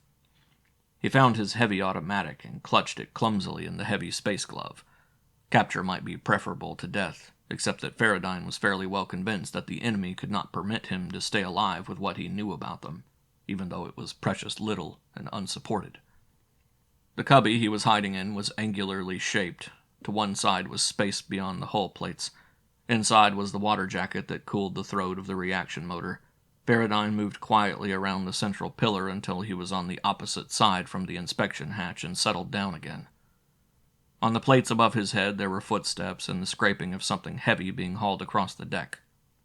He heard the sound of triple-tongued voices barking musical and discordant sounds, distorted and muffled by the deck and the helmet he wore. One fiddled with the inspection hatch, and Farradyne found the scuttlebutt and valved the air out into space, knowing the enemy would have a hard time cracking the hatch against the pressure of 1 atmosphere. They gave up after a moment. Then came the sound of drilling on the deck plates above him. A cloud of whitish vapor spurted downward, and the sound of alien voices rose sharply as the drill came through. 3 more spurts of escaping air blasted downward and scurried around the room to go in a fading draw toward the scuttlebutt. Plugs filled the 4 holes, and Farradyne turned his head torch on them. They were heavy, self-tapping bolts being turned in from above. The maneuver was repeated 3 times, 90 degrees apart. Then there was a softer sound of scraping, and gradually the clumping of feet and the sound of men at work faded away. Farradyne took a deep breath and realized that his skin was itching from the cold perspiration of fear that bathed him. The taste in his mouth was brackish, and his heart was pounding, his breath shallow and rapid. He opened his mouth to gasp and discovered that he had been clenching his teeth so hard that his jaw ached and his molars hurt. He closed the scuttlebutt, but did not valve any air into his hiding place. He put the top of his helmet against the deck plate above him and listened. Far above he could hear them, still at work, but they were going higher and higher in the ship. He relaxed, waiting. 3 more hours passed. As nerve-wracking a 3 hours as Farradyne had ever spent. Then, with absolutely no warning, the drive went off completely. He floated from the deck and scrabbled around to grab a stanchion. He held on, finally getting his magnetic shoes against a girder where they held him at an odd angle. The drive went on to a full 1 gravity and hurled Farradyne flat against the bottom of the cubby, wrenching his ankle slightly. The drive went off again, on, and finally off. This time it stayed off. Floating free with only his feet for mooring was like resting in a tub of body-temperature water, and as the lulling muscle-freeing sensation went on, Farradyne dozed. From the doze, which was fitful for quite some time, he dropped off into a deep slumber. End of Chapter 15. Chapter 16. Farradyne awoke to the pressure of about 1 gravity, and he consulted his watch. Either 14 hours had passed or 38, but he could not believe the latter. A full clock around was hardly possible for Farradyne even when he was dead tired, so 1 clock around plus 14 hours was unthinkable. He put his slumber at 14 hours and then set his mind on other more important things. The ship was silent. His suit hung from him limply, indicating the air had seeped into the cubby again. He tried the scuttlebutt, but no hiss of air came. The Lancaster was a planet. It might be Terra, Venus, or Pluto, according to the pull of gravity, but Farradyne did not think it likely to be any one of the 3.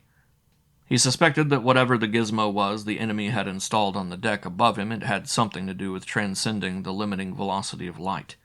He was probably grounded on enemy soil somewhere. For a moment his mind grappled with the problem of interstellar travel and lost the fight. It was possible, proven by the starship of the aliens, but to come aboard with a gadget under one arm and install it like putting in a radio set seemed entirely too simple.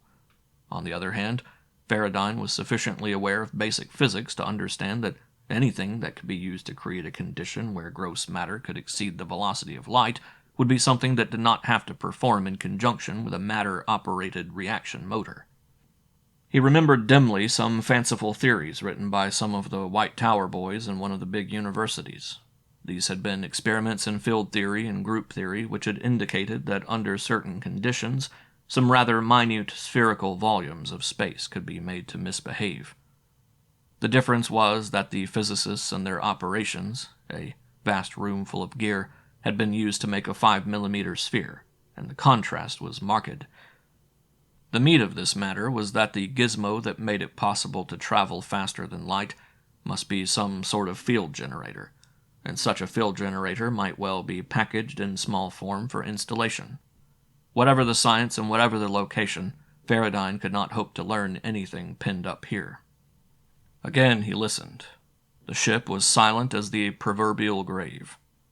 He cracked the inspection hatch and peered out. It was dark as the grave, too. Boldly he opened the hatch and stepped out. Under the light of his headlamp, Farradyne inspected 4 rectangular metal boxes, painted a nondescript gray. Cables led from one to another, terminating in white metal connectors. The boxes were bolted to the deck by the self-tapping bolts that had come through his ceiling. From one of the boxes ran a cable that led to a wall connector.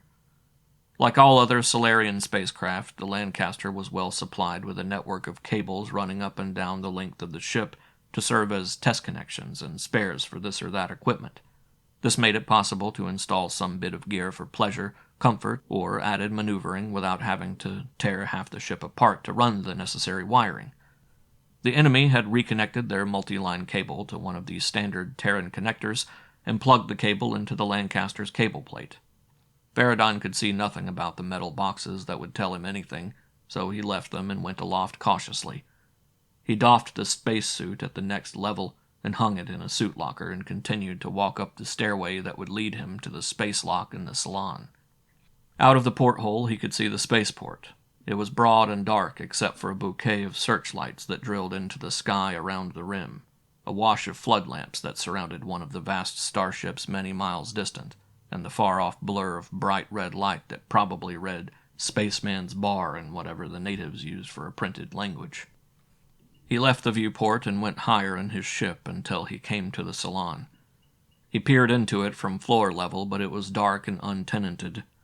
The space lock was open, and Farradyne looked out the large round opening across the field to another starship standing a few 100 yards from the Lancaster. The other ship was just as dark as his, except for one small porthole that gleamed like a headlight in the darkness. The problem of where he was called him to the control room. He looked into the sky, hunting for familiar constellations. The Pleiades were there, but warped quite a bit, and Farradyne found that while he knew they were distorted as an aggregation of stellar positions, he could not remember their proper relationship. Orion was visible, but the hero had hiked his belt up after a swing of his sword at the mythical enemy. The Great Bear was sitting on his haunches instead of prowling, and the smaller bear had lost his front feet. Cassiopeia had gained some weight, enough to squash her throne, and Sirius no longer blazed in Canis Major. Procyon had taken off for parts unknown, while several other bright stars dotted the skies in place where no stars had been on Terra. It was likely that some of these were merely displaced stars, but no one could tell Sirius from anything else without a set of astronomical instruments and a few years of study unless he knew which way Sirius was from this position. Coldly and calmly, Farradyne scanned the skies. Providing they had not traveled more than 40 or 50 light-years, the constellations before and behind the direct line of flight should be reasonably undistorted, except for those stars that would have been bypassed en route. This would only add a star or two to a constellation behind and subtract the same from a constellation dead ahead. The ones to the side of the line of flight would be misshapen and warped.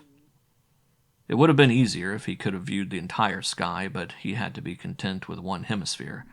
If he could find an undistorted constellation with a few stars missing, he had come in that direction, and conversely, if there were stars added, he had gone away from it, past some of the stars between Sol and this enemy system. He tried to recall visits to the big stellatarium in New York, where the lecturer displayed the skies as seen from various well-known stars that were within 100 light-years of Sol. Certain sky marks and their displacement would be very helpful if he could remember them. But he found that he had not been as visually attentive as he might have been, or that he had seen and been entertained, and then discarded the data as interesting but useless in a scientific culture that firmly believed in the limiting velocity of light. Finally, he gave up hope to establish his whereabouts by visual inspection. He found a small pad of paper and began to make layouts of the familiar constellations as he saw them. Someone among the planets of Sol would be able to measure the angles and changes and come up with the right answer within a few light-years, and stars were sufficiently separated so that the chances were good for a reasonable identification. He put a dozen small pages in his pocket, and then took his first look at the control room.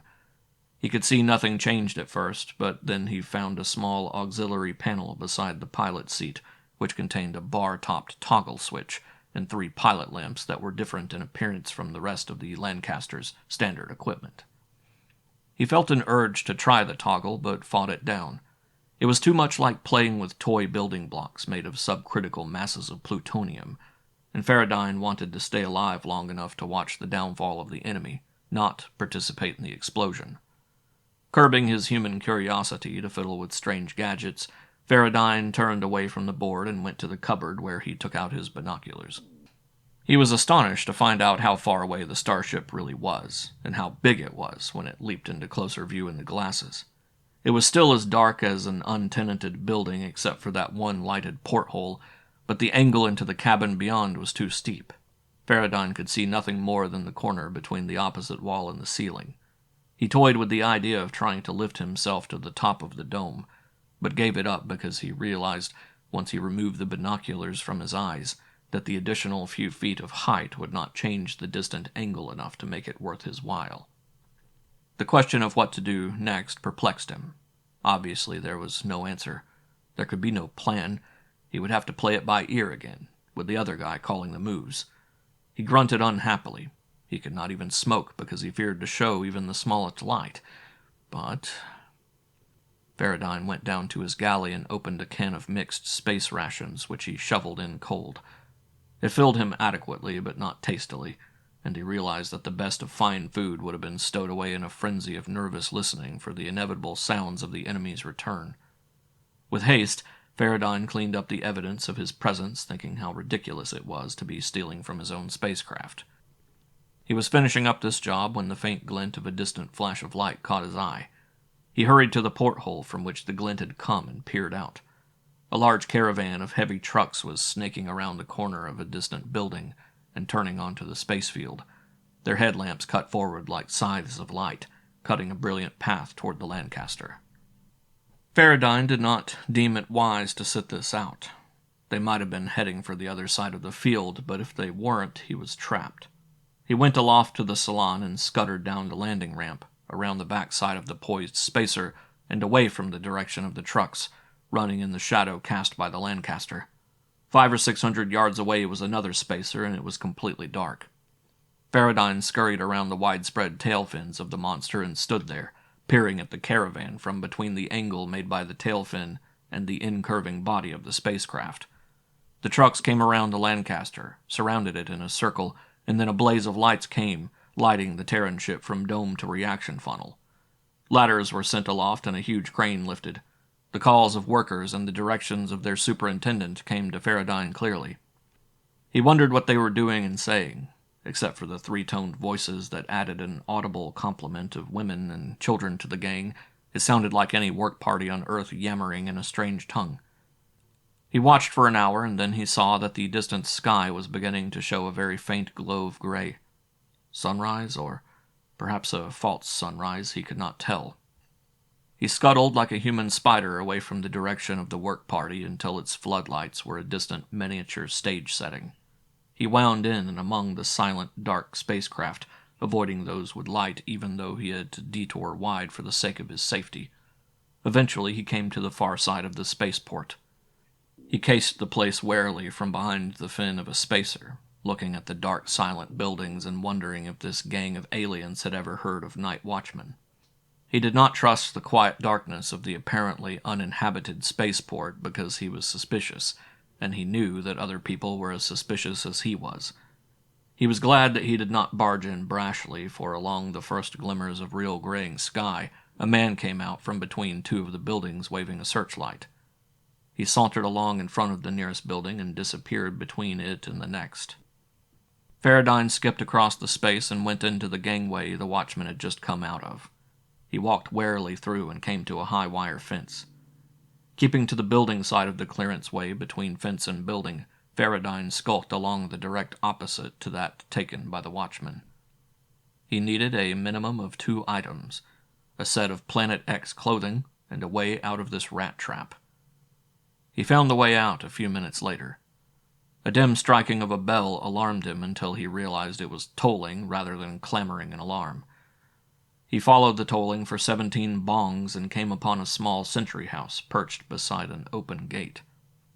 As the tolling stopped, the man in the house stretched, yawned, and got up, picking up a searchlight. He stepped outside and looked around in a bored manner. The watchman took one look at the open gate some 10 feet from his position and shrugged. He turned his back on it and disappeared between a couple of buildings not far from Farradyne's place. Farradyne grinned. Obviously, it had been so long ago since any trouble had been this way that the guard system had become lax. Farradyne praised laziness and complacency highly as he sped across the open space on silent feet and past the gate on his way to the outside. Dawn was breaking, and the chill of the morning nipped at him. He had broken free, but it was just as dangerous for him to remain in front of the open gate as it might have been for him to be roaming around the spaceport in the full light of day. He turned to the right and started to walk along the road toward a group of small buildings a few hundred yards from the spaceport. The second item Farradyne needed came later. He had sauntered along several deserted streets in the gray of dawn, and down a couple of alleys and through a vacant lot or two until he was quite some distance from the spaceport. Here in a dimly lighted district, Farradyne met his Planet X clothing. The stranger did not have a chance. He had been drinking or sniffing whatever the enemy used for celebration, and he had had too much. Farradyne's hard fist came out of somewhere, and the stranger went down like a log silently. Farradyne dragged him into an alley and stripped him to the skin. His own clothing Farradyne stuffed in a trash barrel, pushing the bundle down below the rest of the rubbish in the hope that the barrel would be collected by a couple of hard-working and uncurious men who would never note the alien cut to the cloth. He left the fellow naked to suffer both a hangover and a lot of embarrassment. Then, in the pleasantly bright dawn, Farradyne walked boldly down the city street, jingling a bunch of native coins in the side pocket of his costume and feeling just a trifle silly, like an introvert at a fancy dress ball. The trousers were striped gaudily, and the loose jacket hugged his waist a bit on the too tight side. There was a whitish hat and a pair of shoes that could have been put on either foot. He looked like a character out of an old-time musical comedy, and he hoped that his costume was not the kind worn by Planet Exians as formal evening wear, because then he would look silly to them wandering around in the morning light like a man caught far from home at 6-Act Emma in a tuxedo. Eventually he passed a shop window and saw other garb like the junk he was wearing, and he felt better. He had every faith in the belief that people are disciplined against striking up an acquaintance with a total stranger, and so he turned into what was obviously a main thoroughfare and strolled along it until the streets began to fill with people. End of Chapter 16. Chapter 17. There was no doubt about the alien quality of this city, but in its functional qualities it was very familiar. These, he realized, were developments that had been found to be effective over a long time of sheer operation, functions that would have been mechanically similar on any planet, no matter how alien, so long as its inhabitants breathed air, ate food, and perambulated. Buildings were mostly squarish blocks cut with windows and doors. Shops had broad windows for displaying their wares, and even the wares were not too exotic. Clothing stores and gewgaw stores and food shops, and now and then one that sold stuff that was not to be identified by a stranger. The streets and alleys and gutters and sidewalks were normal. Traffic ran to the left, however, which gave Farradyne some trouble because he had been used to stepping from the curb and glancing to the right. Drivers squawked at him with their horns and swore at him in their multi-tongued voices. Farradyne forced himself to learn this left-handed traffic problem. He did not want to be handed a traffic ticket, nor did he want to be asked by some policeman for an explanation of his stupidity. By now the sun was well above the horizon, and the streets began to teem. The air began to sing with the noise of people chattering, greeting one another, and generally making a racket resembling a Chinese laundry in an air raid. He heard the clash of metal on metal, and turned to watch a couple of drivers arguing over their dented fenders. As he walked with his head turned, Farradyne bumped into someone, and the man chittered something at him angrily. Farradyne nodded humbly and grunted under his breath and hurried on. So did the other man, who merely replied to Farradyne's grunt with a single three-toned discord before veering off and away. He had to be careful, he told himself. He had found this city so closely resembling a city of his own system that he had become careless. He knew by now that if he conducted himself without attracting attention, and if he walked without cringing, no one would think to stop him for questioning. What had Carolyn said? Something about their springing from the same basic stock some 50,000 years ago? Well, anyway, these were of the same family of curious apes who were gregarious enough to band together and still individualistic enough to resent any intrusion upon privacy. There would most certainly be three-toned hell to pay if he opened his own trap, but so long as he kept it shut, they had no way of telling him from any of their own kind. And so he walked among them for hours until the crowd thinned, and the traffic became less boisterous and frantic, and the city settled down to the quieter routine. Farradyne found it hard to place this cosmopolitan culture in the same niche with the society that appeared to be systematically undermining the Solarian civilization.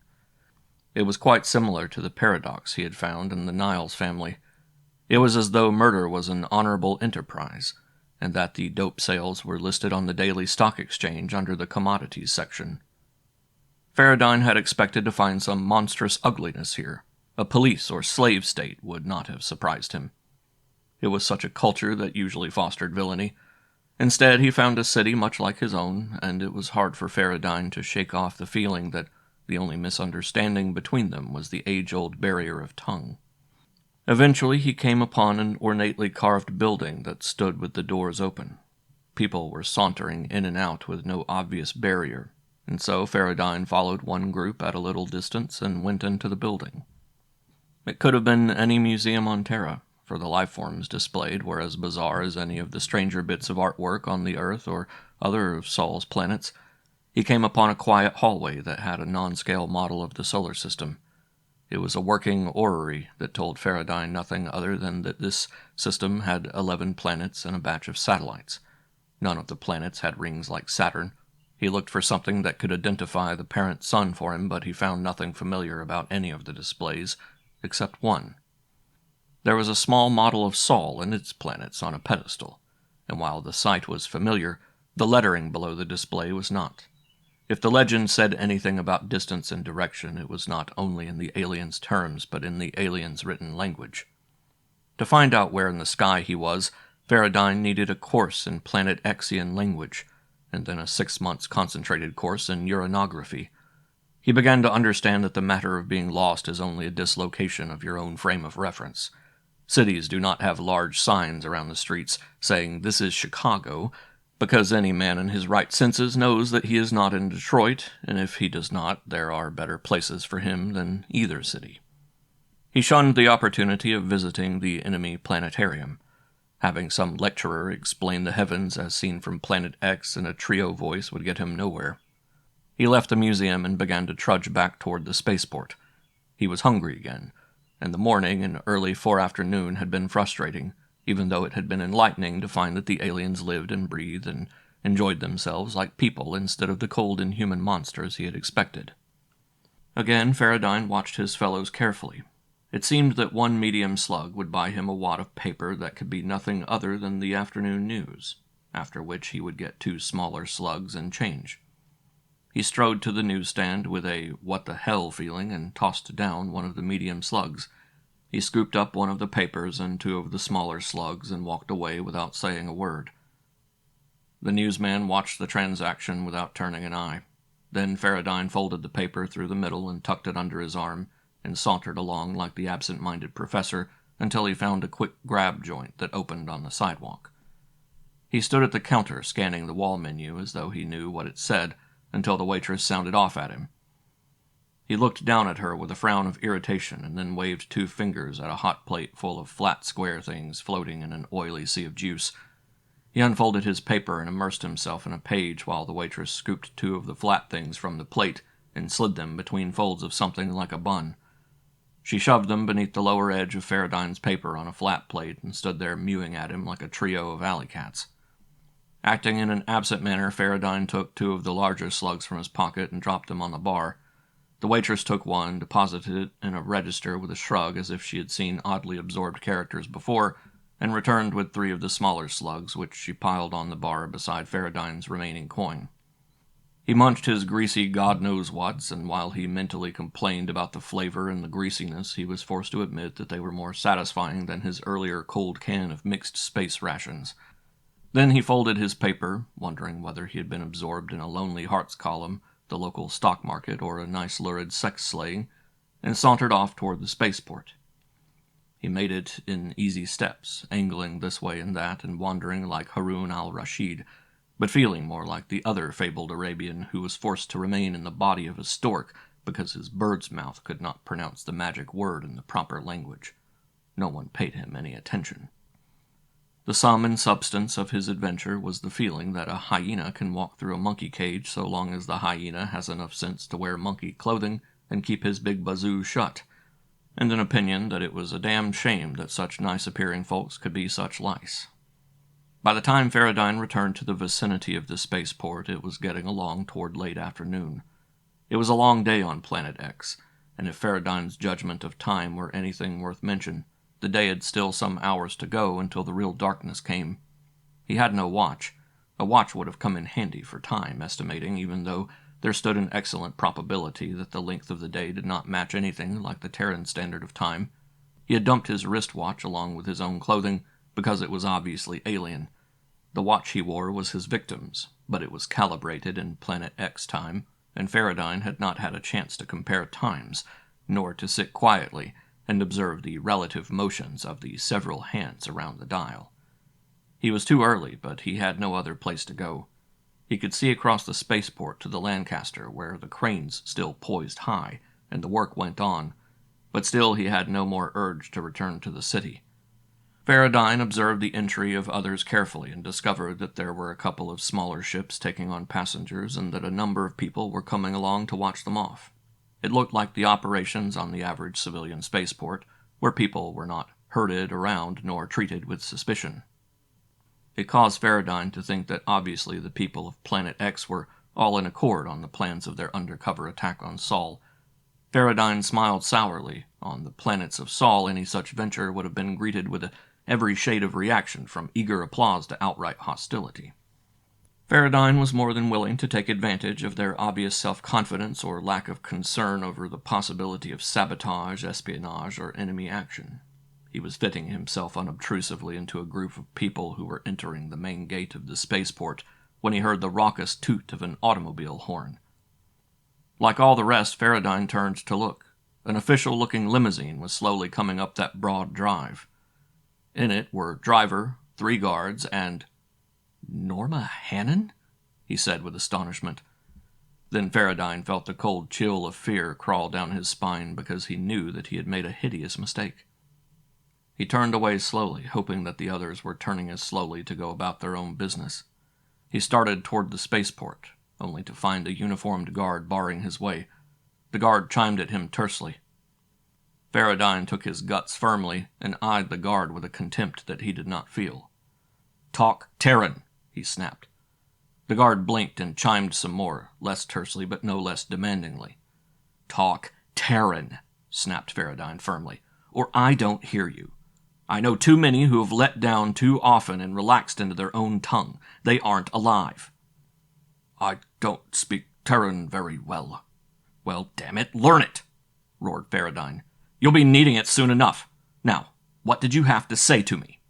"You hurt me, but I'd rather..." Farradyne relaxed with a grin. "No, I didn't. You could impugn my wife's virtue, and I wouldn't listen to you. So now let's start over again." "I was going to ask..." "No," said Farradyne shortly. "Not that way. I said start. And I meant that we'd start thinking in Terran like I've learned to do. Now, you addressed me properly, and I said talk Terran." Look, you're not going to make me repeat it." "Why not?" "I'd feel like a fool. After all, a mistake is a mistake, isn't it? I could hardly know that you were one of the Terra group, could I? After all, you're not dressed in Terran clothing." Farradyne saw a glimmer of doubt in the guard's face. Farradyne should have been in Terran clothing if his intention was to stay as Terran as possible until the bitter end. He merely smiled, thinking fast.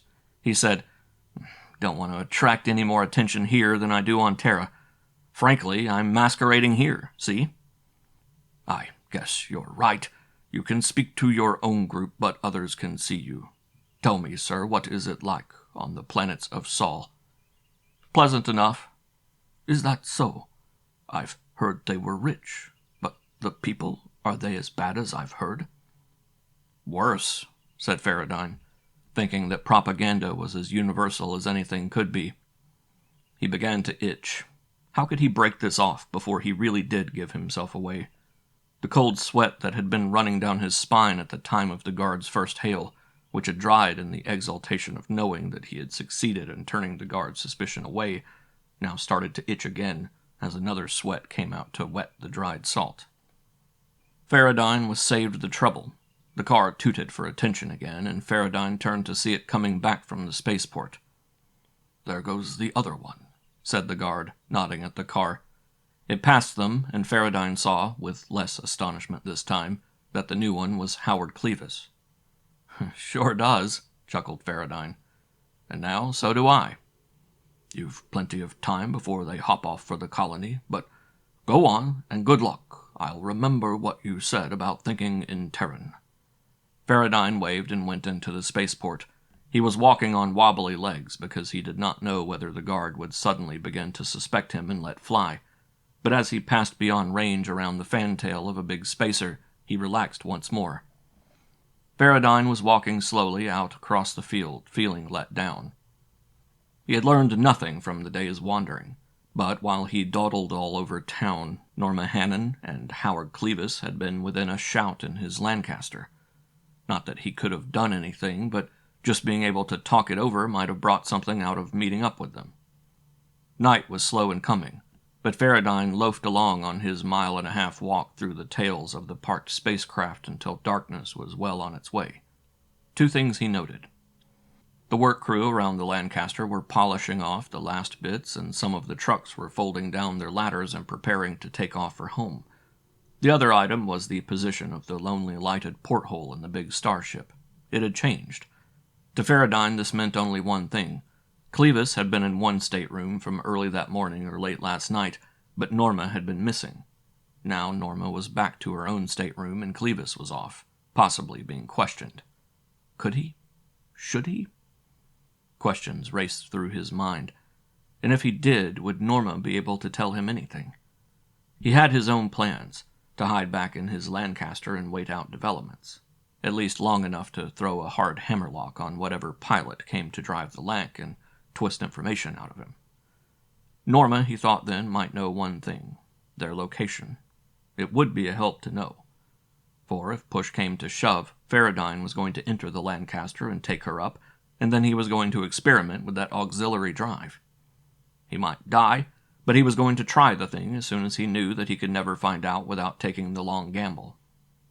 One of the work trucks made up his mind for him. It turned from the Lancaster, and its headlamps cut a swath across the field, swinging toward Farradyne. It took Farradyne less than the proverbial half a jiffy to come to the conclusion that the bamboozling a guard at the gate was one thing, but to be found slinking around either near the Lancaster or the big starship was something else again. He avoided the light of the truck by scooting up the landing ramp of the starship and into the space lock. It occurred to Farradyne as he went that the lack of people, including guards, out in this region of the space field was, in a way, its own protection. Any distant watcher seeing a figure out here would know automatically that the person was an intruder. Perhaps the only reason Farradyne had not been hailed down was due to the known presence of workmen. Farradyne lay with his chin on the sill of the space lock and peered out as the truck went by. It would be some time before they were all finished, he concluded, and so he decided to kill the time in action. Feeling his way along the dark corridors, Farradyne made his way aloft, up the stairs, and around the circular floors until he came upon the one door with a streak of light coming underneath it. The light helped him see. The door was secured with a single bolt of the sliding variety, easy to open from the outside but impossible to move from within. Farradyne slid the bolt and pushed open the door. Norma was standing inside, poised defiantly with her hands on her hips, waiting. For a moment she did not recognize him. Then her face twisted and said, "Well, if it isn't our interstellar man about space, Charles Farradyne." End of Chapter 17. Chapter 18. "Now see here," he said shortly. "Clevis must have told you about me." "I knew that you and Clevis had something cooked up together the first time I saw him come into the Lancaster without a blazing gun in each hand," she said sourly. "Well then, you ought to know that I'm—" "You're a damned idiot, Farradyne, you bumbling fool." "But look, I'm here—" "Where?" "I was hiding in the inspection hatch. I couldn't see out." "Don't you know where we are?" "They didn't think I'd find it necessary to know," she replied bitingly. "You fancy pants." Farradyne swore in his throat. "Now, I'll ask you whose side you're on," he snapped. "I came here to—" "Whose side I'm on?" She laughed harshly. "Whose side are you on, Farradyne? I hope you're on their side. You're bound to louse them up sooner or later. Look, Norma. So you come bumbling home with the bait in your mouth, unable to feel the hook, and hand it to Howard to get caught on. Go back where you got that monkey costume and die." "Norma, answer me one thing. Who was Frank Hannon?" "Frank? Frank was Howard's right-hand undercover man, Farradyne. He had the goods on a man whose name no one knows. He didn't say because he didn't have the chance. He had it all with him when you dumped the Semiramide." Farradyne eyed her coldly. "There's one thing you've got to admit," he said. "That tale of my three-tongued people was no lotus dream." Her silence was as good as a grudging affirmation. "So part of the pattern is clearing up," he went on.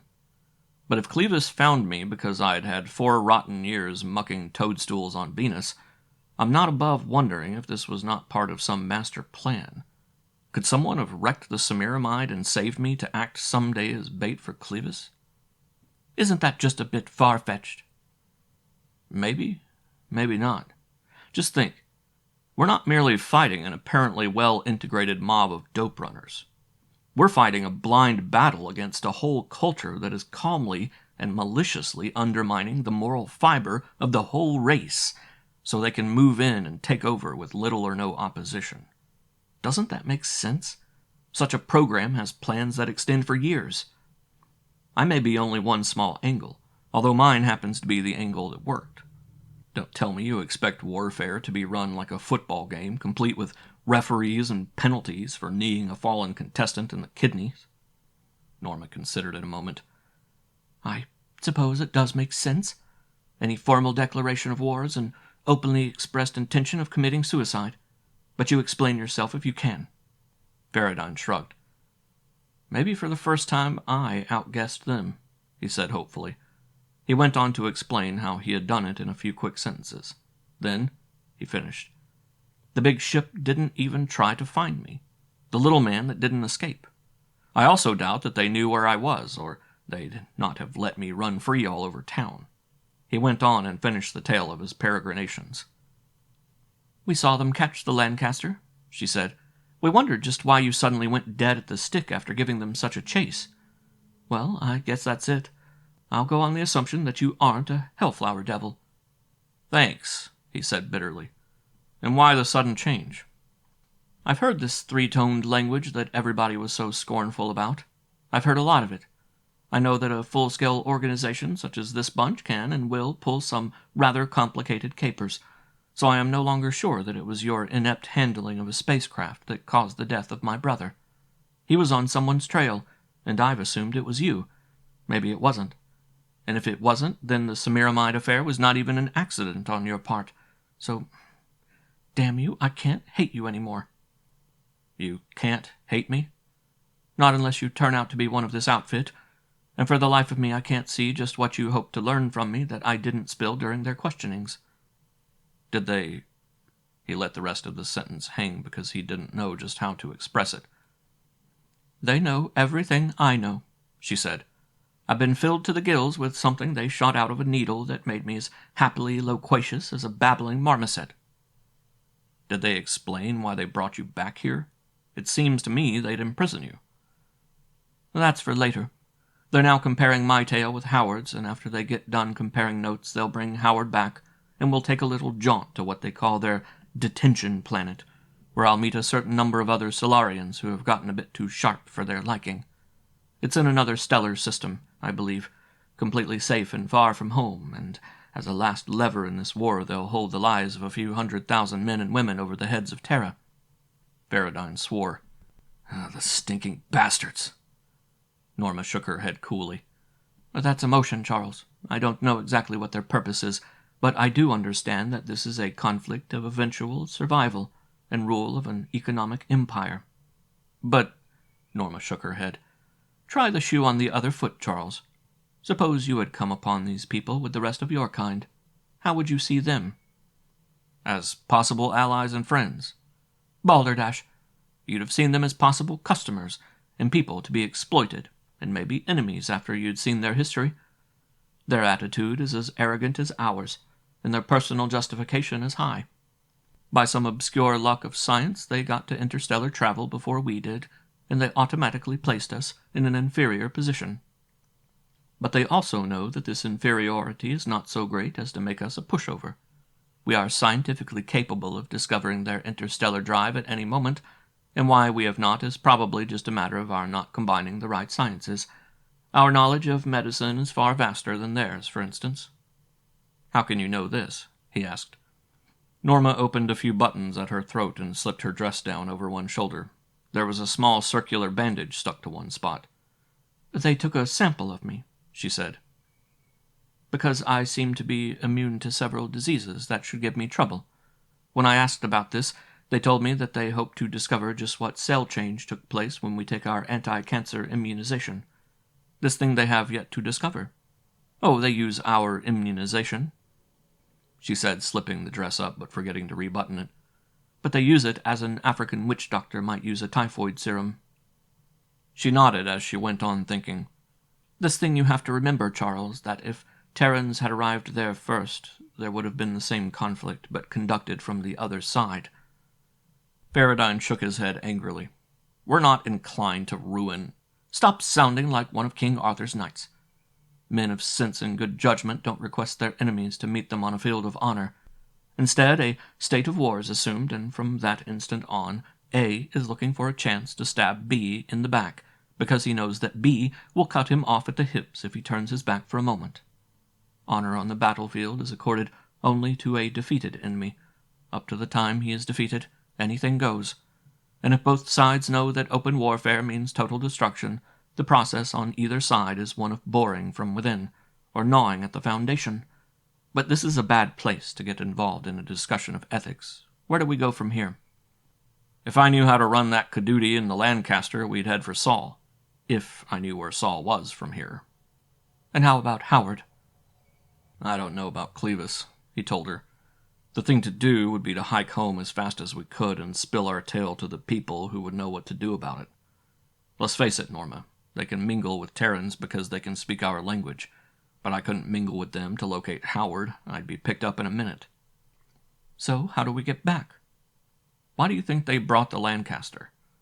"Probably to fit her out as a bona fide Hellflower runner." "Okay, we'll hide out in my cubby until they run her back." "You go hide out," said Norma. "If they find me missing, they'll know something smells bad." Farradyne chuckled. "From what I know of them, they're as arrogantly secure as the gods of Olympus. Some part of their gang is still expecting me to turn up near Terra on an escape course, and the only smart thing I have done is to be where they didn't plan me to be. So we'll be where they don't expect us to be, and maybe we'll get away with it. Come on, let's hide out." The hitch in their plans came when Farradyne led Norma down the stairs to the last deck below and stopped, holding up a warning hand. "What's the matter?" she whispered. He pointed. The hatch he had used was lying to one side, and a beam of diffuse light was coming up from below. There came also the triple-tongued voices of two men. Farradyne led Norma one deck above where he could speak without attracting the attention of the men below.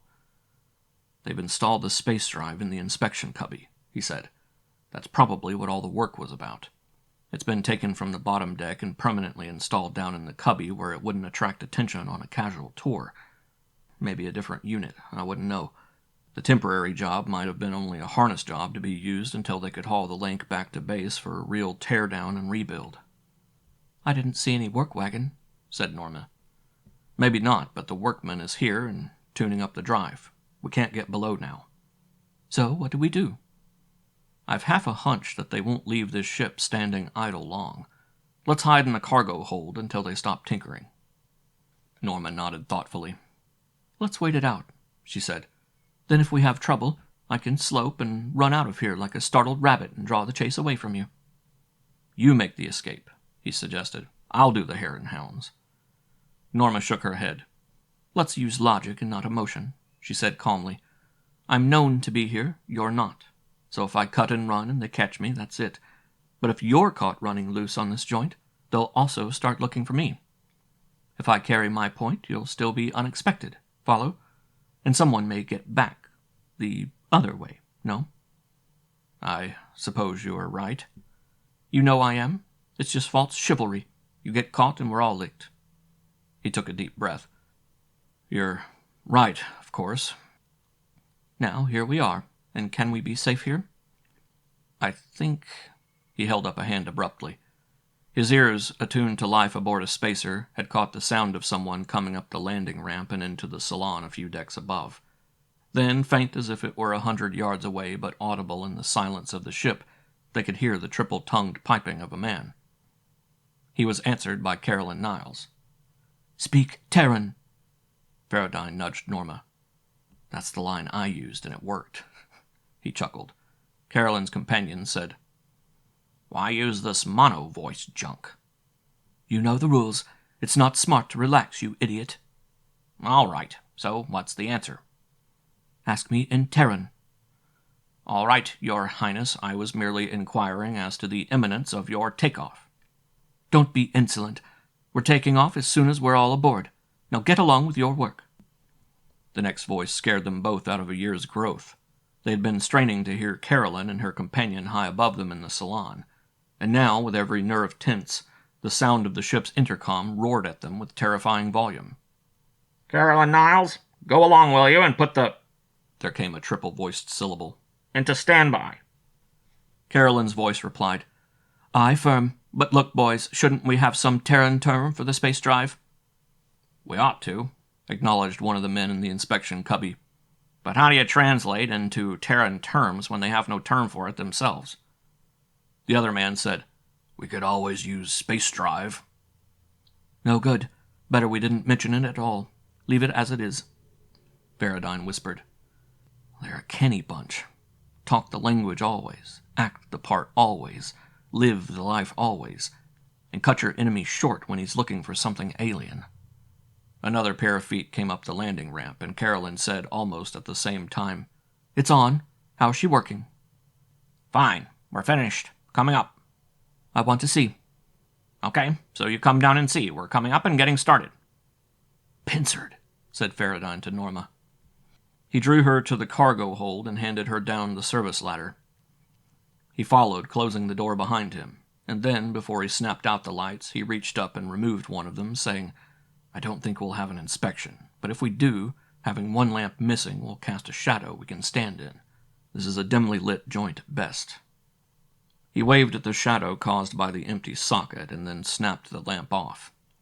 Their weight upon the cushion of flowers was released and sat with their feet pulled up beneath them, not daring to say a word. Her breathing and the faint pressure of her shoulder against his told him of her presence beside him. They waited in the dark silence, listening, and occasionally tensing instinctively when someone clumped past the wall outside or seemed to come near the cargo hatch above their heads. There were voices and calls and running feet from time to time, and then the humming sound of the conveyor belt. The hatch above was opened wide, but the lights were not put on. And then from the end of the loose cargo conveyor came a tumbling shower of hell blossoms. They landed on the floor in a conical heap and kept coming until both Farradyne and Norma were shoulder-deep in them. The air filled with the thick, syrupy perfume. Farradyne felt a slight spell of dizziness from the heady odor, and then wondered with horrified interest just what effect this completely unpredictable overdose of dope would do to the woman. The shower of hellflowers came on, and Farradyne was forced to stand because of their depth. Still they came, and he found himself swimming off his depth in them. It reminded him of treading in a haymow.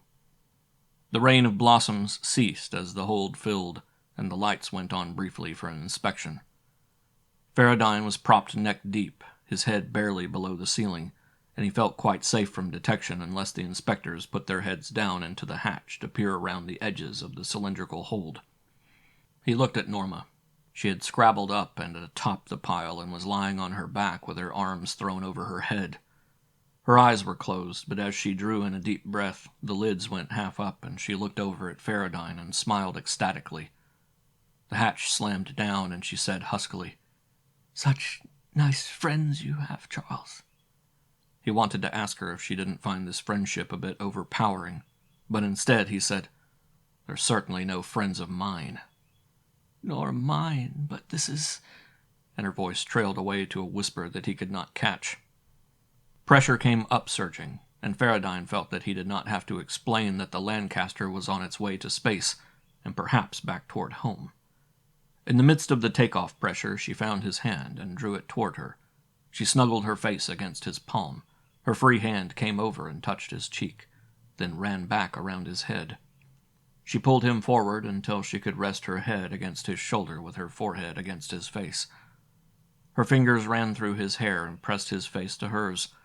He tried to free himself, but he could not escape without being rough about it, and he believed that any bold move to elude her would bring forth either pleas or bitter demands loud enough to bring the enemy on the run.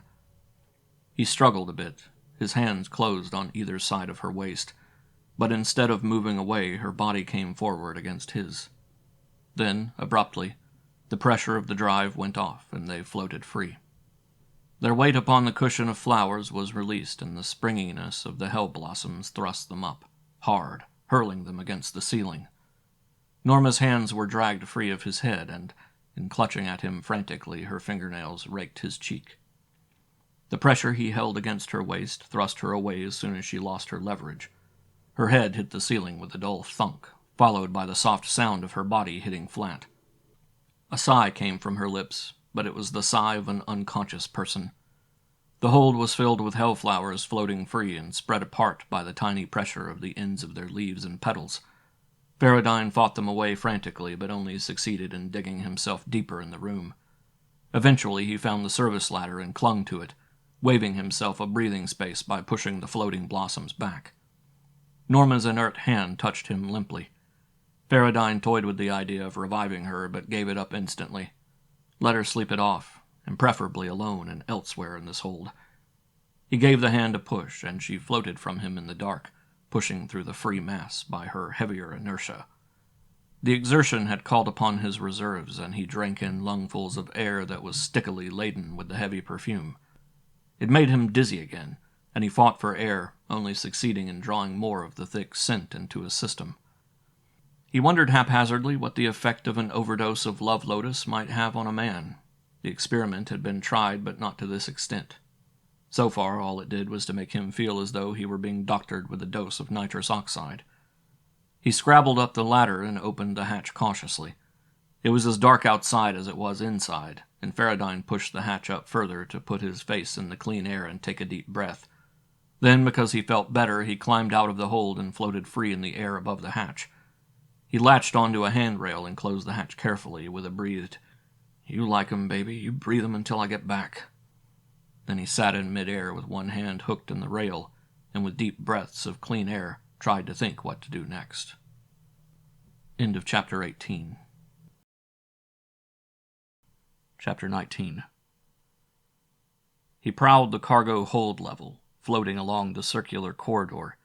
He knew it was not the safest thing to do, but preferred anything to a return to the hold. He did not stop to decide whether it was the perfume of the lotus or the presence of the doped woman that kept him away from his cover. An hour passed, then 2, and Farradyne was growing bolder by the minute. He had covered the entire lower level of his Lancaster and had stopped above his former hiding place, speculating whether to hide or not. He decided not, and went floating upward through the ship until he came to the stateroom level. He floated around the corridor, noticing that the little flags that indicated that the door was locked from the inside were all down except one. One of his guests did not trust his fellow travelers completely.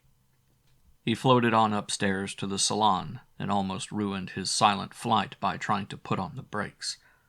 On the divan lay a man in his clothing, restrained by the hold-down safety strap. He was sound asleep. Farradyne floated over and then, taking hold of the strap to keep himself from flying free with the motions, he deepened the man's slumber with a vicious cut of his revolver. He floated on into the control room, where the silent and distant stars watched. Some of them were moving down. These would be the nearby stars, while the rest stood as immobile as he had always known them. He would have preferred to stay and watch the effect of traveling faster than light, for the aspect of the sky directly above was very strange in color and in constellation. But he knew that he had started something, and he could see this odd stellar phenomenon at some more leisured time. He took a roll of 2-inch adhesive tape from the medicine supplies and taped the unconscious man's wrists and ankles, and then slapped a length over the mouth that sealed up the gash along the side of the head at the same time. Then he went down to his own quarters and opened the door slowly. A second man slept there, but Farradyne did not lash out with the pistol. He holstered the gun and clipped the enemy along the side of the jaw with a sharp chop of his hand. Tape was applied quickly and effectively. That made 2. He considered the situation carefully. So long as his batting average stayed at 1,000, he was in fine shape. All it had to meet was one error, and he was out of the game. His chances were not good, but they were helped by the fact that he was an unknown enemy among them. This was some sort of undeclared war, but the Lancaster could hardly have been termed a warship since there were no space battles to fight. The ship ran itself, there was nothing to watch, so they did what all spacemen do, sleep, if he could catch them one by one. He opened Stateroom 1. It was empty. That put a different light on things. Maybe this was not a fully loaded transport. Maybe it was just like the average cargo haul with only a couple of passengers. He opened Stateroom 2 and found it empty. That sort of proved it. He opened Stateroom 3 and found a man asleep in the bunk. The enemy was stirring as Farradyne scanned the room, and he moved just as Farradyne hastily launched himself across the cabin. Haste ruined his aim, so that his down-slashing hand clipped the man on the skull instead of hitting him along the ear. The man grunted and swung out blindly, hitting Farradyne and moving him up and away. Farradyne caught the upright of the bunk, staying his free flight, levered himself around and swung again. The enemy parried the blow and let out a roar that sounded like 3 angry locomotives tooting for the right-of-way. Farradyne pulled himself down and around, then kicked out with both feet, catching the man in the face and chest. The force drove his man deep into the mattress, from which he rebounded to fold up over the hold-down strap. He flopped up and down, limp, an inert mass caught between 2 springs. The same force drove Farradyne out toward the open door. His aim was still bad. His outsweeping hand caught the leading edge of the door, and he and it swung on the hinges until he came flat against the wall behind the door. He fought his body around and came out of the room feet first. Catching at the handrail, he stabilized his flight. Then he took notice of his surroundings, expecting the whole enemy horde to come boiling out of their staterooms. A door down the hall opened, and a man came sailing out. He caught sight of Farradyne and launched himself at the spaceman. Farradyne met him with a slash of the pistol, which was parried by the block of the man's forearm against Farradyne's wrist. It stopped the enemy's flight, but tore Farradyne's hold loose. Farradyne recovered first, hauling himself erect just in time to let the other man peer down the barrel of the gun. "Hold it, friend," he snapped. The enemy, about to kick himself forward, took a firm hold on the handrail behind him and retracted his feet from against the wall. "You can't get away with it, Farradyne." "I can try, Brenner. So happy to meet you again." Warily he listened. There were no other sounds along the corridor, only the one he expected, and soon the little flag on the lock went in and the door opened. Carolyn Niles came out in pajamas and coat, her eyes blinking slightly. "What's the—" Then she gasped. "Charles!" "Howdy do. Any more hiding in the dark, Carolyn?" "How did you get here?" "I walked," he said flatly. He turned to Brenner. "You stay there, schoolmaster. I'm scared to death and a bit touchy." Brenner shook his head. "I know you're scared. I'm scared too. Scared to move." "Relax, but do it slowly. Now turn around and make it hand over hand toward the salon. You follow the gentleman," he said to Carolyn. Farradyne followed them both, calling to Brenner that if he tried any tricks, Carolyn might get in the way of the shot intended for him. They went up the stairway, 1, 2, 3, and floated into the salon, Farradyne making a bit of a time of it because of his full gun hand. He hooked his legs around the guardrail and eyed them coldly. "Carolyn, let's see how good a job you can do on Brenner's wrists with a chunk of this tape." He tossed the roll at her, and she clutched wildly and missed. "Go get it!" Carolyn performed some intricate free-flight maneuvers before she caught the roll. Then she went to Brenner, who held his hands out behind him while she ran tape around the wrists. "I'd be willing to bet that's a slipshod job," said Farradyne. "But it will probably hold until I can relax.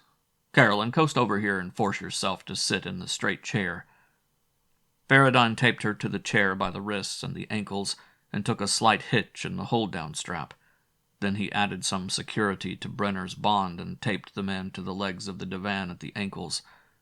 With his hands behind him and the strap tight across the man's hips, Farradyne felt that Brenner would be thoroughly immobilized.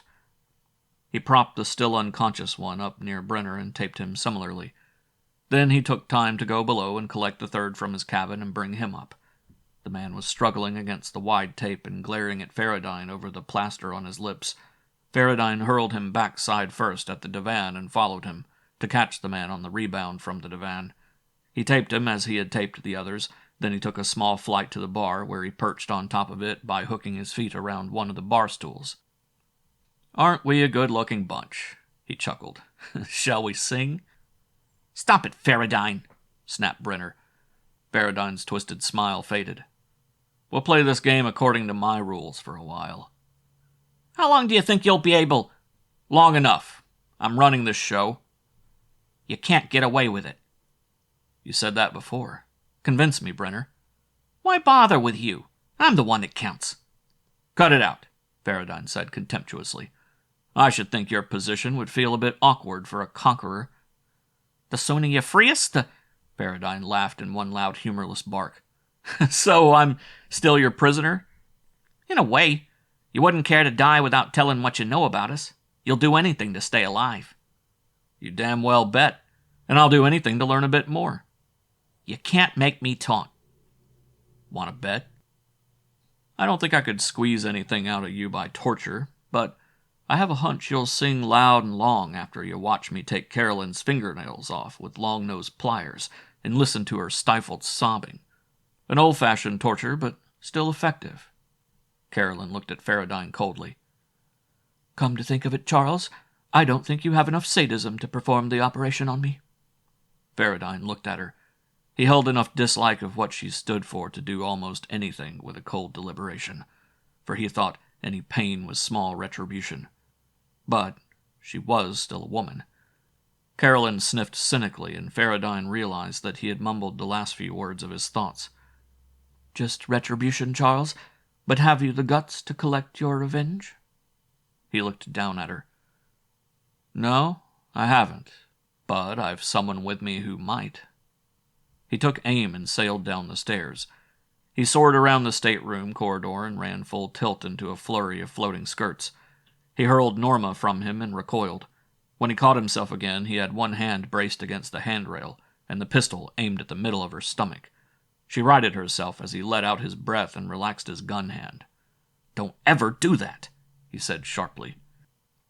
She looked at the gun, and her face went white with the realization of how close it had been. She looked at him searchingly, as if seeking company for her fright. She apparently found it, for her face relaxed, and she took a deep breath, let it out slowly. Then she fought the hem of her skirt down again and blushed. Farradyne chuckled. "Go into number 4 and swipe a pair of Carolyn Niles' pajamas," he said. "They don't float. Then come up to the salon." He turned and headed back slowly, stalling until he heard her return to the corridor. He went first and helped her to make the curve around the railing at the top. Solicitously, he steered her to the divan and fastened the seat strap. Then he faced Carolyn and the rest. "Speaking of retribution," he said slowly, "I'd like you to meet a woman I know, Miss Norma Hennon. She's a Hellflower addict. Whatever she does is basically your responsibility." He said directly to Carolyn, "You have me fairly well pegged. I couldn't do it. But I think that Miss Hennon might enjoy a bit of an emotional binge with the people who fed her the first Hellflower and caused the death of her brother." Farradyne turned and sailed across the room to Norma's side.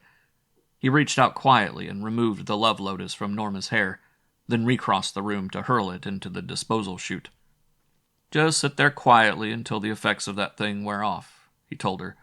"I'm going to take a tour of inspection of the Google they installed in my ship. I'll be back when they decide to answer questions." Farradyne dived down the stairway again. He had no idea how long it might take, especially after Norma had been literally sleeping in a smothering roomful of the things for hours. Probably long enough for them all to get the whim-whams just thinking about it, he concluded. He conned every stateroom on his way down. He was reasonably certain that the ruckus would have awakened them all, but he wanted to make sure that no one in them was lying doggo until he could make his bid. They were all empty, so Farradyne went on down in the Lancaster, checking the supply rooms in the galley and workshop, the other cargo lock and storage room. He looked into the inspection cubbies and the wiring hatches until he had covered every nook and cranny that was large enough to contain a human being. The ship was clean. He stopped once more to eye the 4 metal cases bolted to the floor and discovered that the gentleman who had occupied the place when he and Norma tried to hide had put nuts on the bolt ends and run the cables neatly below deck so they no longer trailed. He went up then all the way. "Any talk?" he asked brightly as he soared through the salon. "Farradyne, you can't do this," snapped Brenner. "Who, me?" asked Farradyne in mock surprise. "I'm not doing anything." Norma was still sitting in her seat on the divan. She had not changed position, but her face was losing its softness, and her attention was no longer diverted easily. "I'm waiting," she told him as he passed upward to the control room. Somehow, Farradyne believed, it would not be very long waiting. End of Chapter 19. Chapter 20.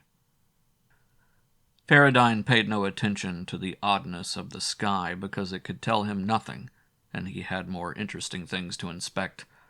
The little auxiliary panel was gone. The controls had been incorporated into the main panel neatly and as if they had always been there, in such a way as to make any but a completely critical inspection pass them over. They blended with the other myriad controls, so that only the pilot of the ship would be able to find them. There was a small meter calibrated arbitrarily in 3 sectors of colors. The needle stood high in the middle of the blue region. Below the meter was a crossbar toggle switch, and on either side of the toggle were flat buttons set flush with the panel, blue to the right and red to the left. The wiring was concealed, Farradyne found, by looking under the panel that it had been neatly inserted into the main bundle of cables and wires as though it had been installed with the Lancaster's construction. He considered the installation carefully. In the history of warfare, Farradyne had heard of no one installing a device that would blow up a whole equipment if the operator used the wrong combination. In fact, designers worked hard to make such equipment foolproof, because they knew how rattled a man can get in the heat of battle. The worst he could do was probably the blowing of a fuse if he tampered with it. On the other hand, so much for that, he thought, and went on to the next matter: destruction charges.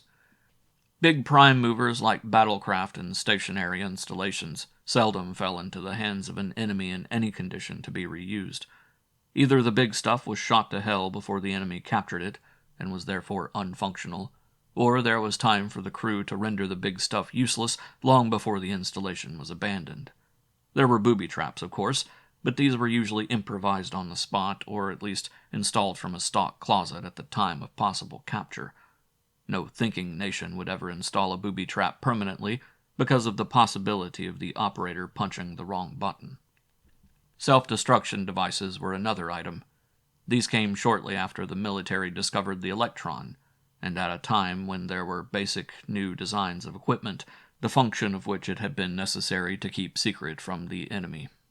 Countless pieces of apparatus had been equipped with self-destruction charges heavy enough to addle the insides of the gear, and possibly bulge the case a bit. But a man could sit on one of them while the charge went off, and the most he would get would be a sharp kick in the pants. But such destruction charges were controlled from a separate panel. There could be no mistake or error. No one could hit the wrong button. Destruction must be performed with deliberation.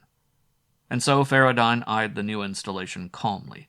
It might hold a self-destruction charge, but the probabilities of having the control handy enough to be used in the heat of excitement were remote, especially since such a condition would leave a ship and crew marooned in the depths of interstellar space to die because someone's finger slipped.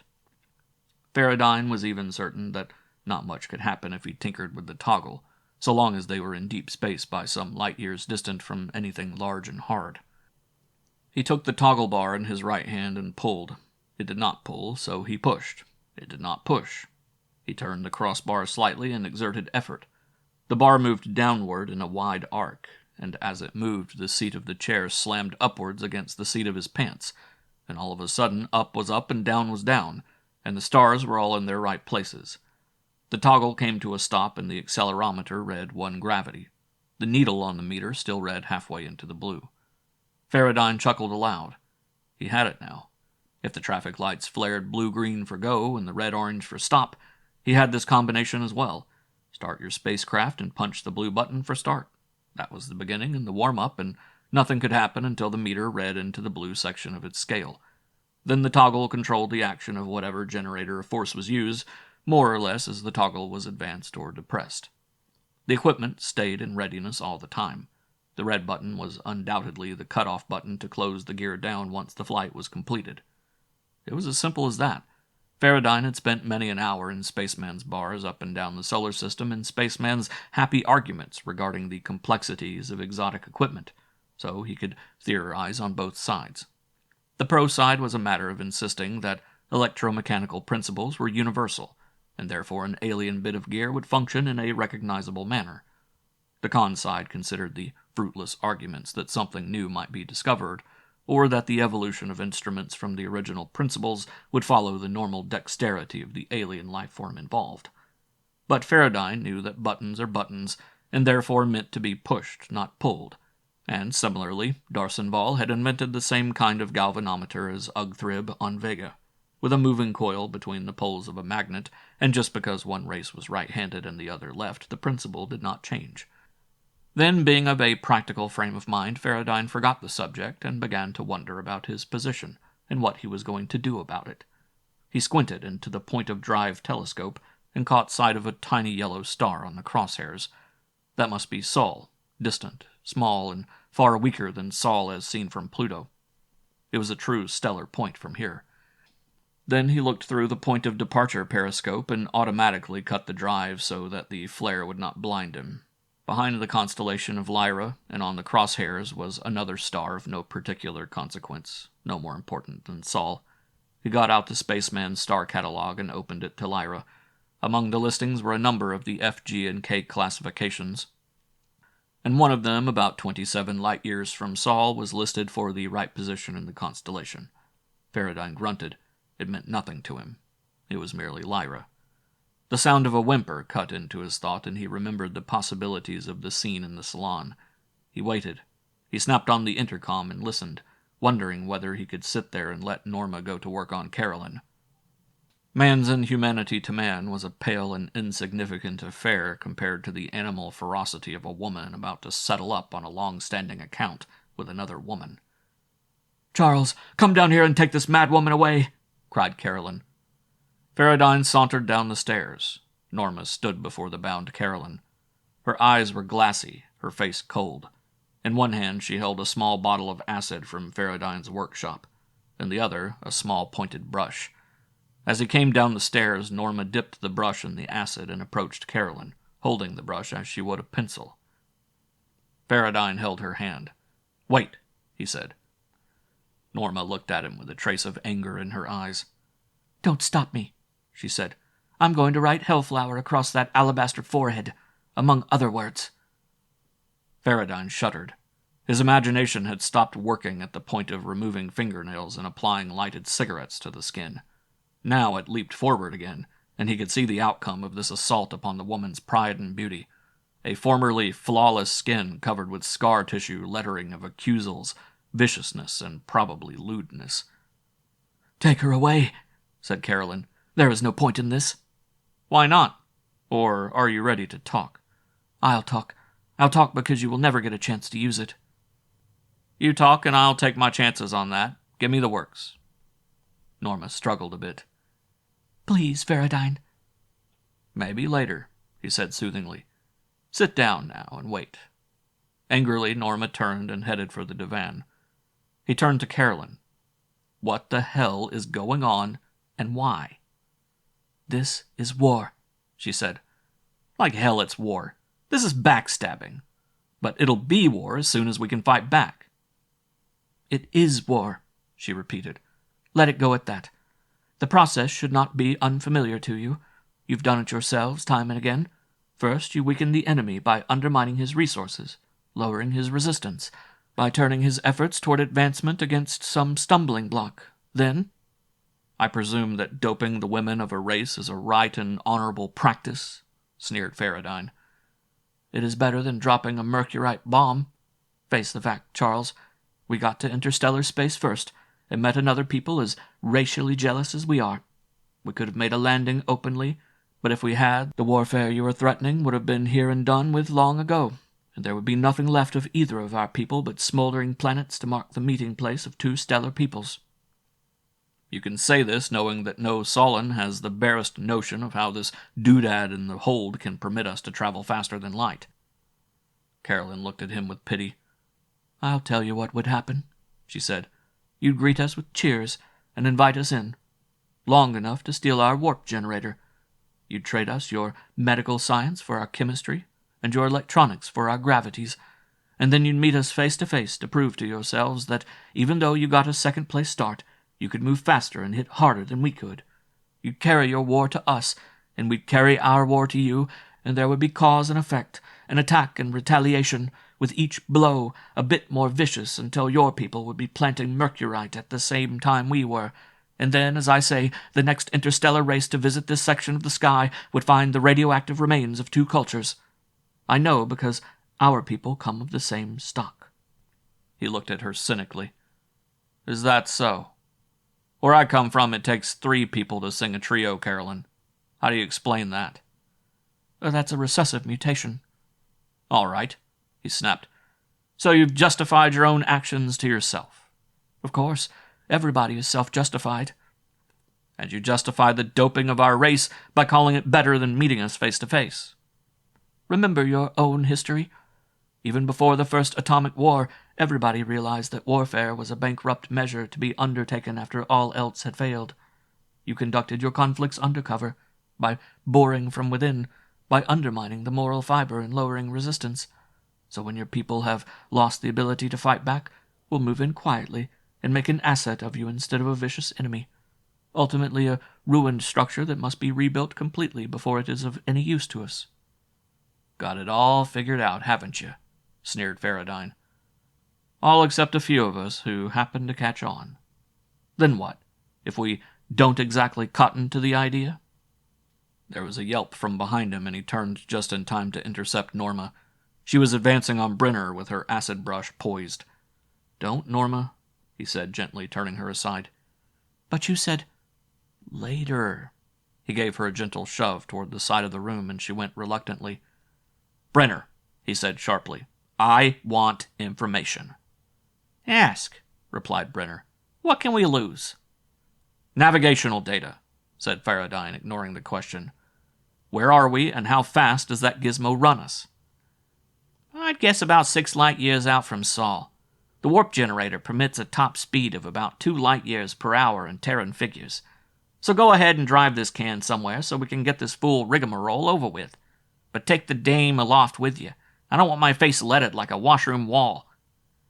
Somehow it seems appropriate, chuckled Farradyne, but he took Norma by the hand and led her up the stairs. She followed like an automaton until they were out of sight, and then she came alive. Visibly she relaxed. The granite set to her face faded and became soft. Her lips curved gently and her eyes were animated. She walked briskly across the control room and turned down the outgoing gain before she turned to face Charles. Charles, that was the hardest acting job I've ever done. She snapped her acid bottle into one of the spring containers so that it wouldn't float all over the place under weightlessness, and then she went to the co-pilot seat and dropped into it casually. She relaxed with her head leaned back. How long after a sniff of Hellflower does the effect last? Asked Farradyne. Depends. I could feel the euphoria fading shortly after you took mine out of my hair. The odd part of it was that it seemed different somehow. I feel so odd, dizzy and weak and somehow frightened. I'd like to be held gently and caressed like a kitten. She sat up and half turned to look over the back of the co-pilot seat. This is honest, Charles. I know I can feel it. It's true and it's good, Charles. Oh, yes, she said in a matter-of-fact voice.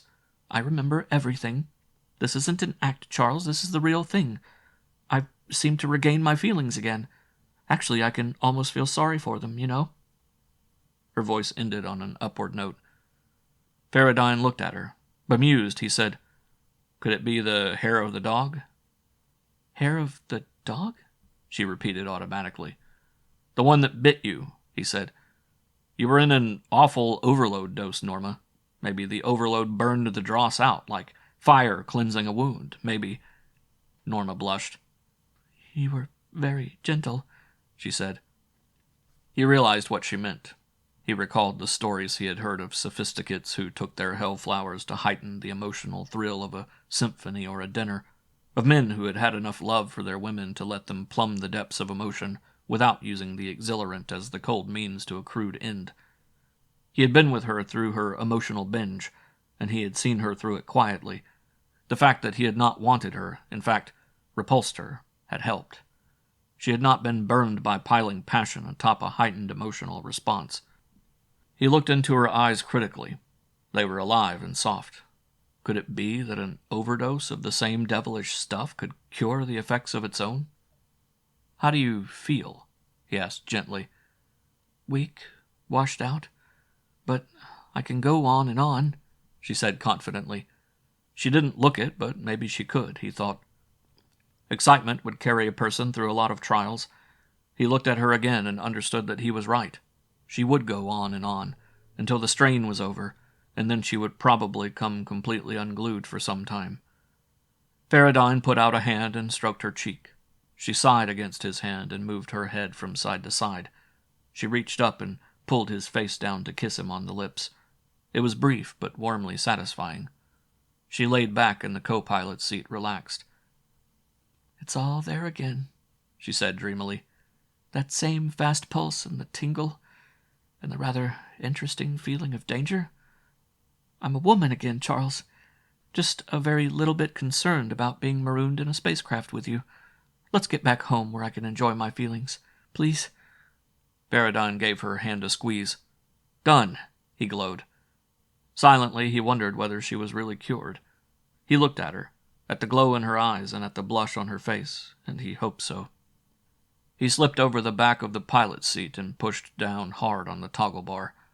The weightlessness came, and the compressed springs of their seats tossed them up against the restraining straps. From below there came a moan, but beside him Norma relaxed in full confidence and watched him work the controls with interest. 2 light years an hour. Farradyne ran the Lancaster for exactly 3 hours, and then cut the superdrive. Together they inspected the heavens and found a brilliant yellow star on their quarter. Farradyne turned to the ship to face it and pushed the toggle up and down. The star reappeared without change. He kept his eye to the point-of-flight telescope and raised the toggle slowly. Saul changed color, racing toward the blue and the violet first, and then turning a dull red and rising through the spectrum again until it became violet once more. It went through another spectrum change and started to increase in size. Whatever caused this phenomenon could not be explained by Farradyne, perhaps by no living, sullen physicist until many years of research brought forth a theory. But regardless of the theories to come, Saul grew in size like a toy balloon hitched to a high-pressure airline until its flare frightened the pilot. He shoved the toggle down, and Saul winked back into the familiar disk of blinding sun, about the size as seen from Mars.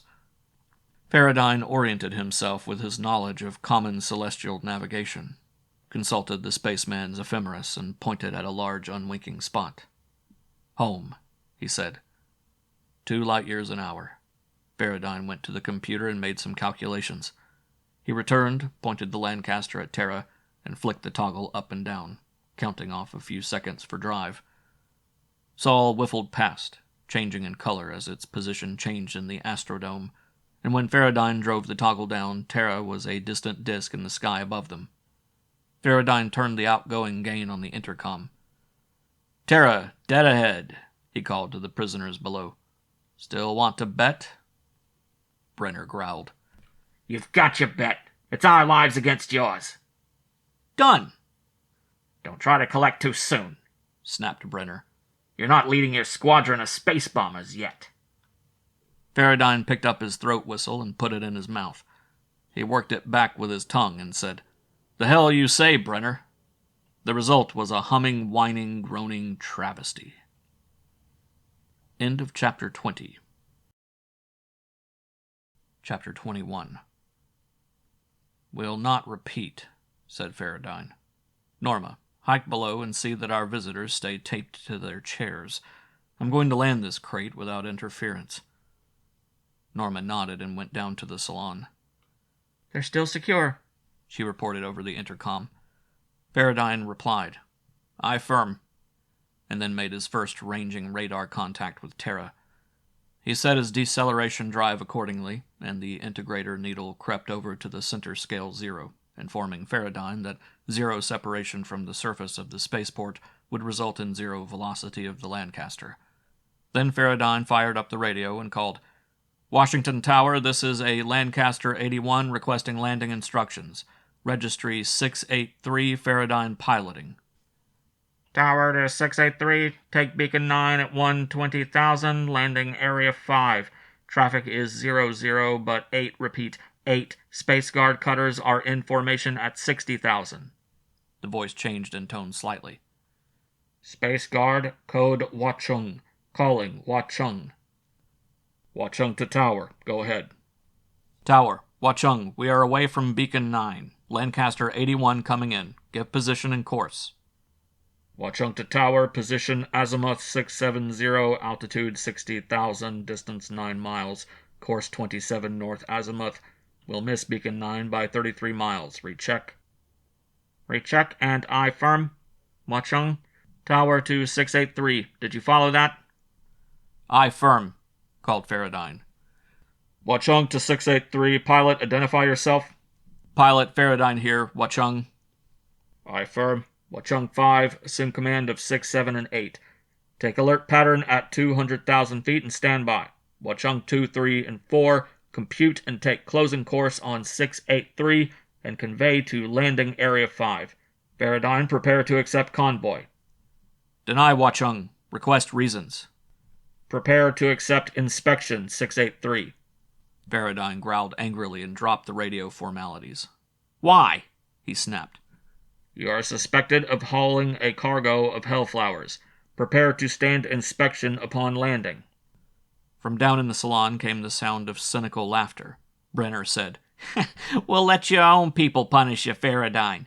Hellblossom running, resisting arrest, kidnapping, operating with a forged license, operating a ship with a questionable registry. I'll bet that life you offered. Farradyne knew what Brenner meant. Taped tight in his ship were Carolyn Niles, daughter of one of Mercury's leading citizens, and a schoolteacher supposedly named Hughes. There would no doubt be a lot of other witnesses prepared to perjure him into 300 years of hard labor on Titan. He wondered how they had managed this.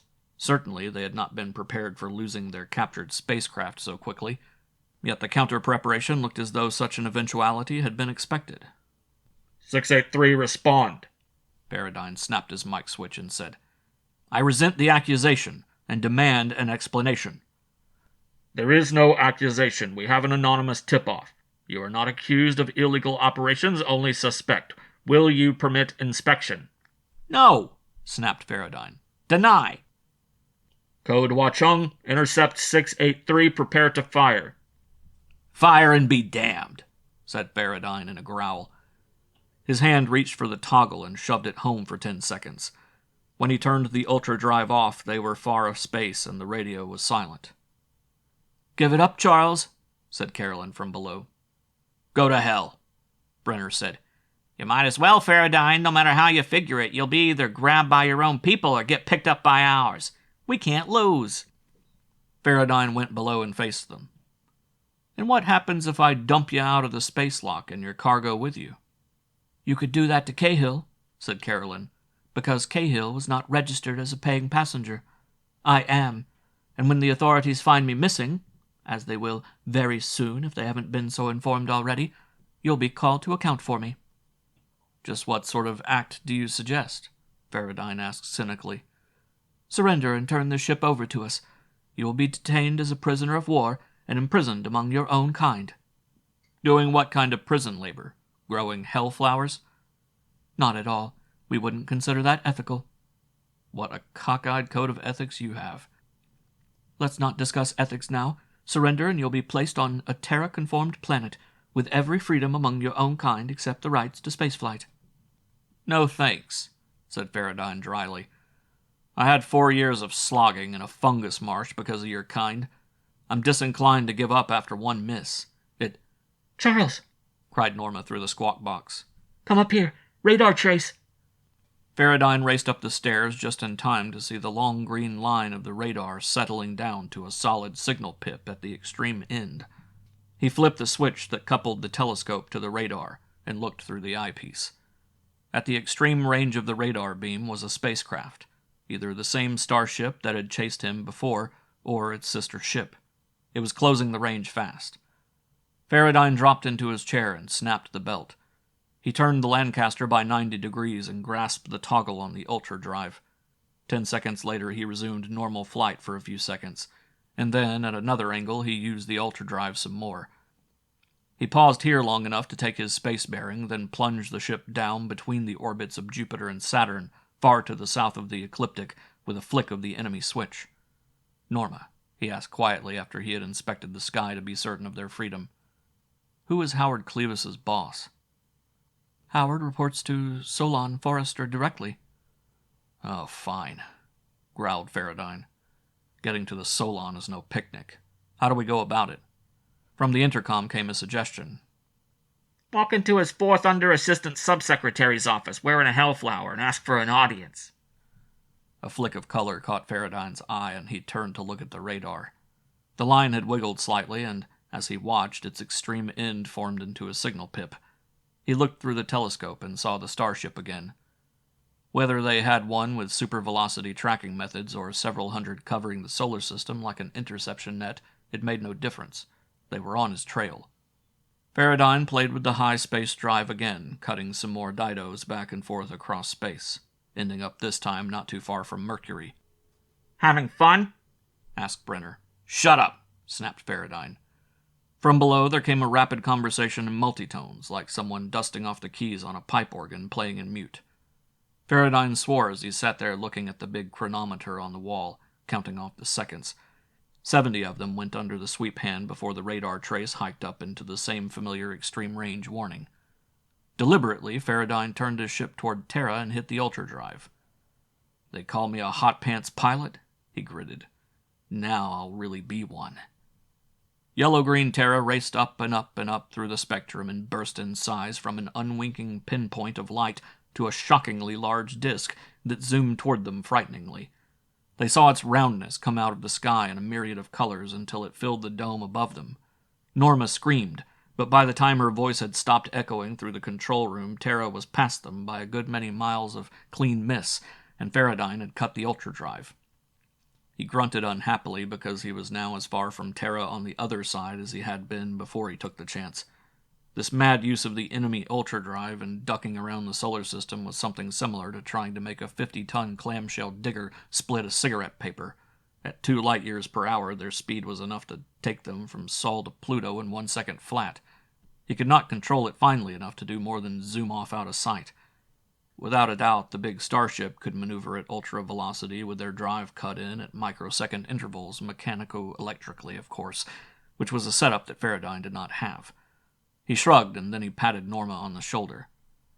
"I don't think that my aim is good enough to hit the thing," he said. He turned the Lancaster end for end abruptly and tried a quick flick of the toggle. Once more, Terra leaped at them, a swirling kaleidoscope of color, looming into monster size, flicking past. When they came out of it, Terra was again behind them by a few million miles.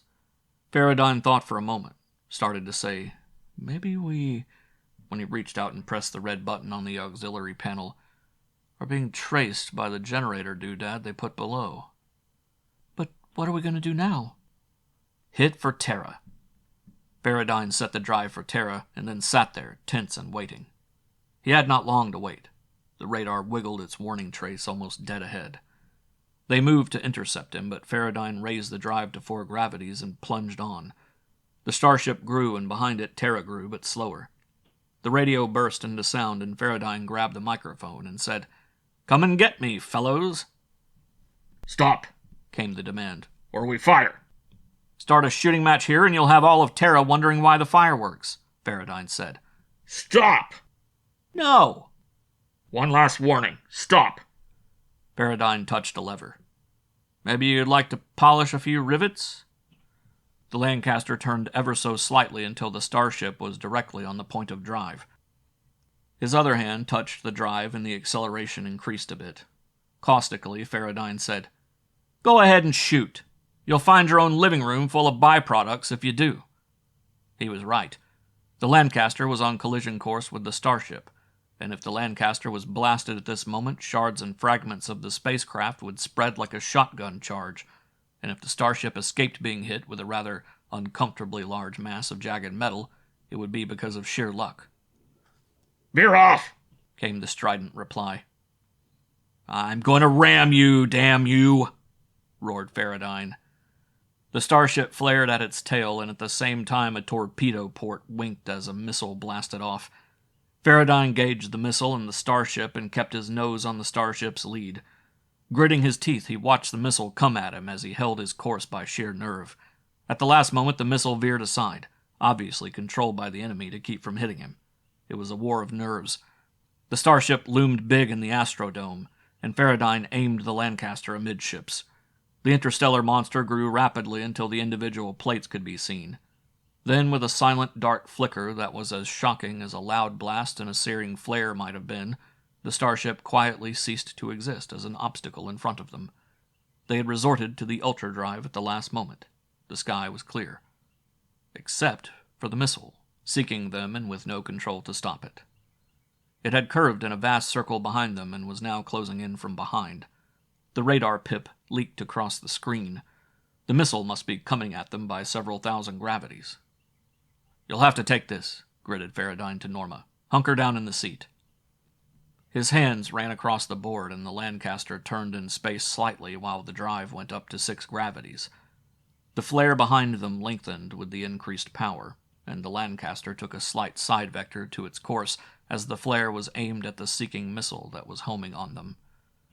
Insensate, unable to understand the maneuver, the missile followed its finding gear and roared up into the long trail of reaction flare. The flare was a byproduct of water, stored in its tank as a reaction mass.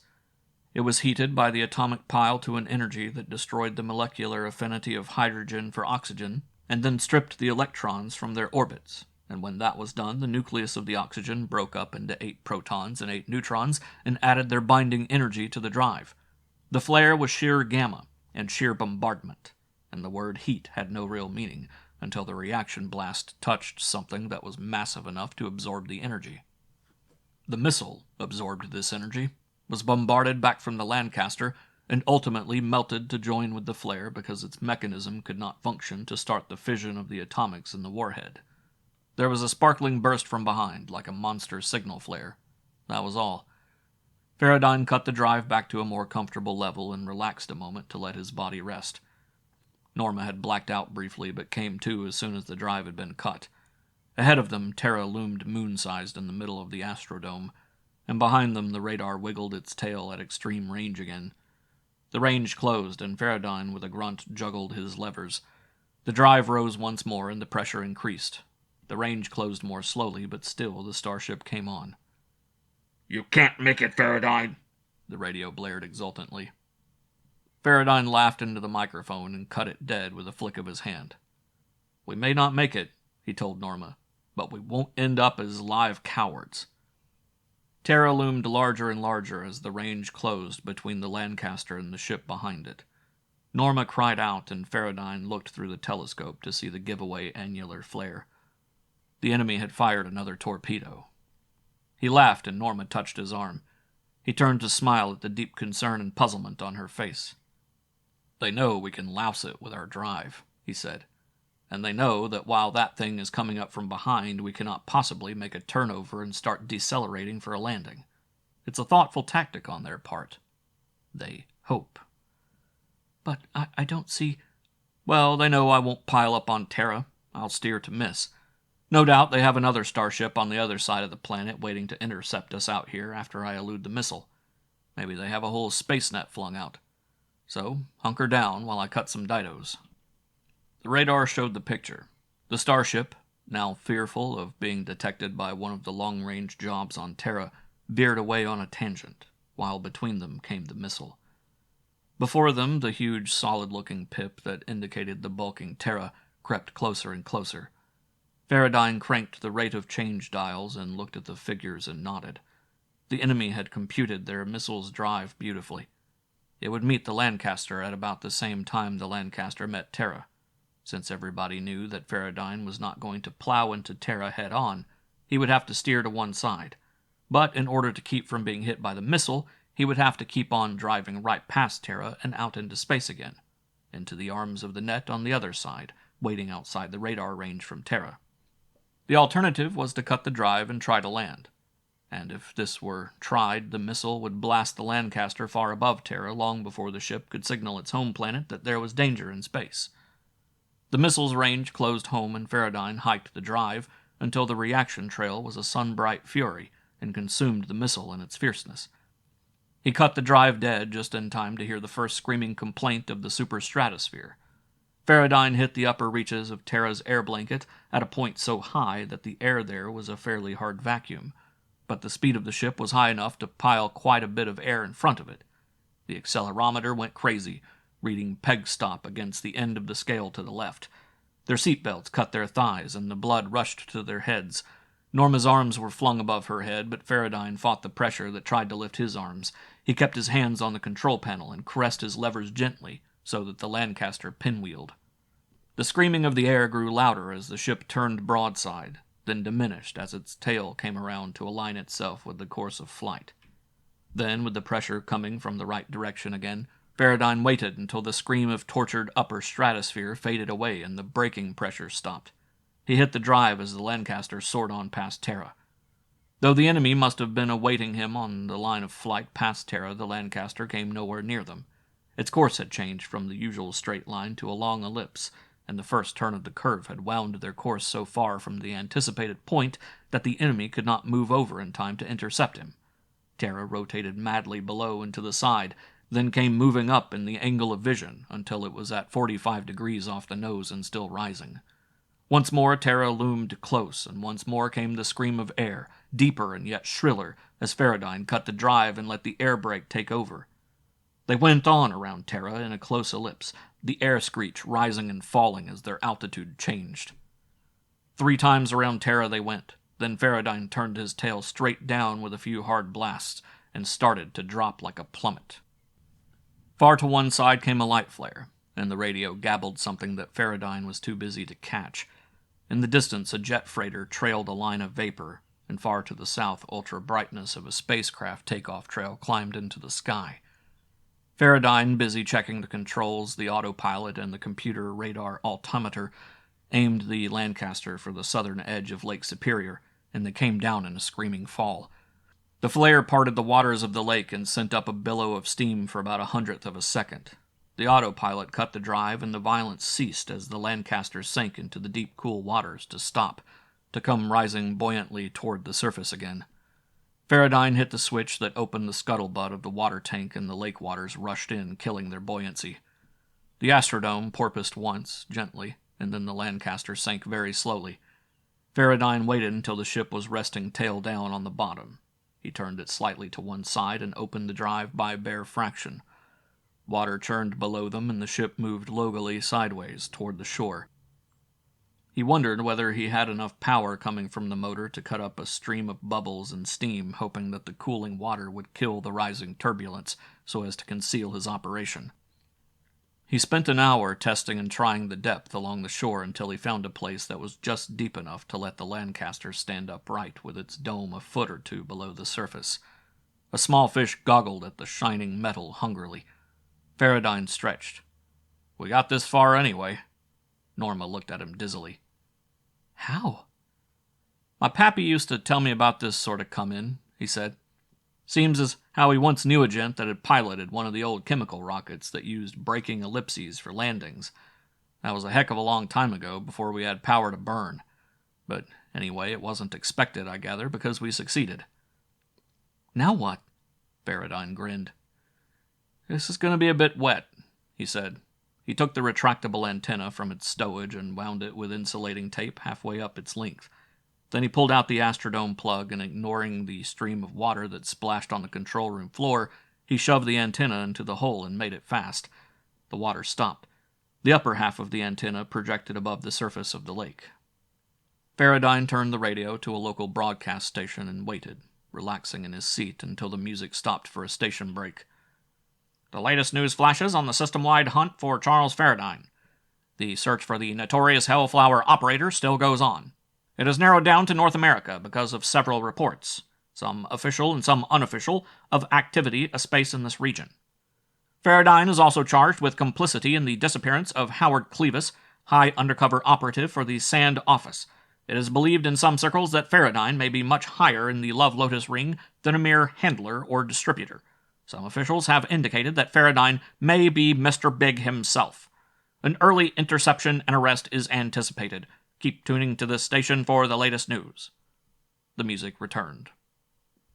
End of Chapter 21. Chapter 22. Very neat, said Brenner. I thought so, replied Farradyne coldly. Brenner's smile was serene, and it made Farradyne want to push his face in. Glad you made it. I wouldn't want to die in space. Now that we've landed, it's going to be easier to pick you up. Stop crowing, Brenner. I'm not licked yet. Why don't you give up?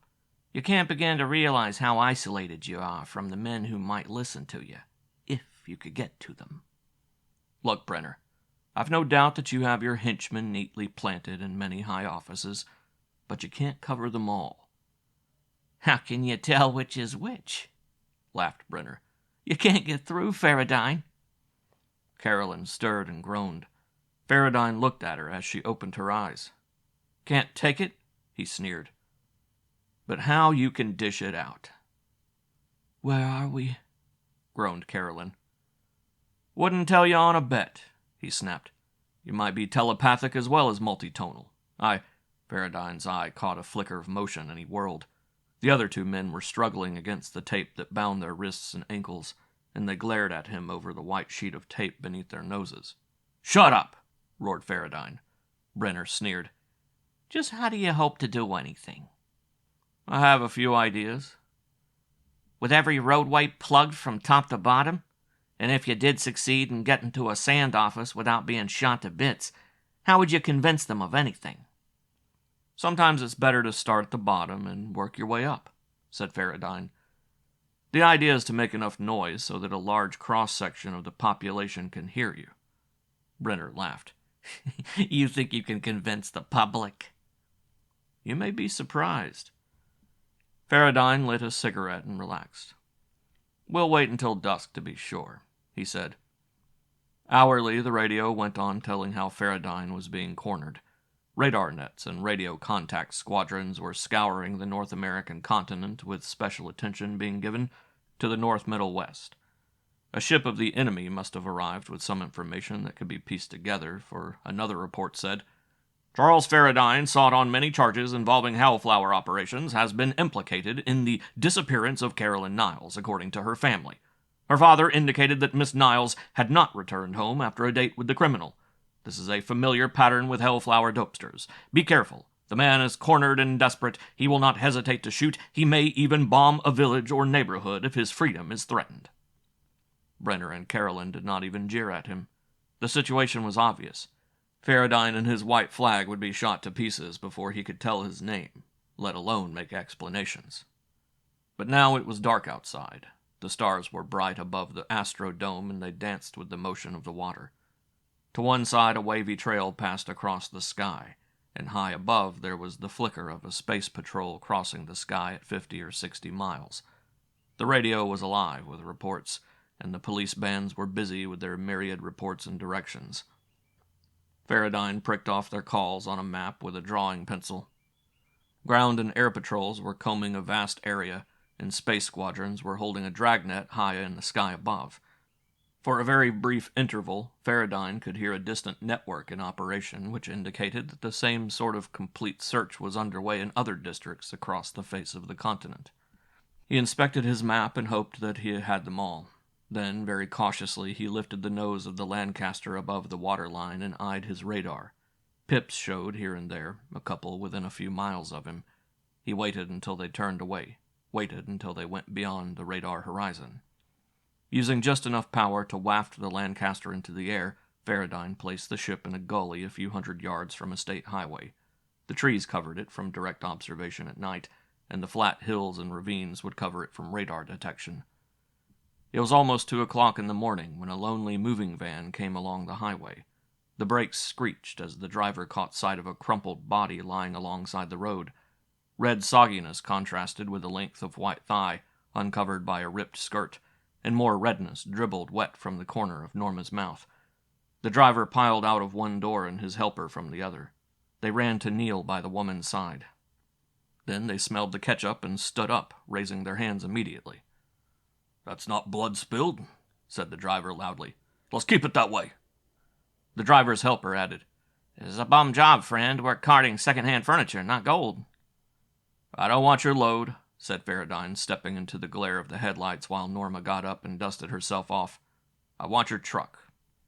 They looked at him, and he saw recognition in their faces. Obviously, every news agency had his picture presented in full color. He saw that they apparently understood why he wanted the truck, for there was also contempt on their frightened faces. "What's the next move, Farradyne?" asked the driver in a surly tone. "Do we take the high jump?" "No, I just want your truck." "Getting a bit brash." "Maybe I have to. Driver, what's your name?" "Morgan. This is Roberts." "Morgan, you drive that truck into the ravine there, and I'll see Roberts plays hostage. Get it?" "Behave, Al," pleaded Roberts. "I will, but I think we'll get it anyway." "Act like you believe that, and you will," snapped Farradyne. "I have neither time nor patience." Morgan climbed into the truck and drove it from the road through the trees until they came to the Lancaster. Both men goggled at the big ship parked there, and Farradyne let them look at it for a moment. Then he waved his gun. "Unload it," he said sharply. It took them an hour to move the load from the truck to the ground, and Farradyne spent that hour in nervous watching. He could not trust them not to make a break, nor could he hope to explain. When the van was emptied, he faced Roberts against it and said, "Norma, tape Morgan's hands behind him." She did, and while Farradyne stood over them, she taped Roberts. Each man knew that the other's life was dependent on him, and while either man might have made some break for safety, he would not so long as the other might suffer. Their lips curled in contempt as the conveyor belt came out of the cargo lock, and the white blossoms tumbled along it to drop into the van. Both Morgan and Roberts were honest men, but they lacked the higher education that was necessary to be pilot of a spacecraft. Therefore, they resented the fact that Farradyne had this training yet used it for such ends. They were rough-hewn and hard-boiled, and perhaps like other transcontinental truckers, they had a woman at either end of the line and a few strung along the way, but their love conquests were lustily honest, and they scorned the idea of Hellflowers as an aid to passion. Even in their fright, they sneered at the spaceman. Farradyne left them sitting there on the ground after the loading was finished. He and Norma went into the salon, and he faced Brenner. "Better take this quietly," he said. "It's inevitable, Brenner." The radio made him pause. "Ladies and gentlemen, the late news. The system-wide search for Charles Farradyne is hurrying to a close. Indications are now that the infamous Hell Blossom King is hiding in the Lake Superior region, and all forces are being hurried to that area to create the most leak-proof dragnet in the history of man's manhunt. A special session of the Planning Committee of the Solar Anti-Narcotics Department has been called to deal with the problem, and any information pertaining to Charles Farradyne may be delivered by picking up your telephone and calling SAND 1000. This information is being disseminated freely. We know that Farradyne is listening to this broadcast, and the Sandmen have instructed all radio stations and networks to deliver the following announcement. To Charles Farradyne, a reward of $50,000 has been offered for your capture dead or alive. You cannot escape. The forces that are blanketing the Lake Superior region are being augmented hourly by additional men and material. You will be arrested and brought to trial for your life. However, the reward for $50,000 will be turned over to you to be used in your own defense if you surrender at once." Farradyne grunted. "Very tasty dish," he said sourly. "Very competent people you have, boys and girls. Someone really thought that one out most thoroughly. Can you picture me walking up to a patrol and saying, 'Fellers, I've come to give myself up so I can have the reward,' and then have the patrol take me in on that basis? I'd go in on a shutter and the patrol would divide the loot. To hell with you. We'll play it my way. Norma, go ahead." Norma slipped off one high-heeled shoe and advanced on Brenner. The enemy agent tried to shy away, but Farradyne went over and caught his head between the palms of his hands and held Brenner fixed. Norma swung the slipper and crashed the heel against Brenner's jaw. Brenner slumped, and the heel print on his jaw oozed a dribble of blood mixed with mud. Farradyne slung Brenner over his shoulder and carried the inert man out. He propped Brenner in the helper's seat and handed Norma into the driver's seat.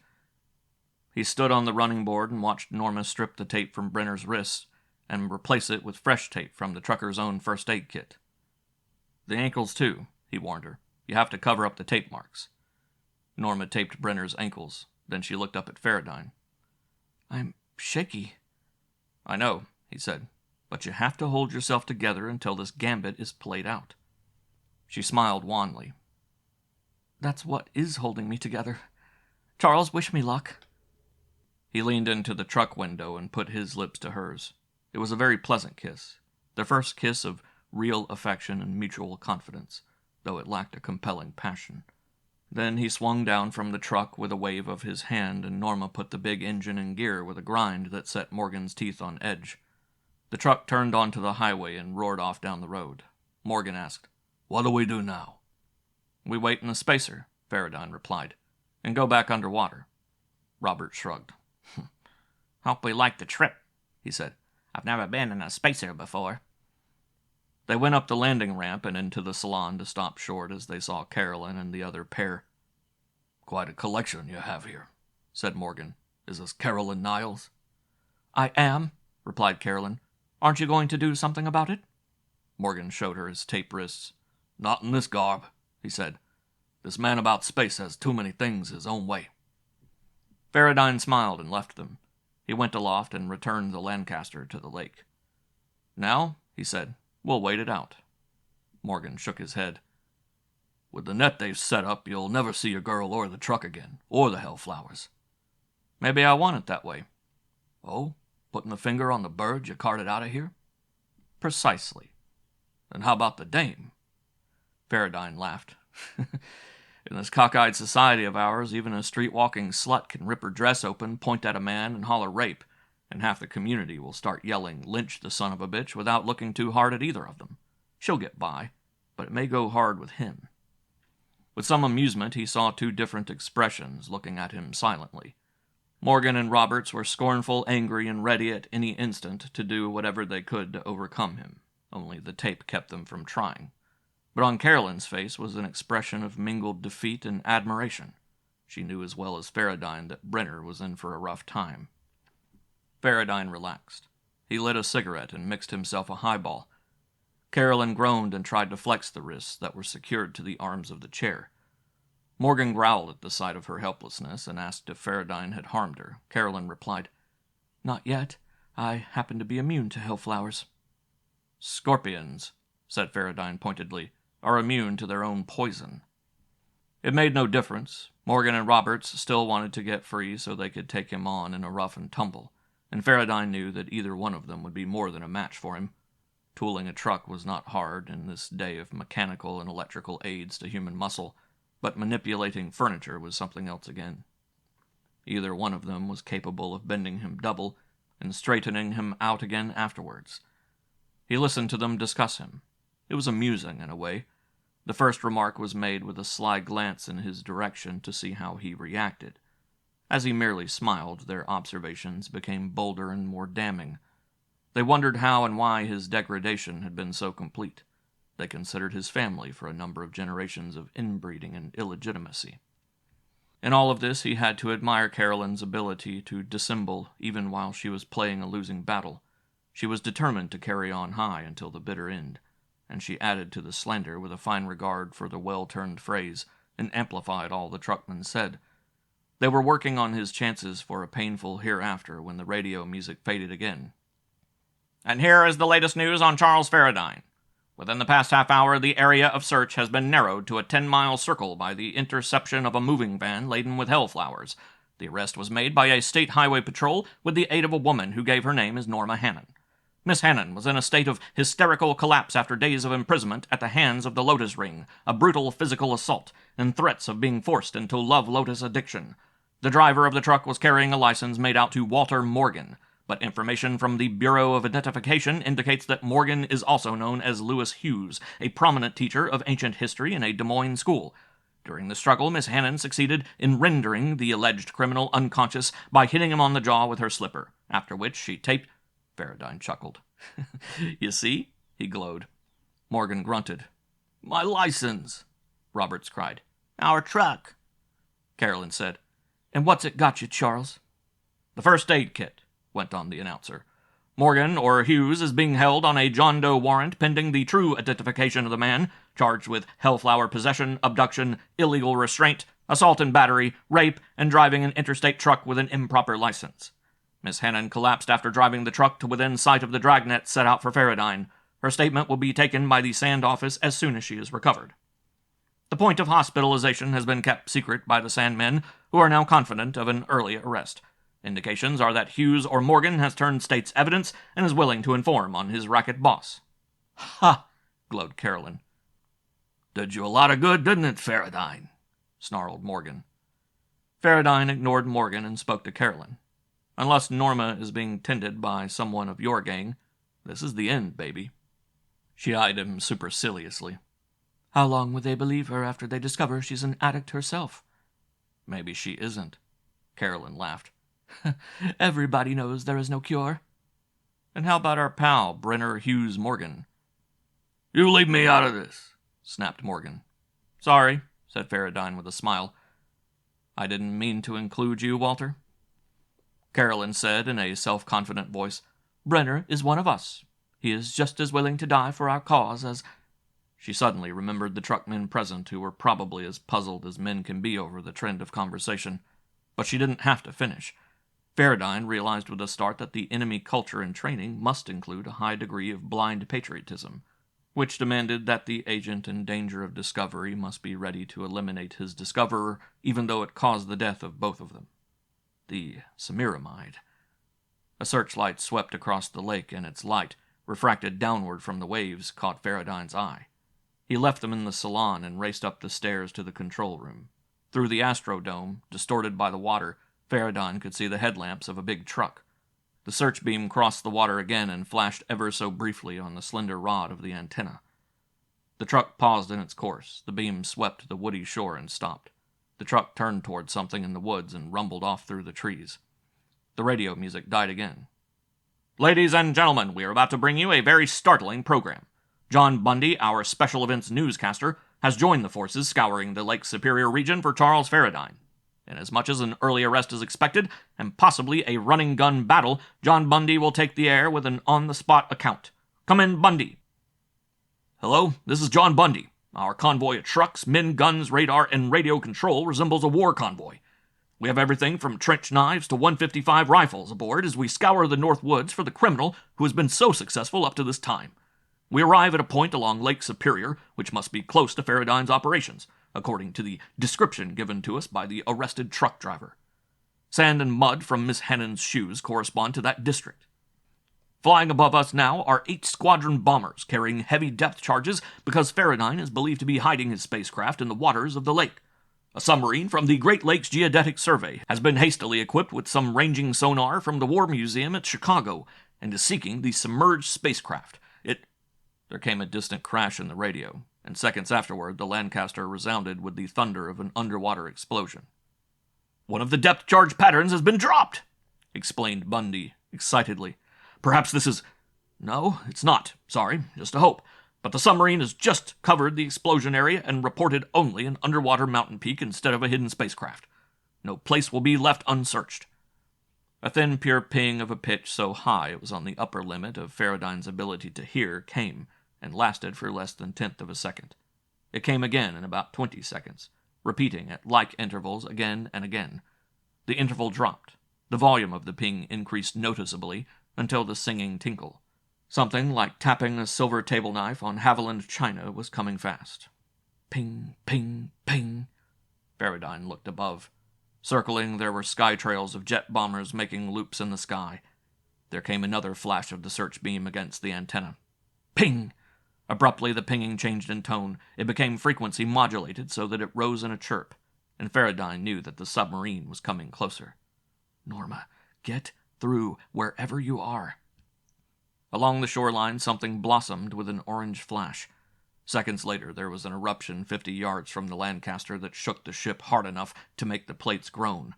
A trickle of lake water oozed through the ceiling of the Astrodome. The pinging came louder. Underwater bursts ricocheted and flashed and hurled their gusts of force against the spacer, buffeting the Lancaster. Farradyne's hands hung above his controls. He could escape this holocaust. All he had to do was blast free from the water, make a brief run for it, and then come down hard on the enemy ultra-drive toggle bar, and his Lancaster would virtually disappear right under the guns of the squadrons that sought him. He could hide in space for a day or a week and return after Norma explained. But this was wrong. To be sure, he had the enemy equipment in his hold and enemy agents in his salon who could explain the science behind the device. Eventually, it could be reproduced, but only if there were time. For Farradyne realized that his act had been the first overt move that could start the first interstellar war. But the enemy would not permit Saul to take the second move. Once their secret was out, the starships would hover over Saul's planets with their loads of mercurite, and it would be slavery or death. He would land to find a ruined Saul and a few remnants of humankind reduced to savagery. The only result would be the locating of a mercurite stockpile and a blow of retaliation. And then someday, another sentience would come to visit the stars, and find only the smoldering ruins of two systems that could neither live with each other nor permit each other to have supremacy. Another bouncing crash shook the Lancaster. The radio was rambling on and on as John Bundy gave the world a blow-by-blow description of the first action made toward its ultimate death. And to those people who have stood out against the expenditure of monies for arms and training, I say they should witness this attack upon an enemy of society. Yes, warfare is dead, but the conflict goes against evil and ruthlessness, and only by preparedness of strength and preparedness of mind, to be as ruthless as the fiends that bore from within, can mankind combat his own weaknesses. They are evacuating the area now. Farradyne is trapped, and unless he surrenders within the next half hour, atomic weapons will be used. We may never know why a man, given the opportunities that many finer men have been denied, chose as his life's work.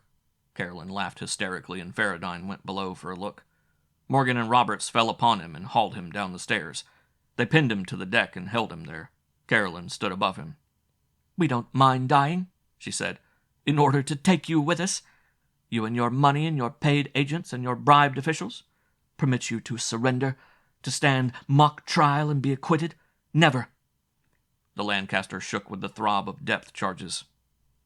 Farradyne struggled against his captors. He had been as blind a fool as he had ever been, to let them sit there without taping them separately. "Let me up," he stormed. "Let me up so we can escape this bombing."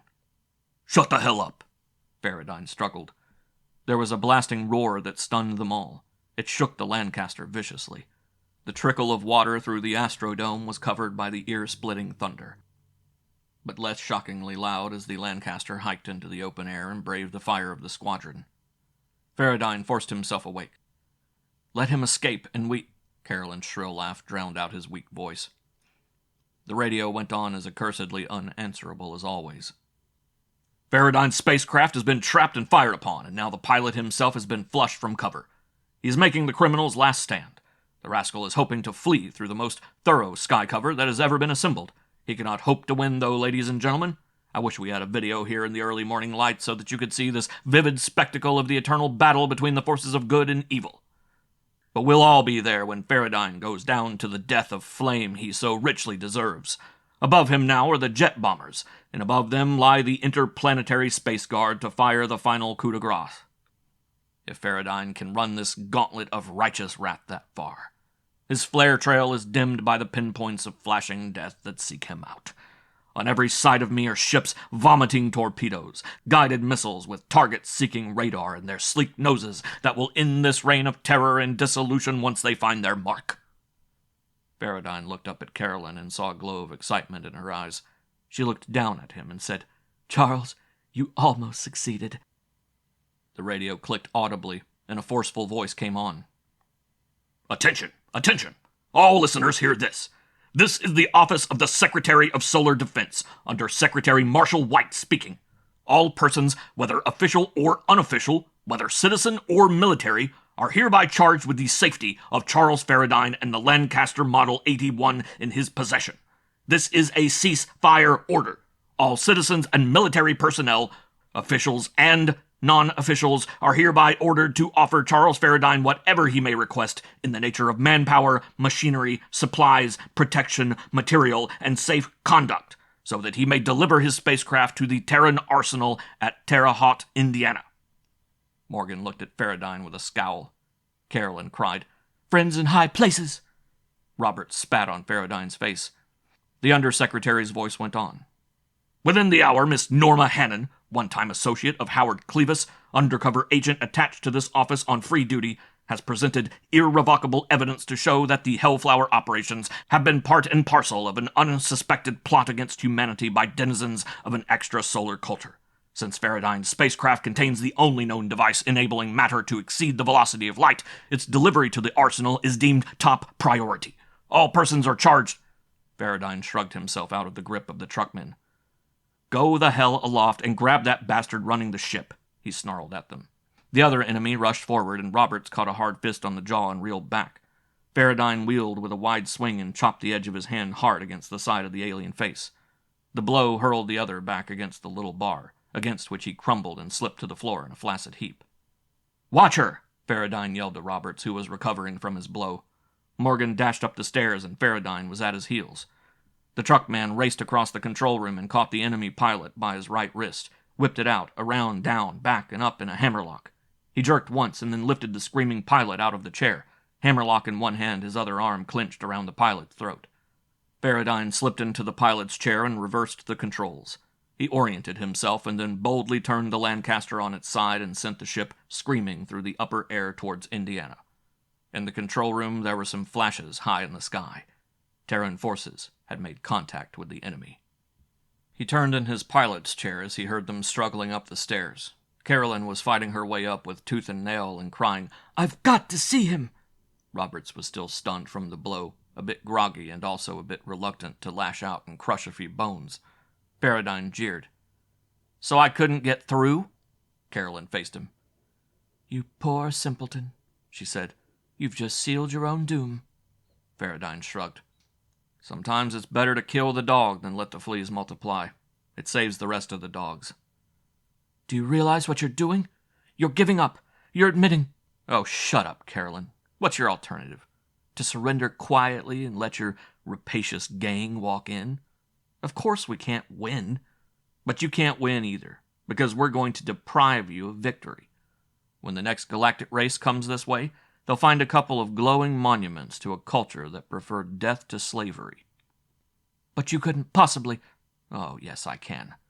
That's why we're heading for the arsenal now. I'll get my load of mercurite there and deliver it to your system while you and your gang are ruining ours. I call it retribution." "You don't offer any alternative either," she whispered. "Complete surrender?" he suggested. "And you know what that would mean?" Farradyne looked at her. It was an impasse, and he knew it as well as she did. The law of an eye for an eye and a tooth for a tooth is only good when there is a higher authority to see that it goes no further. When there is no just authority to pass judgment, the loss of an eye is revenged with interest, and the anger and resentment and desire for counter-revenge grow and pyramid until nations and planets and solar systems are involved in punitive wars that leave both sides weak and broken. Primitive and ruinous it was, but then so was all revenge. It need not be ruinous. There could be a better way, to pride, to personal or national integrity. It had been done before in the middle of the 20th century, and it had been the start of a consolidated Terra. For there is personal pride in knowing that you have let your defeated enemy live, in letting your defeated enemy know that you feel strong and secure enough to hold his efforts in contempt. Farradyne looked at Carolyn. "Surrender," he suggested to her. "Then we'll move in quietly and count off your people. We've lost many of ours, so we'll just tally off so many men to be murdered in cold blood, so many virgins to be ravished, so many wives to be left without husbands, and so many husbands left without wives. Children left homeless to such and such a number." His voice rose. "So much hunger, so much pestilence, so much famine, so much death. What in the hell do you think we are, Carolyn? A race of goddamn vultures?" What do you want me to do? She whimpered. You're in the driver's seat. No, I'm not, yelled Farradyne. And I'm not going to be held responsible for anything that wasn't my idea in the first place. Your outfit started this, and now if your outfit does not care for the end game, it's for you to say. Now, do we drop Mercurite? She searched his face and saw nothing but hard determination. She shook her arm from Robert's clutch and walked to the radio. Into the microphone she began to sing-song. She went on for some time, staccato, musical now and discordant then, her triple-tongued voice rising and falling as she spoke rapidly. Then she turned from the radio. You win, she said. Somehow, you always win. And maybe I'm glad it's all over. Tears welled in her eyes, and she turned away from them to stumble down the stairway blindly. End of chapter 22. Chapter 23. Farradyne looked down at the white face, almost as pale as the hospital sheets. Norma looked up at him, her face wan and her smile weak but genuine. He reached down and pressed her hand gently. Relax, Norma. It's all over and done with. You're sure? Of course I'm sure. Dr. Fawcett told me this morning that you were obviously on your way to a cure. I'm feeling fine, she said. I'm weak, but I do feel better. This is just from the strain. I held my nerves together too long. It's left me sort of washed out, but I'll be all right. You've got to be, he said seriously. This is all too good to miss. What's happened? Charles, you talk. Sure. Well, you never saw so much gold braid and striped trousers a space before in your life. After I set the Lancaster down at Terre Haute, they came aboard and sat on 2 of the guys for hostages against my return, and a bunch of us went to Lyra 357 with Carolyn as interpreter. We made him cough up Clevis and about 100 other bright guys who had been too smart for him. They, the gold braid and striped trouser set, moved in, and they've been conferring ever since. Seems as how I guessed right. Both sides seem to think that there's been enough strife and that more can be gained by pooling our efforts. Anyway, it's out of my hands now, and I'm just a spaceman again. Farradyne took a deep breath and chuckled. I've my license back, clear and honest. There's nothing too good for Farradyne, former bona fide louse. I've also got enough interstellar shipping contracts to set me up in a rare style. Within a year, I'll own a whole fleet, and then I can retire and pay someone else to go a-spacing. Does that sound good, honey? Norma looked up at him out of soft eyes. Is this a proposal of marriage? In the first degree, he said. Norma pulled him down and gave him her lips. They were soft and warm and pleasantly affectionate, as they had been on the road in Wisconsin. Then she let him go, and he stood up. He saw her eyes fill with tears. Norma, he said. Charles, it wouldn't work. But, she smiled gently. It's not that, Charles, she said slowly. I'm not thinking about Frank and the years of hate. Since then, I've come to know you and admire you, but, you see, I don't really love you, Charles. He saw something in her eyes and understood. He hoped she would not get involved in any long discussion, and, to forestall it, he asked, It's Howard? She nodded. I loved him before Frank. Her eyes glowed a bit, and were dry again. Howard is a strong man, Charles. He used Frank, and then he used me, and then he used you. And the Hellflowers took Frank, and then they took me from Howard, and finally they took Howard too. But you've brought them all back but Frank. To me, Charles, and I've got... He bent down and stopped the flow of words with his lips. Be happy, baby, he said against her cheek. I'll finish it all up in fine style. Farradyne left the room quickly. In the corridor, he paused long enough to shake the growing vacuum away, and then he went down to the waiting room. Howard, she's awake and feeling fine, although she's still weak as a kitten. A bit of the sight and touch of you would work wonders, Howard. She wants you. Clevis got up and gripped Farradyne's hand hard. You're quite a guy, Charles, he said. I want to be second best man, Howard. Any damn day in the week, replied Clevis. He left, and Farradyne was alone. Farradyne sat down and lit a cigarette. He blew smoke at his toes and wondered at himself. He should have been feeling despondent. Instead, he felt a peculiarly satisfying glow of contentment. He couldn't win everything. Somehow this single loss was meant to be, and it was right that he should not have Norma. And then the plume of smoke curled around a pair of slender ankles, and Farradyne realized that his loss of Norma was not a loss at all.